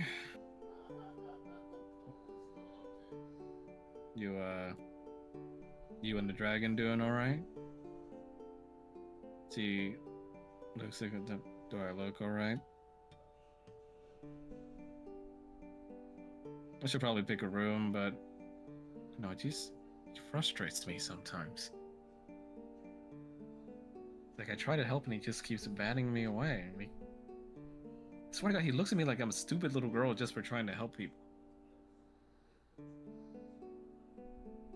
Looks at her and just goes, well, I'm not exactly a therapist, but maybe all you need to do is just kind of take it slow and try to see it from his perspective a little bit. I mean, he's a father who's got a kid waiting for him in Strahd's clutches. A human kid that he's got to take care of now, and from what I hear, a little dragon whelp too. Dear God, what is that man's life? Irina just frowns. I don't know. Just a little kunoichi intuition. Oh, and that cute little captain of the guard's been asking about you too. And she says, yeah. Wait, what? And Barbara just leaves.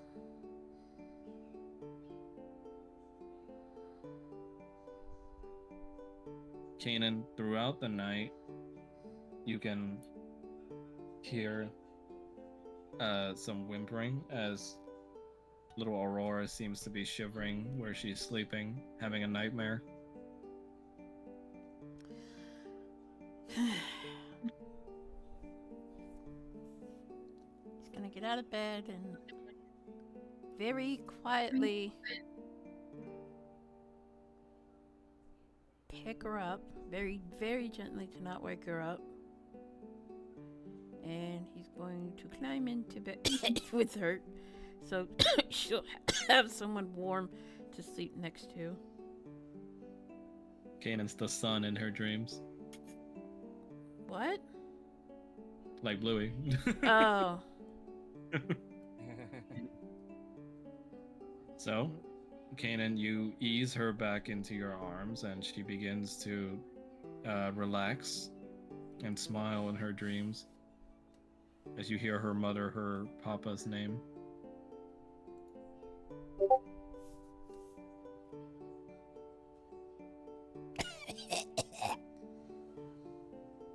Meanwhile, in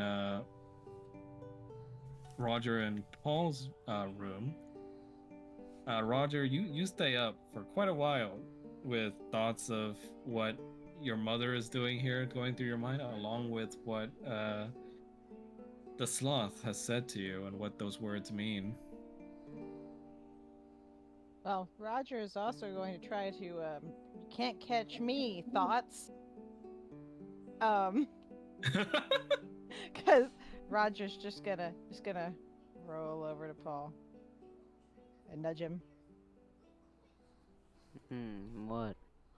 So that jacket looks real good on you. Yeah? You want to start some rumors? No. Not tonight.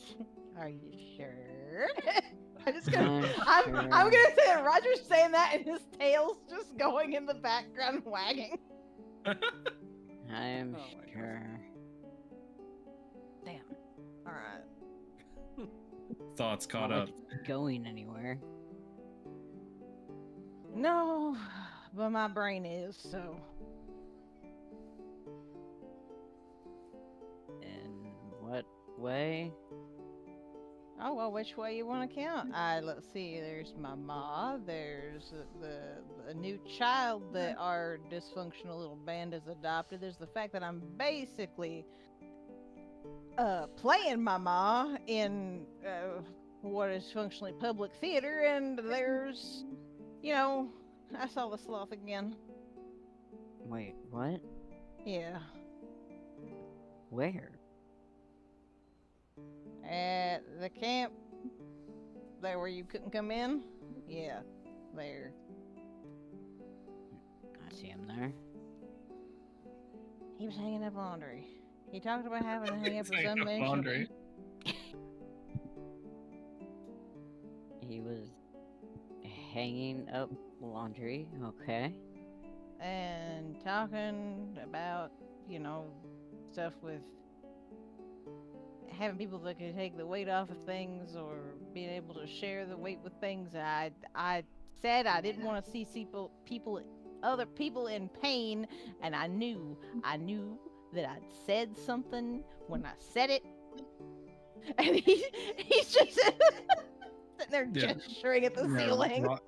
Roger just starts going off, venting to you. Meanwhile, in Fulment's room, you sleep soundly with Era the sword resting next to you, as you think to yourself about the information you've learned about Beltis from Soma, along with what it could mean as well for your chance meeting with Era and Andre.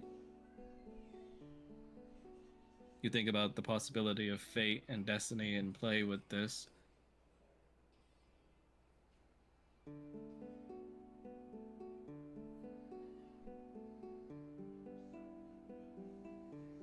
What the hell have we gotten ourselves into? Era just goes like, hero's work, master. Unfortunately, all the toil and triumphs that go with it.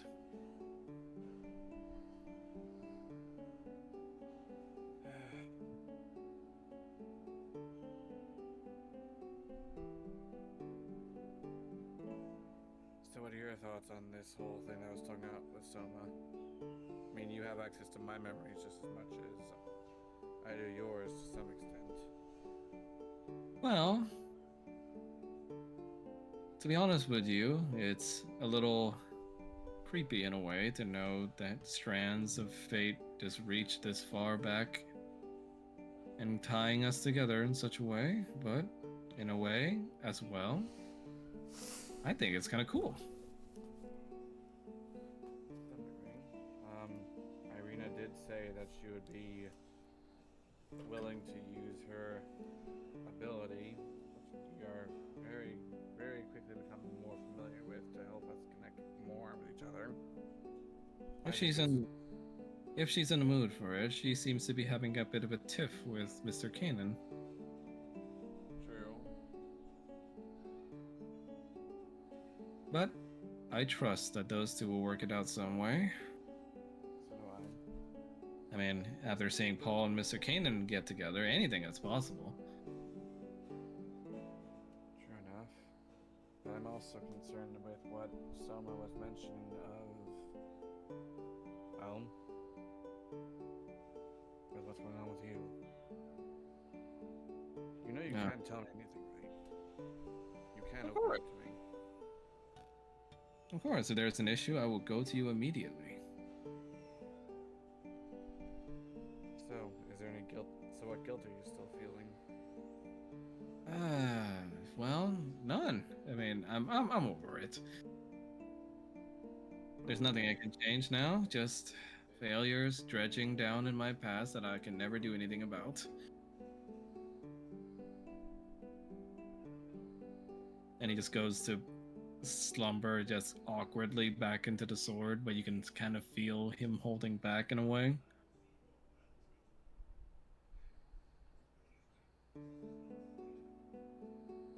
Meanwhile, over in Kanan's side, you toss and turn in your dreams, and unbeknownst to you, a figure watches you from afar, that being of the multi-headed dragon goddess Tiamat. She stares into her reflecting pool as she sees you, as she immediately starts clawing her throne and then tossing around certain servants as if they were toys. As you see Drakshara now standing beside her for a visit, and he goes, "Can you believe it, Drakshara? Me! Me! He defied me of all people after I so generously tried to save his life after my brilliant scheme almost went through.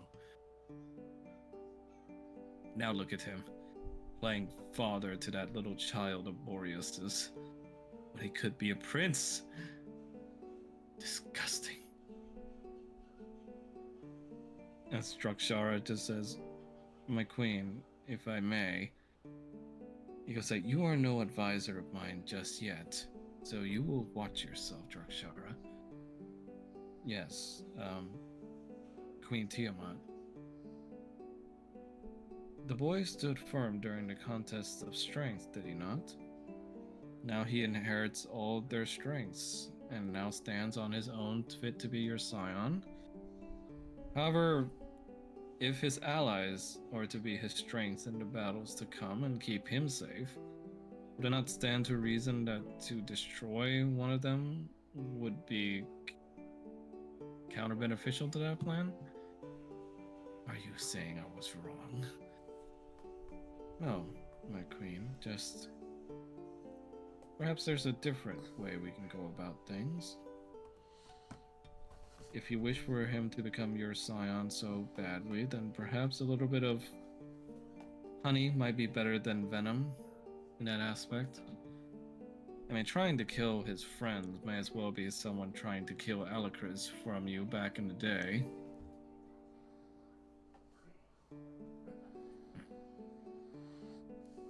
She growls with all her heads poised to do a breath attack. But he just looks at her calmly and she just goes, "Perhaps you're right, Drakshara. I do need to get to his heart. He cares about the people around him so much, perhaps there's another way." What is this Lion King shit? She looks over to Sona, who is once again standing at her side. Why, Sona? How you've disappointed me so far. I've had to reconstitute you 5 times after all the beatings you took. And after all those times, your memory is now shaped perfectly to what I want. But now I need you to remember certain things. And I need you to remember your old friend Kanan. And I need you to go talk to him.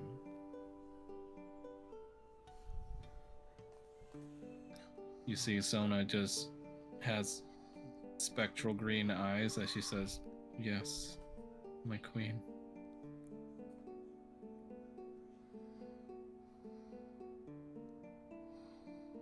And before long, Kanan, you toss and turn in the night, getting your hours of sleep, but a small premonition in your heart feels something is coming in the distance.